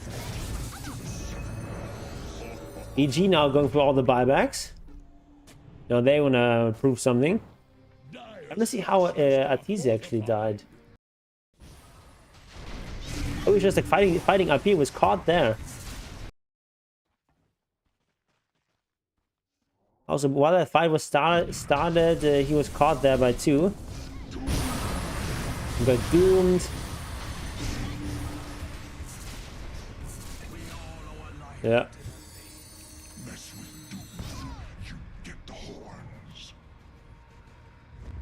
How did he break the Lincolns? Or was it Puck that did that? Probably. Okay, so let's watch this chaotic pad again here. So we've got carry down on EG. He's got buyback though. Crit is just incredibly tanky here with just a BKB. He's still surviving. It's actually incredible. Whoa. Oh, this hero is so stupid. Okay, eventually Crit dies. But he's making him work for it. Everyone is alive now on EG. Do we have any buybacks here? No, there's no buybacks at all on LGD. And that could just be the GG push here. Again, nothing to say is super rich, but he's got the Aegis as well. But he can't stop this push on his own. There's a wave here that's enough to end the game. So he's trying to like kill the entire wave here. So they eventually get the back to protection. But there's still some creeps left. Aegis is popped. It was very low cooldown anyway. But now we've got the Chronosphere and it's gonna die again. We had the Eon Disc, but it gets dispelled. So you have to spell here on Enchantress. And yeah, this is gonna be it. Very nice game. I have to say, I'm really impressed with both teams. Like EG for getting like this huge advantage and just like playing it out, but also with like, LGD. Oh, actually, it's backdoor protection now. Also, I'm impressed with LGD with how well they were able to fight back despite of how far behind they were. Okay, yeah, it's only a matter of time now. But yeah, EG gets off to a really good start, winning against LGD. That is really impressive. And yeah, it's nice to see EG showing some strength.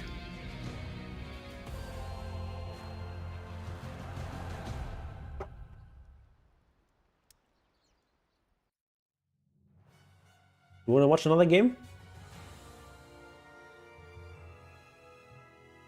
It's another game we could watch.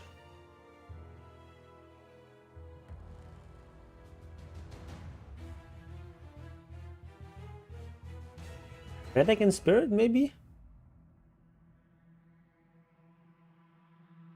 Thunder Awakening and Steam Secret? Let's watch that one. Do you want to watch that one? Oh, I revealed the thing. Okay. Never mind, Secret wins. Secret wins pretty convincingly. Ooh. Mirana offlane. Interesting. Okay, maybe you don't want to watch that one. That one's probably very LGD favored. Red Boom versus Liquid. You want to watch that?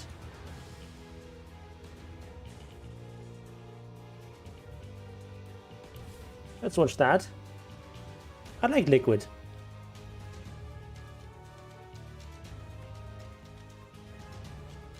Like at core, it's the Liquid now. It's the old Alliance team who I also quite liked.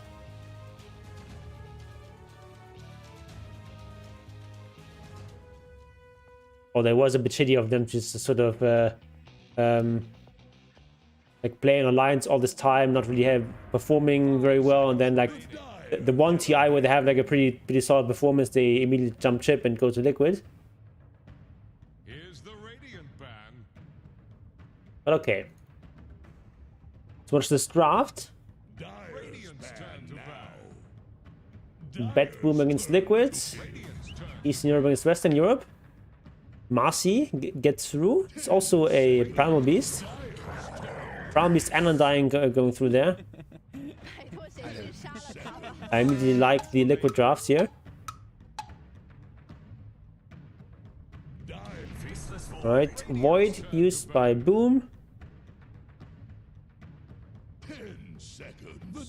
What do you ban out? Like stuff that's good in Chrono? Maybe ban out Grandma. Stuff like that. Okay, Pango. Really? Pango? 5 seconds remaining. Okay, Bet Boom Here's the Radiant ban. banning out some Matumbaman heroes. Also the Viper. Ooh, Liquid play Viper a lot? I don't think Sai is really a Viper kind of guy. I don't know though.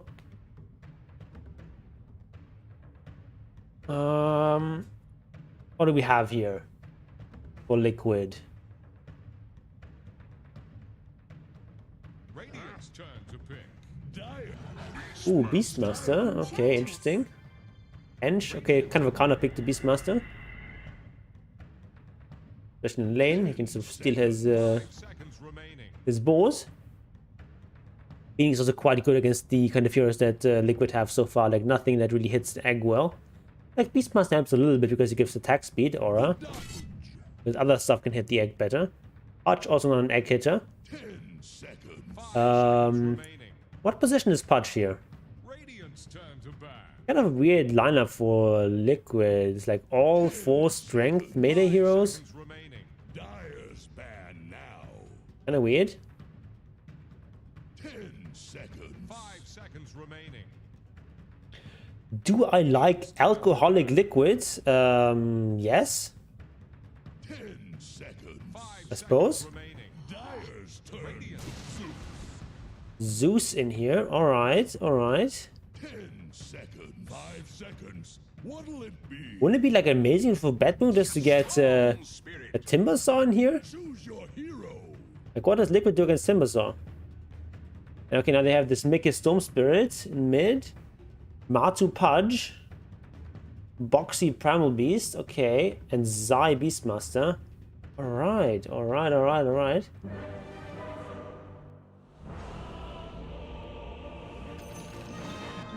Prepare for battle. Both teams going for the smoke.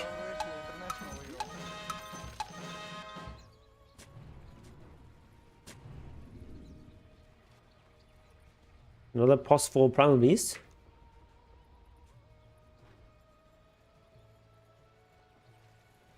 But 30 seconds to battle.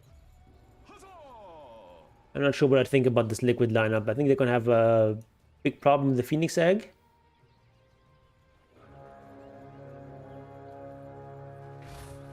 And I'm not actually the biggest fan of Pudge carry. I think it's much better as an offlaner.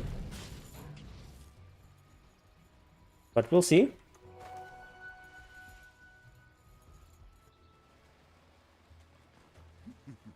Liquid Zai. There, doing some blocking. He's actually going for bottle access here against the Enchantress. Very smart. Because you don't want to just use your boars and she's gonna get like a better version of your boars.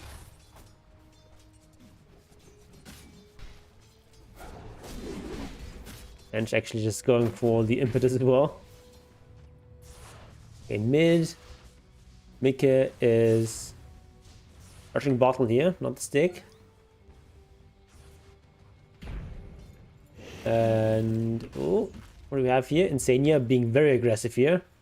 And he's an Undying, but still.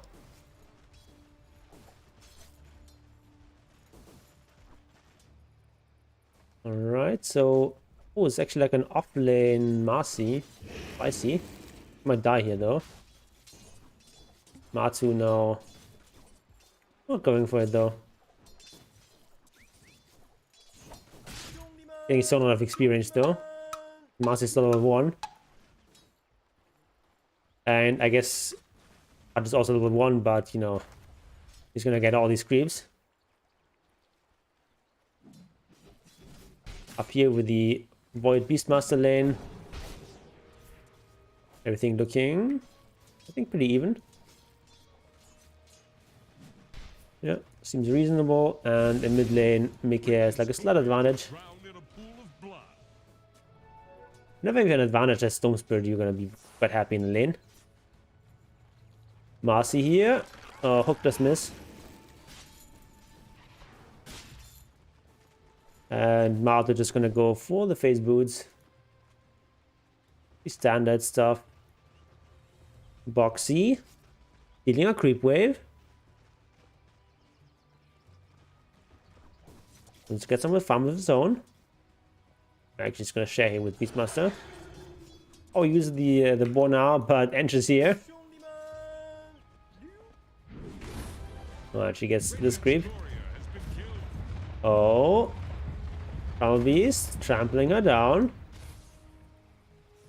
Got more speed as well.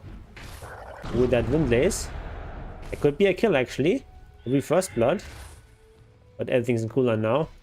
Ench probably can just walk this off. And 10 movement speed difference is not big. It's only occasionally getting in a hit here. But if he walks like this, I think you just walk home, I think. Now, Onslaught is available. So we could potentially turn here. But okay, nothing dies. Down here. Oh, just as a look away. First blood. Okay, probably Onslaught now. In the first blood. Yeah, there we go. With the axes. Good job there by Zai. Gonna get closer to his helm of the Dominator. Oh, the hill troll trolling him there. Did you see that? Let's watch that again. So, all right. So right now the hill troll is attacking Beastmaster, and Beastmaster is sort of, he's okay. Hill troll is attacking me, so now he can see, okay, I'm gonna attack the flag breaker, but just kill it. And now in that moment, hill troll just says, okay, I'm gonna switch aggro now. Let's hit the flag breaker creep. LFBM.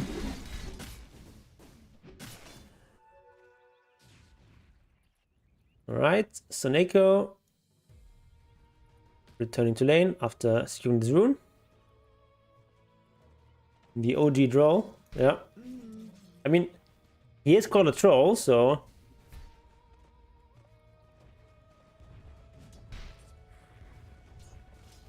Okay, how does mid lane look like? 28-6 and 21-1. So pretty decent advantage here for Mikke. But nothing huge. Like about a 400 net worth lead here for the Storm. Down here, Insania. Up against 2 strength heroes, gonna be quite happy.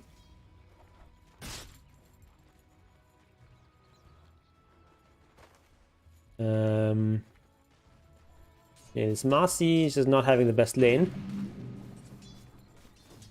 He's far behind all the other cores. It's always hard to lane against Undying. That hero is so stupid. And Undying actually started with 5 mangoes. He's eaten them all within 5 minutes. Not quite the 8 mangoes he saw earlier, but still 5 mangoes is a lot to eat. This early on.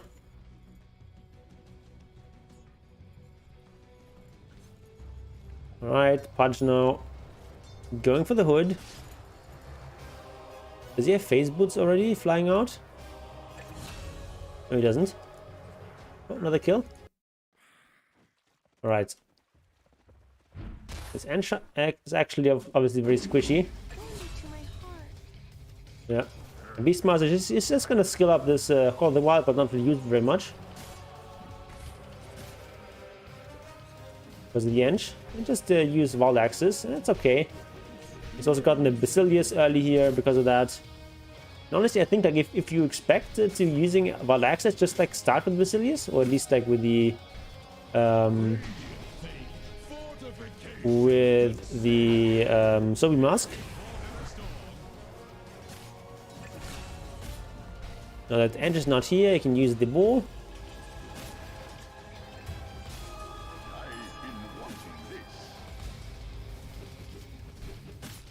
Right, he's getting a lot of last hits here.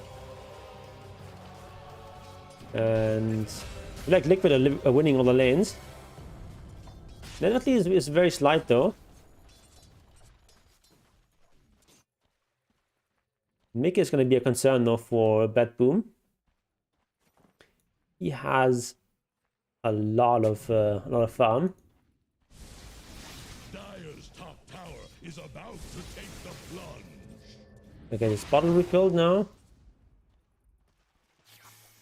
And Zeus, you can get jumped quite easily with Storm. Up there, the Hawk has to retreat. There's a catapult wave as well. So this is not great. Ench now is gonna steal the board though. There's a roar available. And that should be a dead Faceless Void, or is it? No, it's not actually. Stu's coming in. Oh, great turnaround from Bat Boom now. That was important for them. I do get the tower though. Don't deny on that.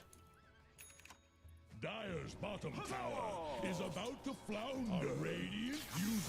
Right, Mikke going for the Orchid. The old school. Right, it's not really the rune you want as a Storm. It's fine. Any rune is good. So what you really want is the Regen rune, or the Arcane rune is great as well. Alright, we see a pretty good creep here for Beastmaster in the Hellbear Smasher.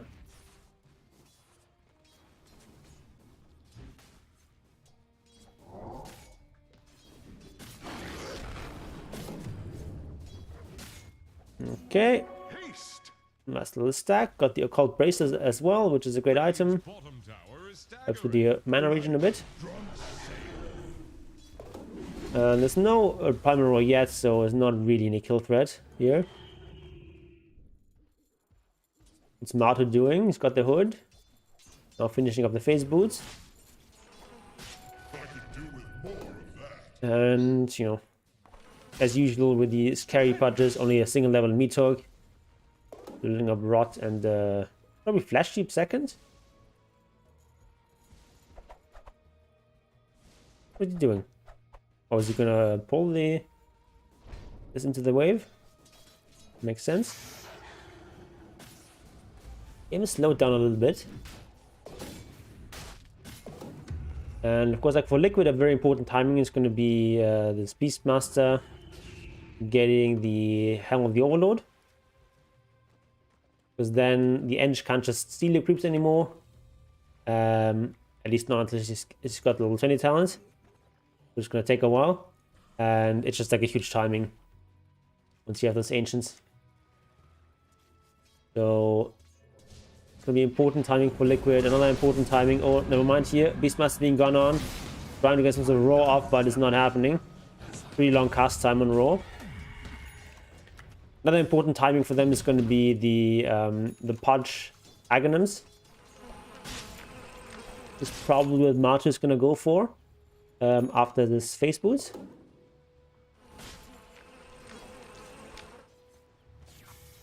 And then another important timing obviously the Orchid. So like all three of their cores are sort of waiting for important timings. That's why they're not playing that aggressively right now. And instead of Bat Boom, what do they want? You see drums being built here by Roger. A good item. And then we see a BKB by Noticed. And just a Neko up to. It's also making an Orchid interesting.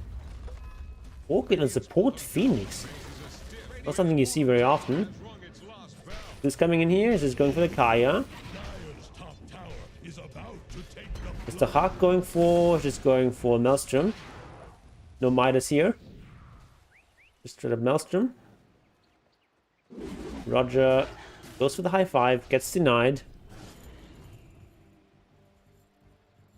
Yeah, Martu queuing up that Aghanims. Very important item on Pudge. Just gives you an enormous amount of bonus damage. And also extra region. Extra radius, I mean. Region reduction is fine. It's like a nice extra bonus, but it's like 100 bonus damage. That's the huge thing. Right, so Rot does 120 damage. The 250 radius. And then this Aghanims gives you like almost doubles the damage and almost doubles the radius. So it just makes Rot so much stronger. And you just have like 220 damage with like a 450 radius. So that's like almost as much as like a Radiance radius, but like much more damage than Radiance. Radius is like what? Like 60 damage or something? What is Radiance these days? 60 burn damage. And here you've got 220. And it's almost 4 times as much as a Radiance. Oh. See the egg being used? I guess just for survival. Yeah, Storm to kill him.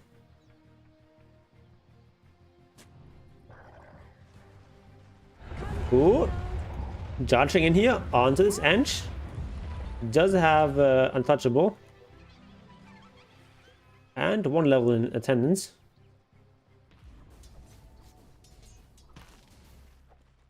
Alright, Marcin kicking her way towards the BKB.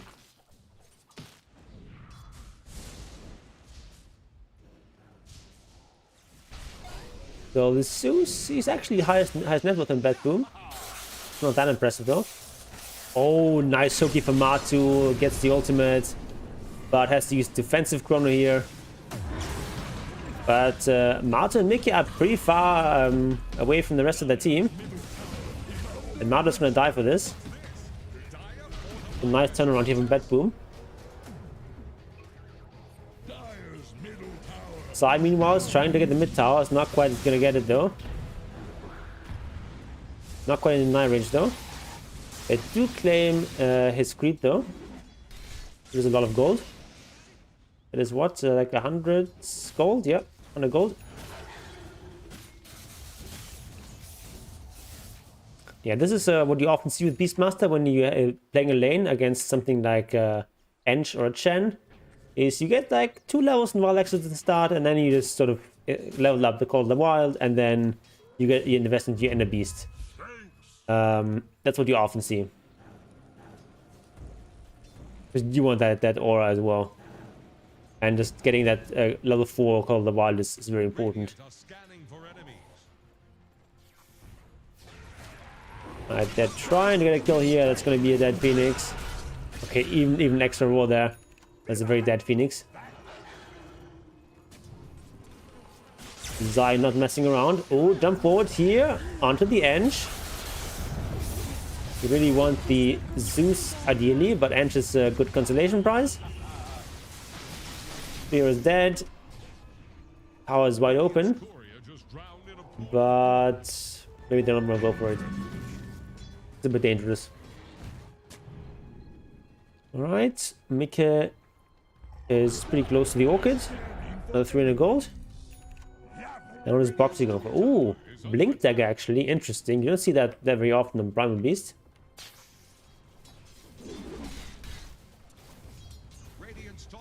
And Tunnel of the Overlord is gonna be there pretty soon.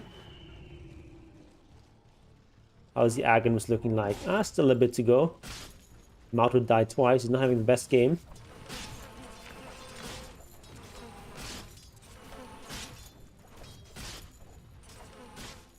Alright, getting all the creeps here.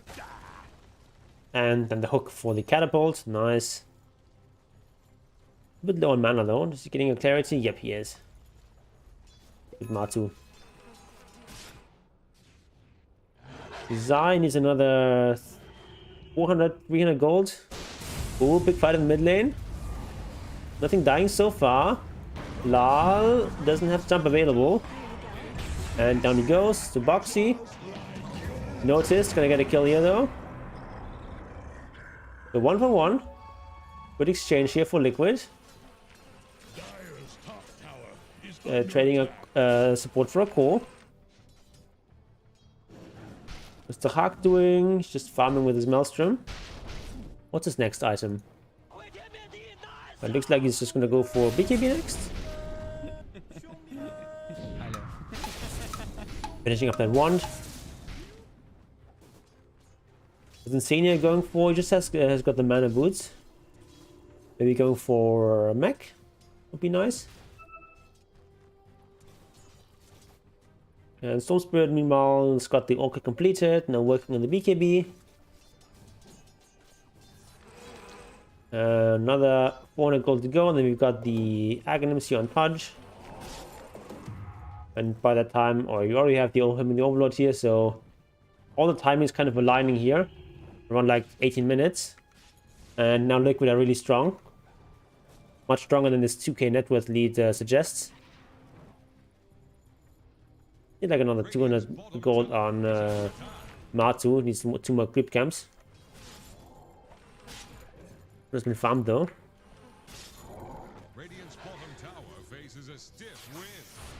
Liquid now looking to play. Alright, Matu catching someone. There's like another double ulti commit on this one support hero, and Matu goes down for this. But he did buy the Aghanim Scepter though. And hanging with the Overlord here, this should be a good fight for Liquid. 2 for 1 so far. A plus 4 and a plus 2 for a carry. Pretty good. Mickey finds more. Roger goes down. Toneko living dangerously here. Trying to delay the push here with his fire spirits. But looks like Liquid not interested in this push. Foxy though? What's he doing?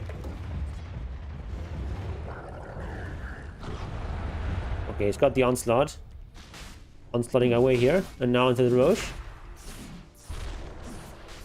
That's Martin. Okay, Martin now with the huge amount of magic damage coming out. What did you use Flash Heap for?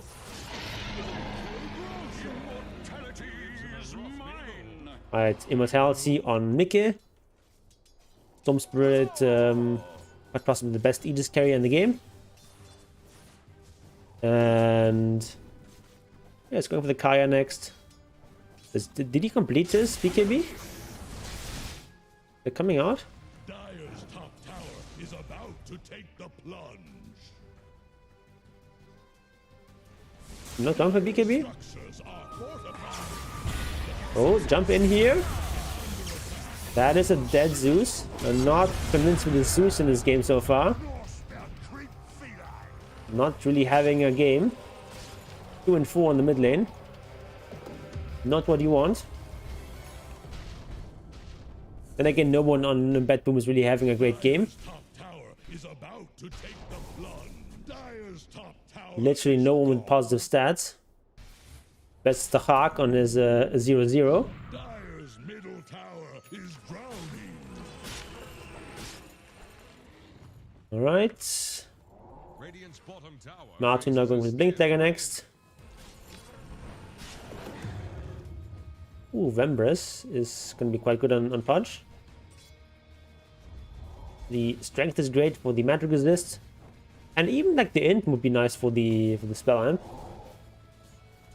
You want to go aggressive. Double damage. Dire's middle tower is under pressure. Alright, Ancient Black Dragon very slowly attacking here. That attack speed being slowed by 140%. Seems kind of excessive. This Beastmaster going for now. He's got Drum. Very efficient follow up to Helm of Overlord. Oh, just barely walking past the hook. Okay, Undying actually going for the Holy Locket here. It's also a strong item. Might want to go for Mech next. Is under attack.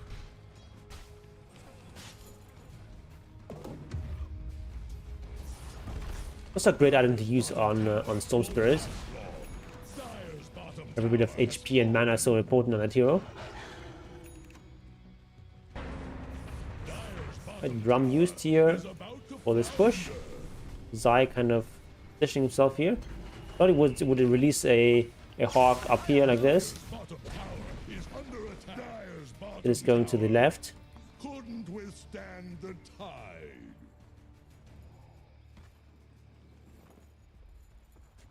Okay. BKB next for Beastmaster makes sense. Very important item on him. He doesn't want to get the Ancient Thunderhide here. They don't really have a hero that benefits a huge amount from attack speed. Like Patra's not a carrier that cares for attack speed, and like Full Storm it's like decent but not that strong.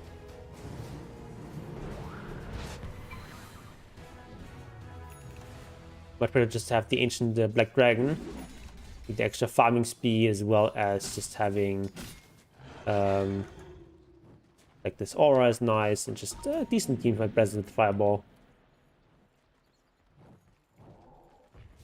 Dire's middle tower is under attack. Yeah, that tower should go down too, and we see Batman defending this. They are coming in here though, but it's too late. Under pressure. Down it goes. Middle tower just got knocked down. And like, what's the plan here for Bad Boom? It's really hard to play once these cores have come online for Liquid. Like the Beastmaster, Heavy Overlord, and the Punch Aghanims are really hard to fight into. And of course you have the Aegis here on Storm. Where's the party? Always a huge issue.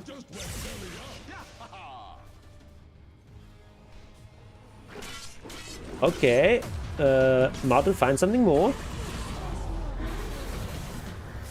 He's actually not that tanky though. Dying very fast here against this this Marcy. Marcy off lane. But she goes down as well. The Hawk has used Chrono already. And yeah, like... Oh, they actually... Storm Spirit Aegis didn't time out. They actually killed him shortly before it ran out. That's a huge mistake. Let's actually watch this again. How did they kill Storm Spirit? I used Chrono on a Storm Spirit that only had like 10 seconds left on the Aegis. Okay, that's a pretty bad mistake.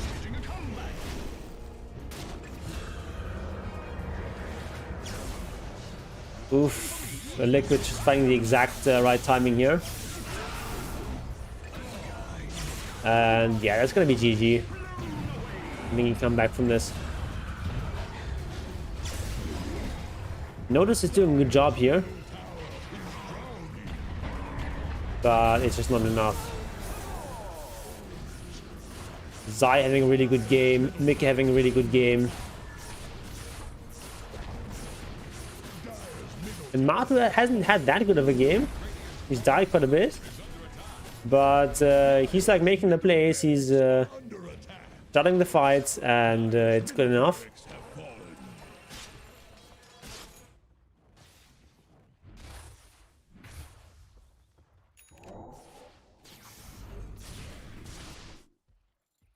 Art is not technically a green hero, but he's kind of playing him as if he were.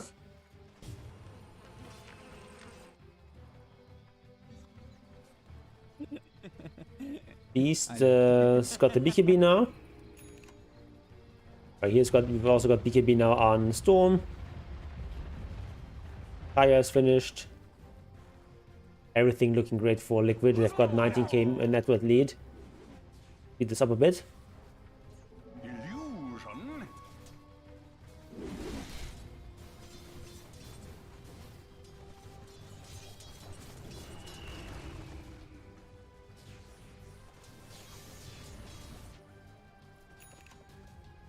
All right. Mickey.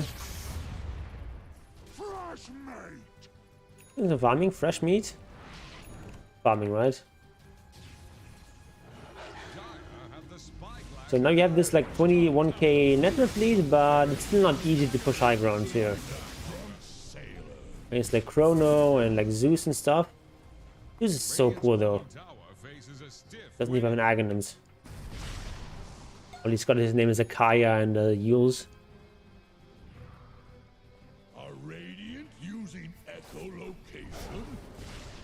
What do we have here? Marcy.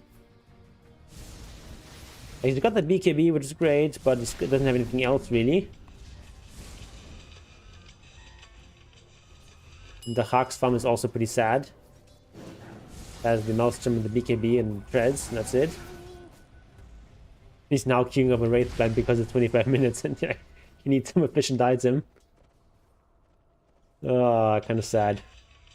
Okay, they go for a smoke. They've got the Chrono. They've got Egg. They do have an Orchid now on Soneko. Maybe they can find something. Phosphor Boxy. Not really what you want. Link that gets disabled. Onslaught. And cooldown still. But yeah, they get nothing with the smoke. Now they have to retreat. Primal Beast also almost has BKB. Liquid now go for the counter smoke. Link take up on Mato as well now. He goes for it. And dealing with this tombstone is kind of hard. Roger is doing it. But it's like nothing's dying in this fight. Kind of weird. Okay. The Hawks trying desperately find some sort of Chrono. Not that easy though. Hey, finds a pretty good one though. Getting Podge as well as the Undying. But still, it's 3 people down on Bad Boom. And make that 4 because Lal is not getting out of this. So, yeah. Matu's dying a lot in this game, but it's almost also a good cause. You trade your carry for 4 people, that's pretty good.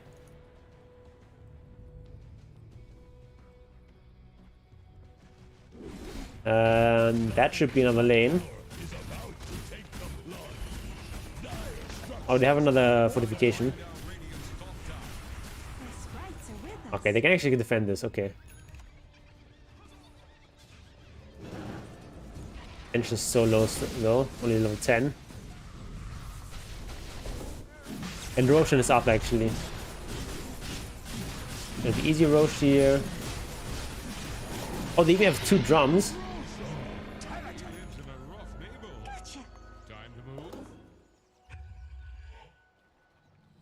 Kinda interesting.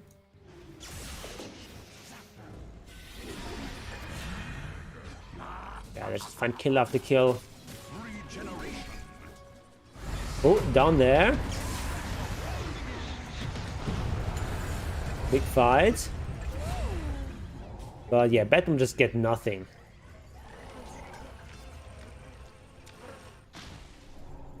Martin also has the Aegis, so that next time he sacrifices himself for his team, he's gonna come back.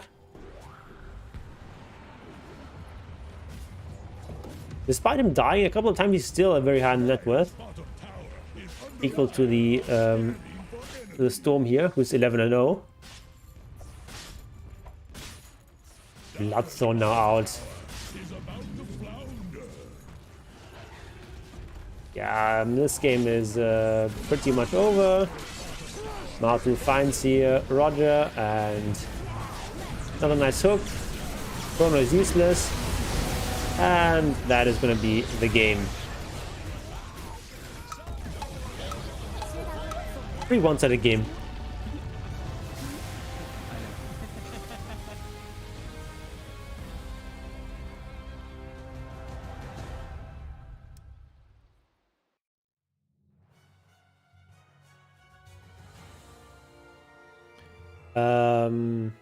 Let's watch a second game nevertheless.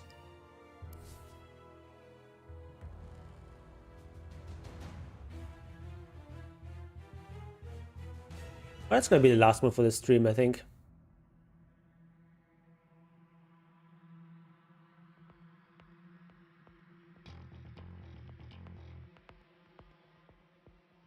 All right, what do we have here in this draft? 5 seconds remaining. The Dire. Here's the Okay, Enigma getting banned out. Seen this guy banned out a lot. Ooh, interesting. Probably is still in the pot. 10 seconds. 5 seconds If remaining. Liquid pick him. Yep, there he goes. And the answer is Clockwork and Shadow Fiend. 10 seconds. I guess Clockwork can block Brown Beast to some extent. Snapfire. Radiant's turn to ban. Void is still available. 10 seconds. Leshrac also available. A lot of good heroes still in the pool. Radiant's turn to ban. No one's really banned out the Martin heroes either yet. 5 seconds remaining. Like Lone Druid, for example, is available. Might get banned out now though.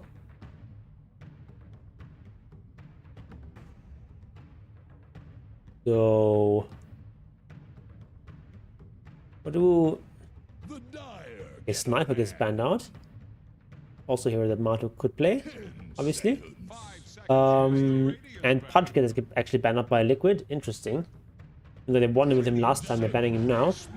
And okay, Bat Boom say now we want the Beastmaster. 10 seconds. What's Liquid say now? Remaining. Both Chen and Engine are available. Might be a good pick here. Not sure if Insania plays those heroes, but I think he should be able to.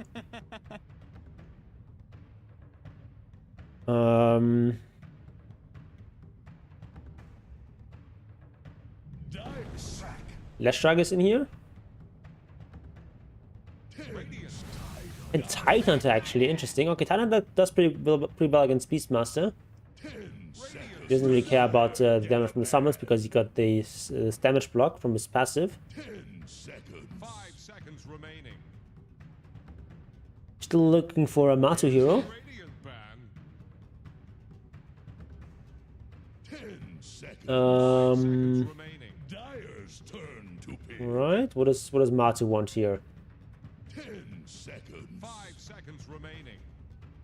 Radiant. Naga Siren, okay, Naga, very strong carry right now. 10 seconds. 5 I seconds. think that's quite well against that lineup. Beastmaster sort of struggles against her. You pretty much have to use Axis if you're laning against Naga. Choose your hero. Right, Tidehunter, Mickey Leshrac, Boxy against Bubble Beast. They're not participating in this tradition of using the Bubble Beast as mid laner.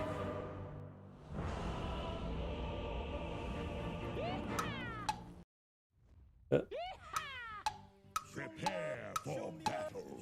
Right, getting Sage's Mask and some mangoes. He's preparing to use Bottle Axis build.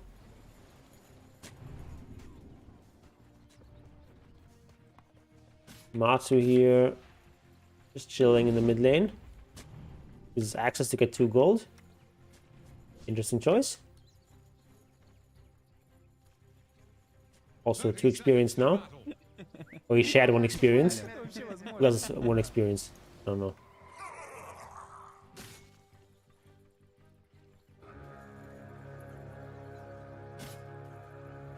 Guess they must have gotten like a boar or something for that experience to kind of get in there. Alright. So Notice gonna go to the top. Oh, the Hawk getting a bit low. Lal with the mid Shadow Fiend.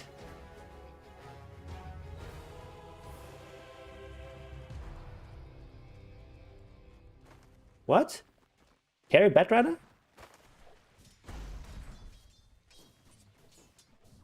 Interesting.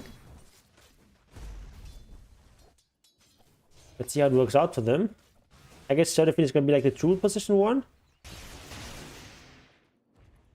Playing +1 from the mid lane. Can work. Secret made it work. Not necessarily with Shadow Fiend, but with like a couple of heroes.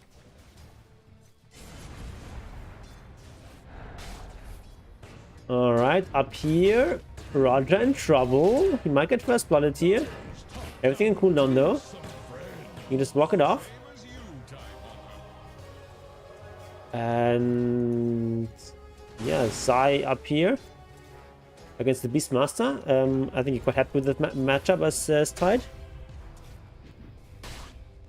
Very nice technique here, getting both the last hits there. Insania the Impaler. Okay. I think they like this Batrider against Naga matchup, probably.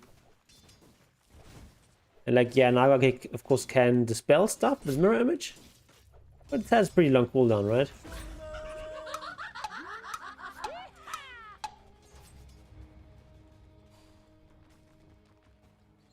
Notice actually going for Inner Beast now. What? That's weird.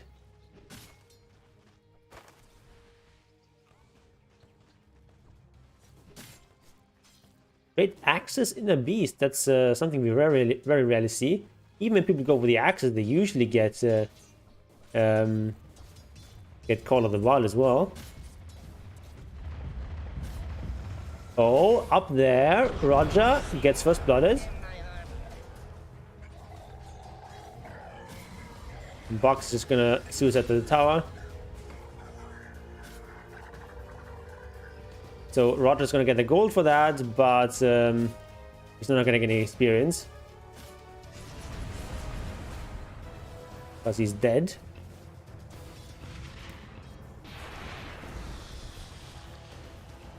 Oh, my man TPing to the tower, but he's pretty low.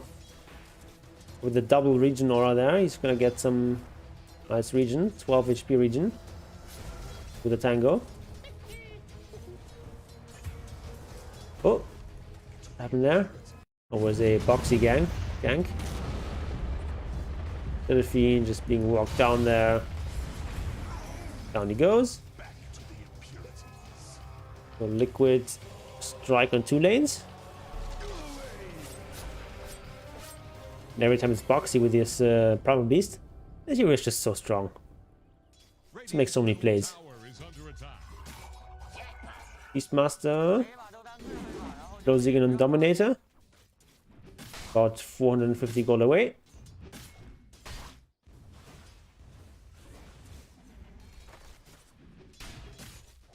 Such a weird build though. We could like wild axes and like inner beast and then still go for Dominator. And then weird. Okay, Roger playing very aggressive here. Doesn't have boots either. Let's open up the network stuff. Mickey on top. But Beastmaster also doing quite well. Zai a little bit behind. And Lao not having the best time so far. Oh. Watch this. Primal Beast. Oh, let's watch from further back. Okay, Primal Beast goes for a kill attempt there. Doesn't quite work out. Also doesn't have any level in net. The Boxy just being very sad of being walked down there.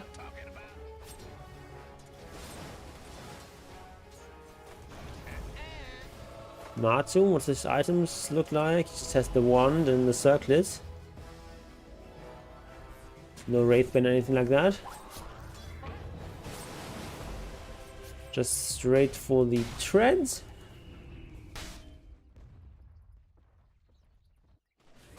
What situation mid lane like?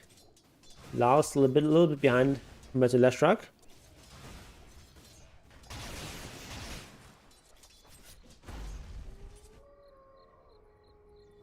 Foxy, I think he wants to go for another attack here.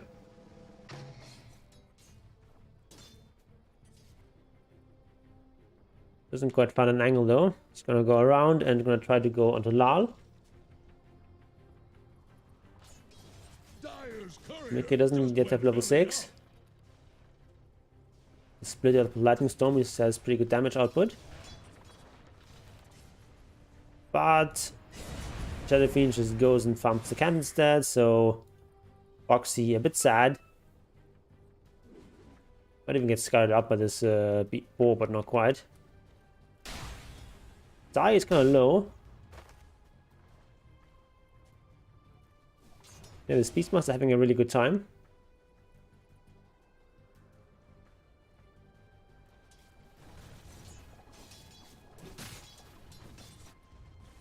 I guess it's only now sort of closing in on the Dominator. I guess earlier it didn't have the Helm of Iron Will or something. But it was pretty close before. But okay. So we got Leshrac, gonna go and buy us an energy booster in the shop. Use it right away.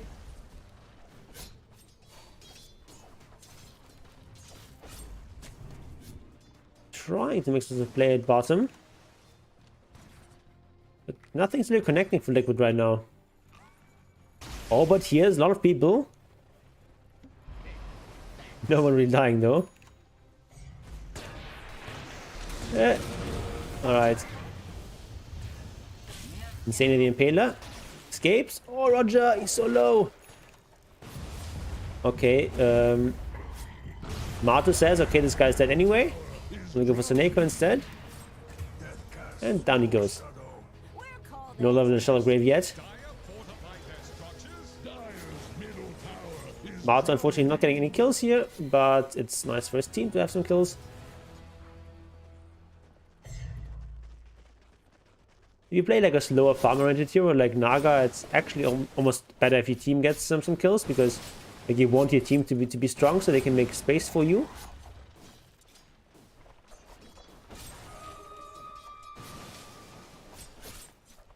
And this is getting a value Basilius and then Yasha. Alright. Seems reasonable. And now finally Dominator's almost there. Another onslaught. It's being onslaughted. Roger is down. Mickey now finally has a level of Edict as well. And Zai actually going for Morbid Mask here. Interesting. They're gonna be like a Wraith Pack build on Tidehunter. Can work. Not really something we've seen a lot of from Tidehunters recently, but it does make sense. Alright, it's strong on Tide, and in particular Vlad makes sense because you want some mana regen, and the life leech is great because it works with Anchor Smash. Spyglass at hand.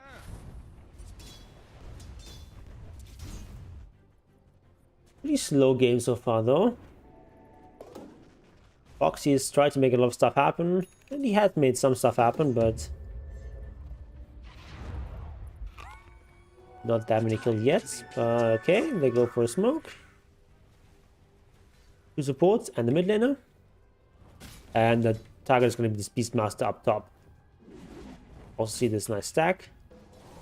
That's going to be a very, very bad Beastmaster. The beats come in, I think it's a mistake. Just need to let this guy die. I didn't realize how many people were there. Yeah, like Roger is super dead here. Oh, Grave is available actually, but he's still gonna die. And yeah, that's 3 kills here. I think you just need to cancel those TPs. Because you saw that there were so many people there. Just accept that you lose 1 hero. Only the bats will know we're still here. They're trying to bring down Radiant's top tower. Alright, he interrupts the onslaught there. Radiant's bottom Mickey going for the Bloodstone straight away. No Northwestmans though. Radiant's top tower is on the run. I think I like this Northwestman build better. 终于等到你。 Well, I guess now that he's mid, he's of course Tower is on the run. got the bottle, which takes up an item slot. I still think he can squeeze in 1 null. Radiant's top tower is under attack. What's happening down here? Nothing much, just taking down the tower for a bed boom. Dire's middle tower. But nice for them. And Beastmaster had like a really good start, but now he's actually quite poor. He's the lowest net worth core right now. Radiant's top tower is Not where you want to be if you're a Beastmaster. You want to get a good timing on Overlord. Very important. they're trying to bring down Alright. Radiant's top tower. TP to the top. Zai is very deep and he's going to go down. But Boxy does secure the tower last hit, so that's something.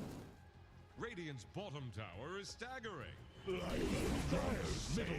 Alright, we see down here. Radiant's bottom tower Does Martyr's farm look like? It's okay. Nothing special. Nope. Needs to put this in inventory. Gets the tower, very nice. Yeah, this Basilius is just a really efficient item if you just want to farm. Doesn't cost much gold. And gives you a decent amount of mana regen. 1.5. Oh, what happened there? Watch this. What is going on? So, Bet Boom gonna push this tower. Zai says, I've got Ravage. I'm strong.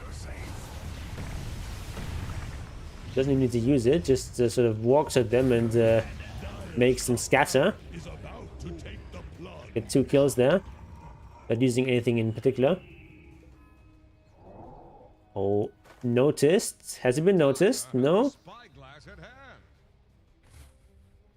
Yeah, they don't see him. Currently is in the backpack. Not gonna find him. Oh, they're using the courier. Oh, they just saw him. Nah, just too late. Barely too late.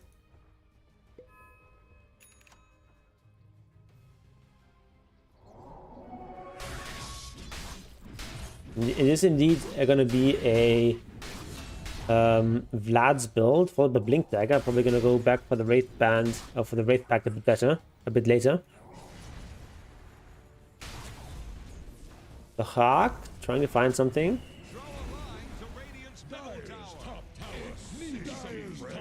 Yeah, so far I've not been particularly impressed by this scary Bat Rider.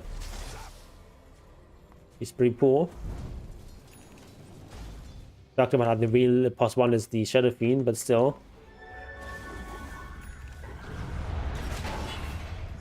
He's actually top net worth right now, so that's something.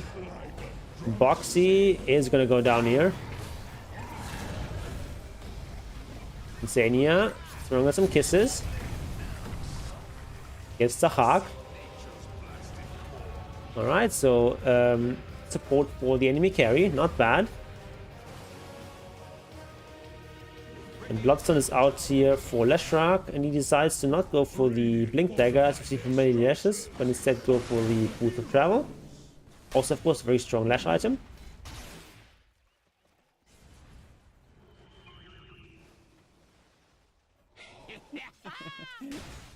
So, what's the idea here? Boxy gonna push out top lane, I guess? Or is it Mickey that's gonna push it out? 谢大哥送的人头，比心哦。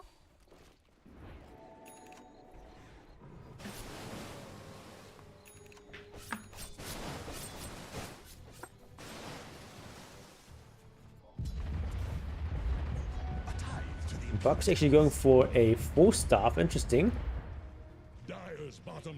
Most possible Brown Beasts I've seen is just going straight for BKB. But I guess like 4-staff because of clockwork, maybe. Okay, he's gonna get caught here. There's no escaping this. But they commit 3 heroes just to kill a support. It's not too painful. Guy's gonna want to force down this tower. Diabolic Edict here. Okay, gets the tower.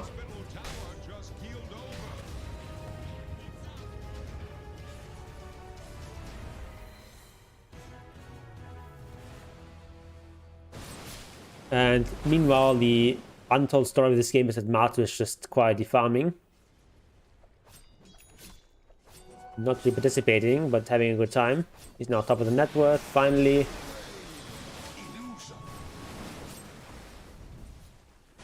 However, they have this Dazzle, who, like, once he's got his shard,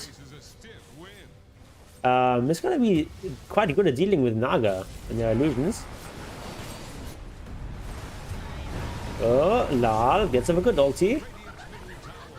But just trying to sort of save a lost fight. Malta comes in with the sleep. Forces a buyback. They still want to fight. The Shadow Phoenix doesn't have BKB, so it's just easy pickings. Oh! It's saved by the Dazzle though. Bad Jedi coming in. He dies again. The dieback. And Zai is also going to get out, so they only lose a support. Support +4 Primal Beasts here, and they kill, you know, like the position 1 and 2, and there's even a dieback here. So very efficient for Liquid. Zai nearing in on his Blink Dagger. Matu got the Manta completed. Now going for a Skadi. Interesting. Dire are scanning for enemies. Also getting a Brigand's Blade, pretty efficient item. Damage items are not that great on illusions, but at least gives some attack speed, which helps the illusions. I'm not sure if the passive ability goes in illusions or not. Matu's a bit afraid here. I'm gonna fully commit for this camp.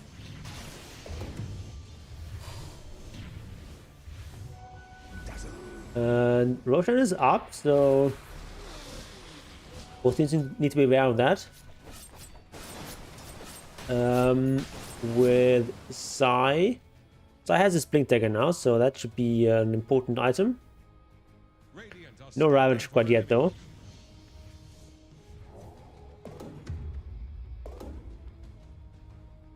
Foxy, I think he's got his 4-stab on the courier. Trying to find the Hawk, but he's already far away.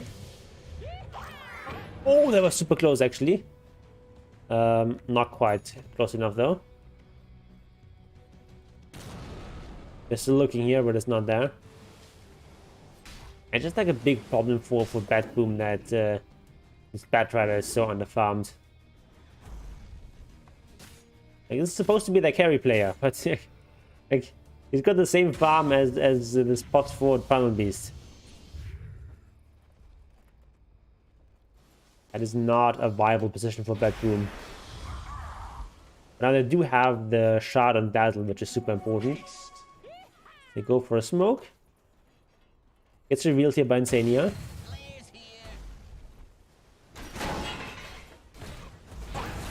And they get Insania. Foxy wants to go. Push back. He dies. So 2 heroes down. For Liquid. It's only supports. Well, if you're in Batman's position, that's a great great engagement. But as good as you can hope for. Zai is living dangerously here. And Beastmaster finally does have the aim of the Overlord. Zai now, after the Blink Dagger, is going back for the Wraith Pact. Makes sense. There's another 4-star builder in Zania. 4-star was great here against the Clockwork.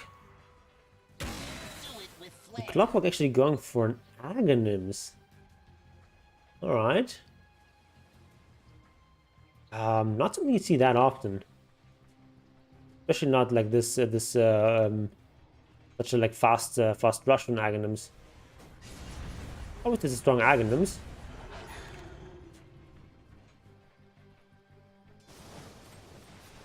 Zai doesn't find anything. Make up here, going for the BKB next item. No Blink Dagger. Very interesting.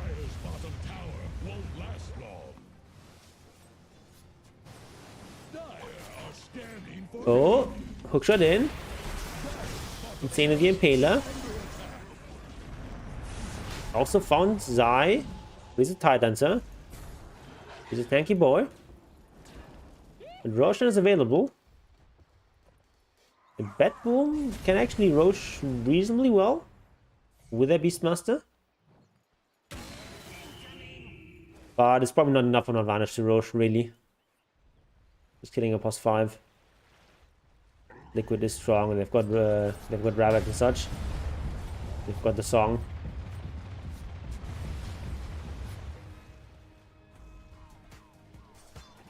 Right, Disco Pony.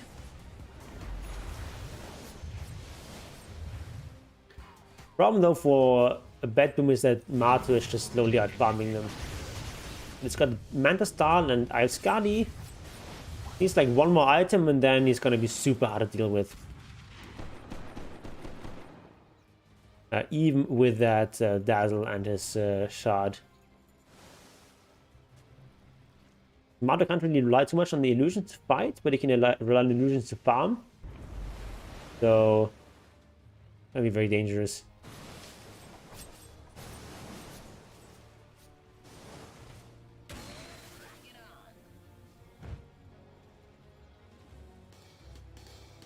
We see from Lal here. He's got the Crystallis, got the BKB, very important, obviously. Are you gonna just see? Like, you want some attack speed, right? But no real attack speed item apart from the treads. Ooh, Beastmaster was killed. Let's see this. Oh, he just was caught in mid. Always dangerous to farm mid here. He tries to get away here with the grave, but big dagger from Sai. This is gonna be his end, and Soneko probably also gonna fall here. There we go. Grave of course not available, was just used, and now it's gonna be an easy Roche for Liquid. Get another kill on the way. Only the +1 and +2 available still for a bed boom. I have no chance really of fighting here. The Hawk desperately trying to get a BKB so he can get something done in this game.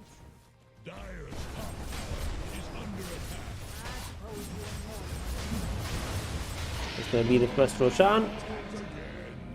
Going to Mike, which is, I think is quite smart because he's just going to be more active at this stage of the game. Martu really just wants to farm for another item. Ooh, interesting, getting a Hex as a third item. Like I've seen Nagas go for like Bloodthorn, like Orchid of the Bloodthorn, but Hex this early? I don't think I've seen that before. Kind of interesting.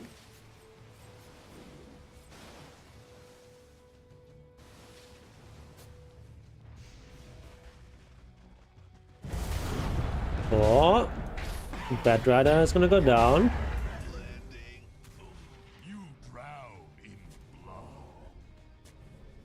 Okay, so maybe the idea with the Hex is that everyone's gonna have a BKB, so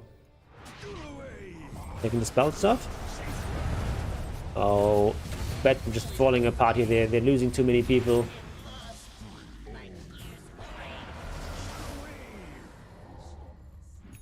Oh, yeah, this is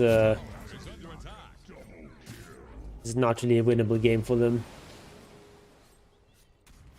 Keep losing people left and right. This Petra just didn't work out at all for them.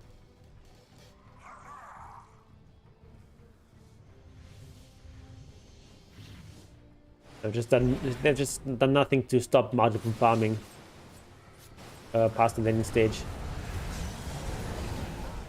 Alright, another attempt here. They get the Aegis, but they use a ton for that. Then Shadow Fiend. He's got to get a pretty good ultimate off there, but with Sai and his Ravage, no way he can fight this. And yeah, that's GG. The Liquid off to a pretty good start. That's a very convincing performance against Bad Boom.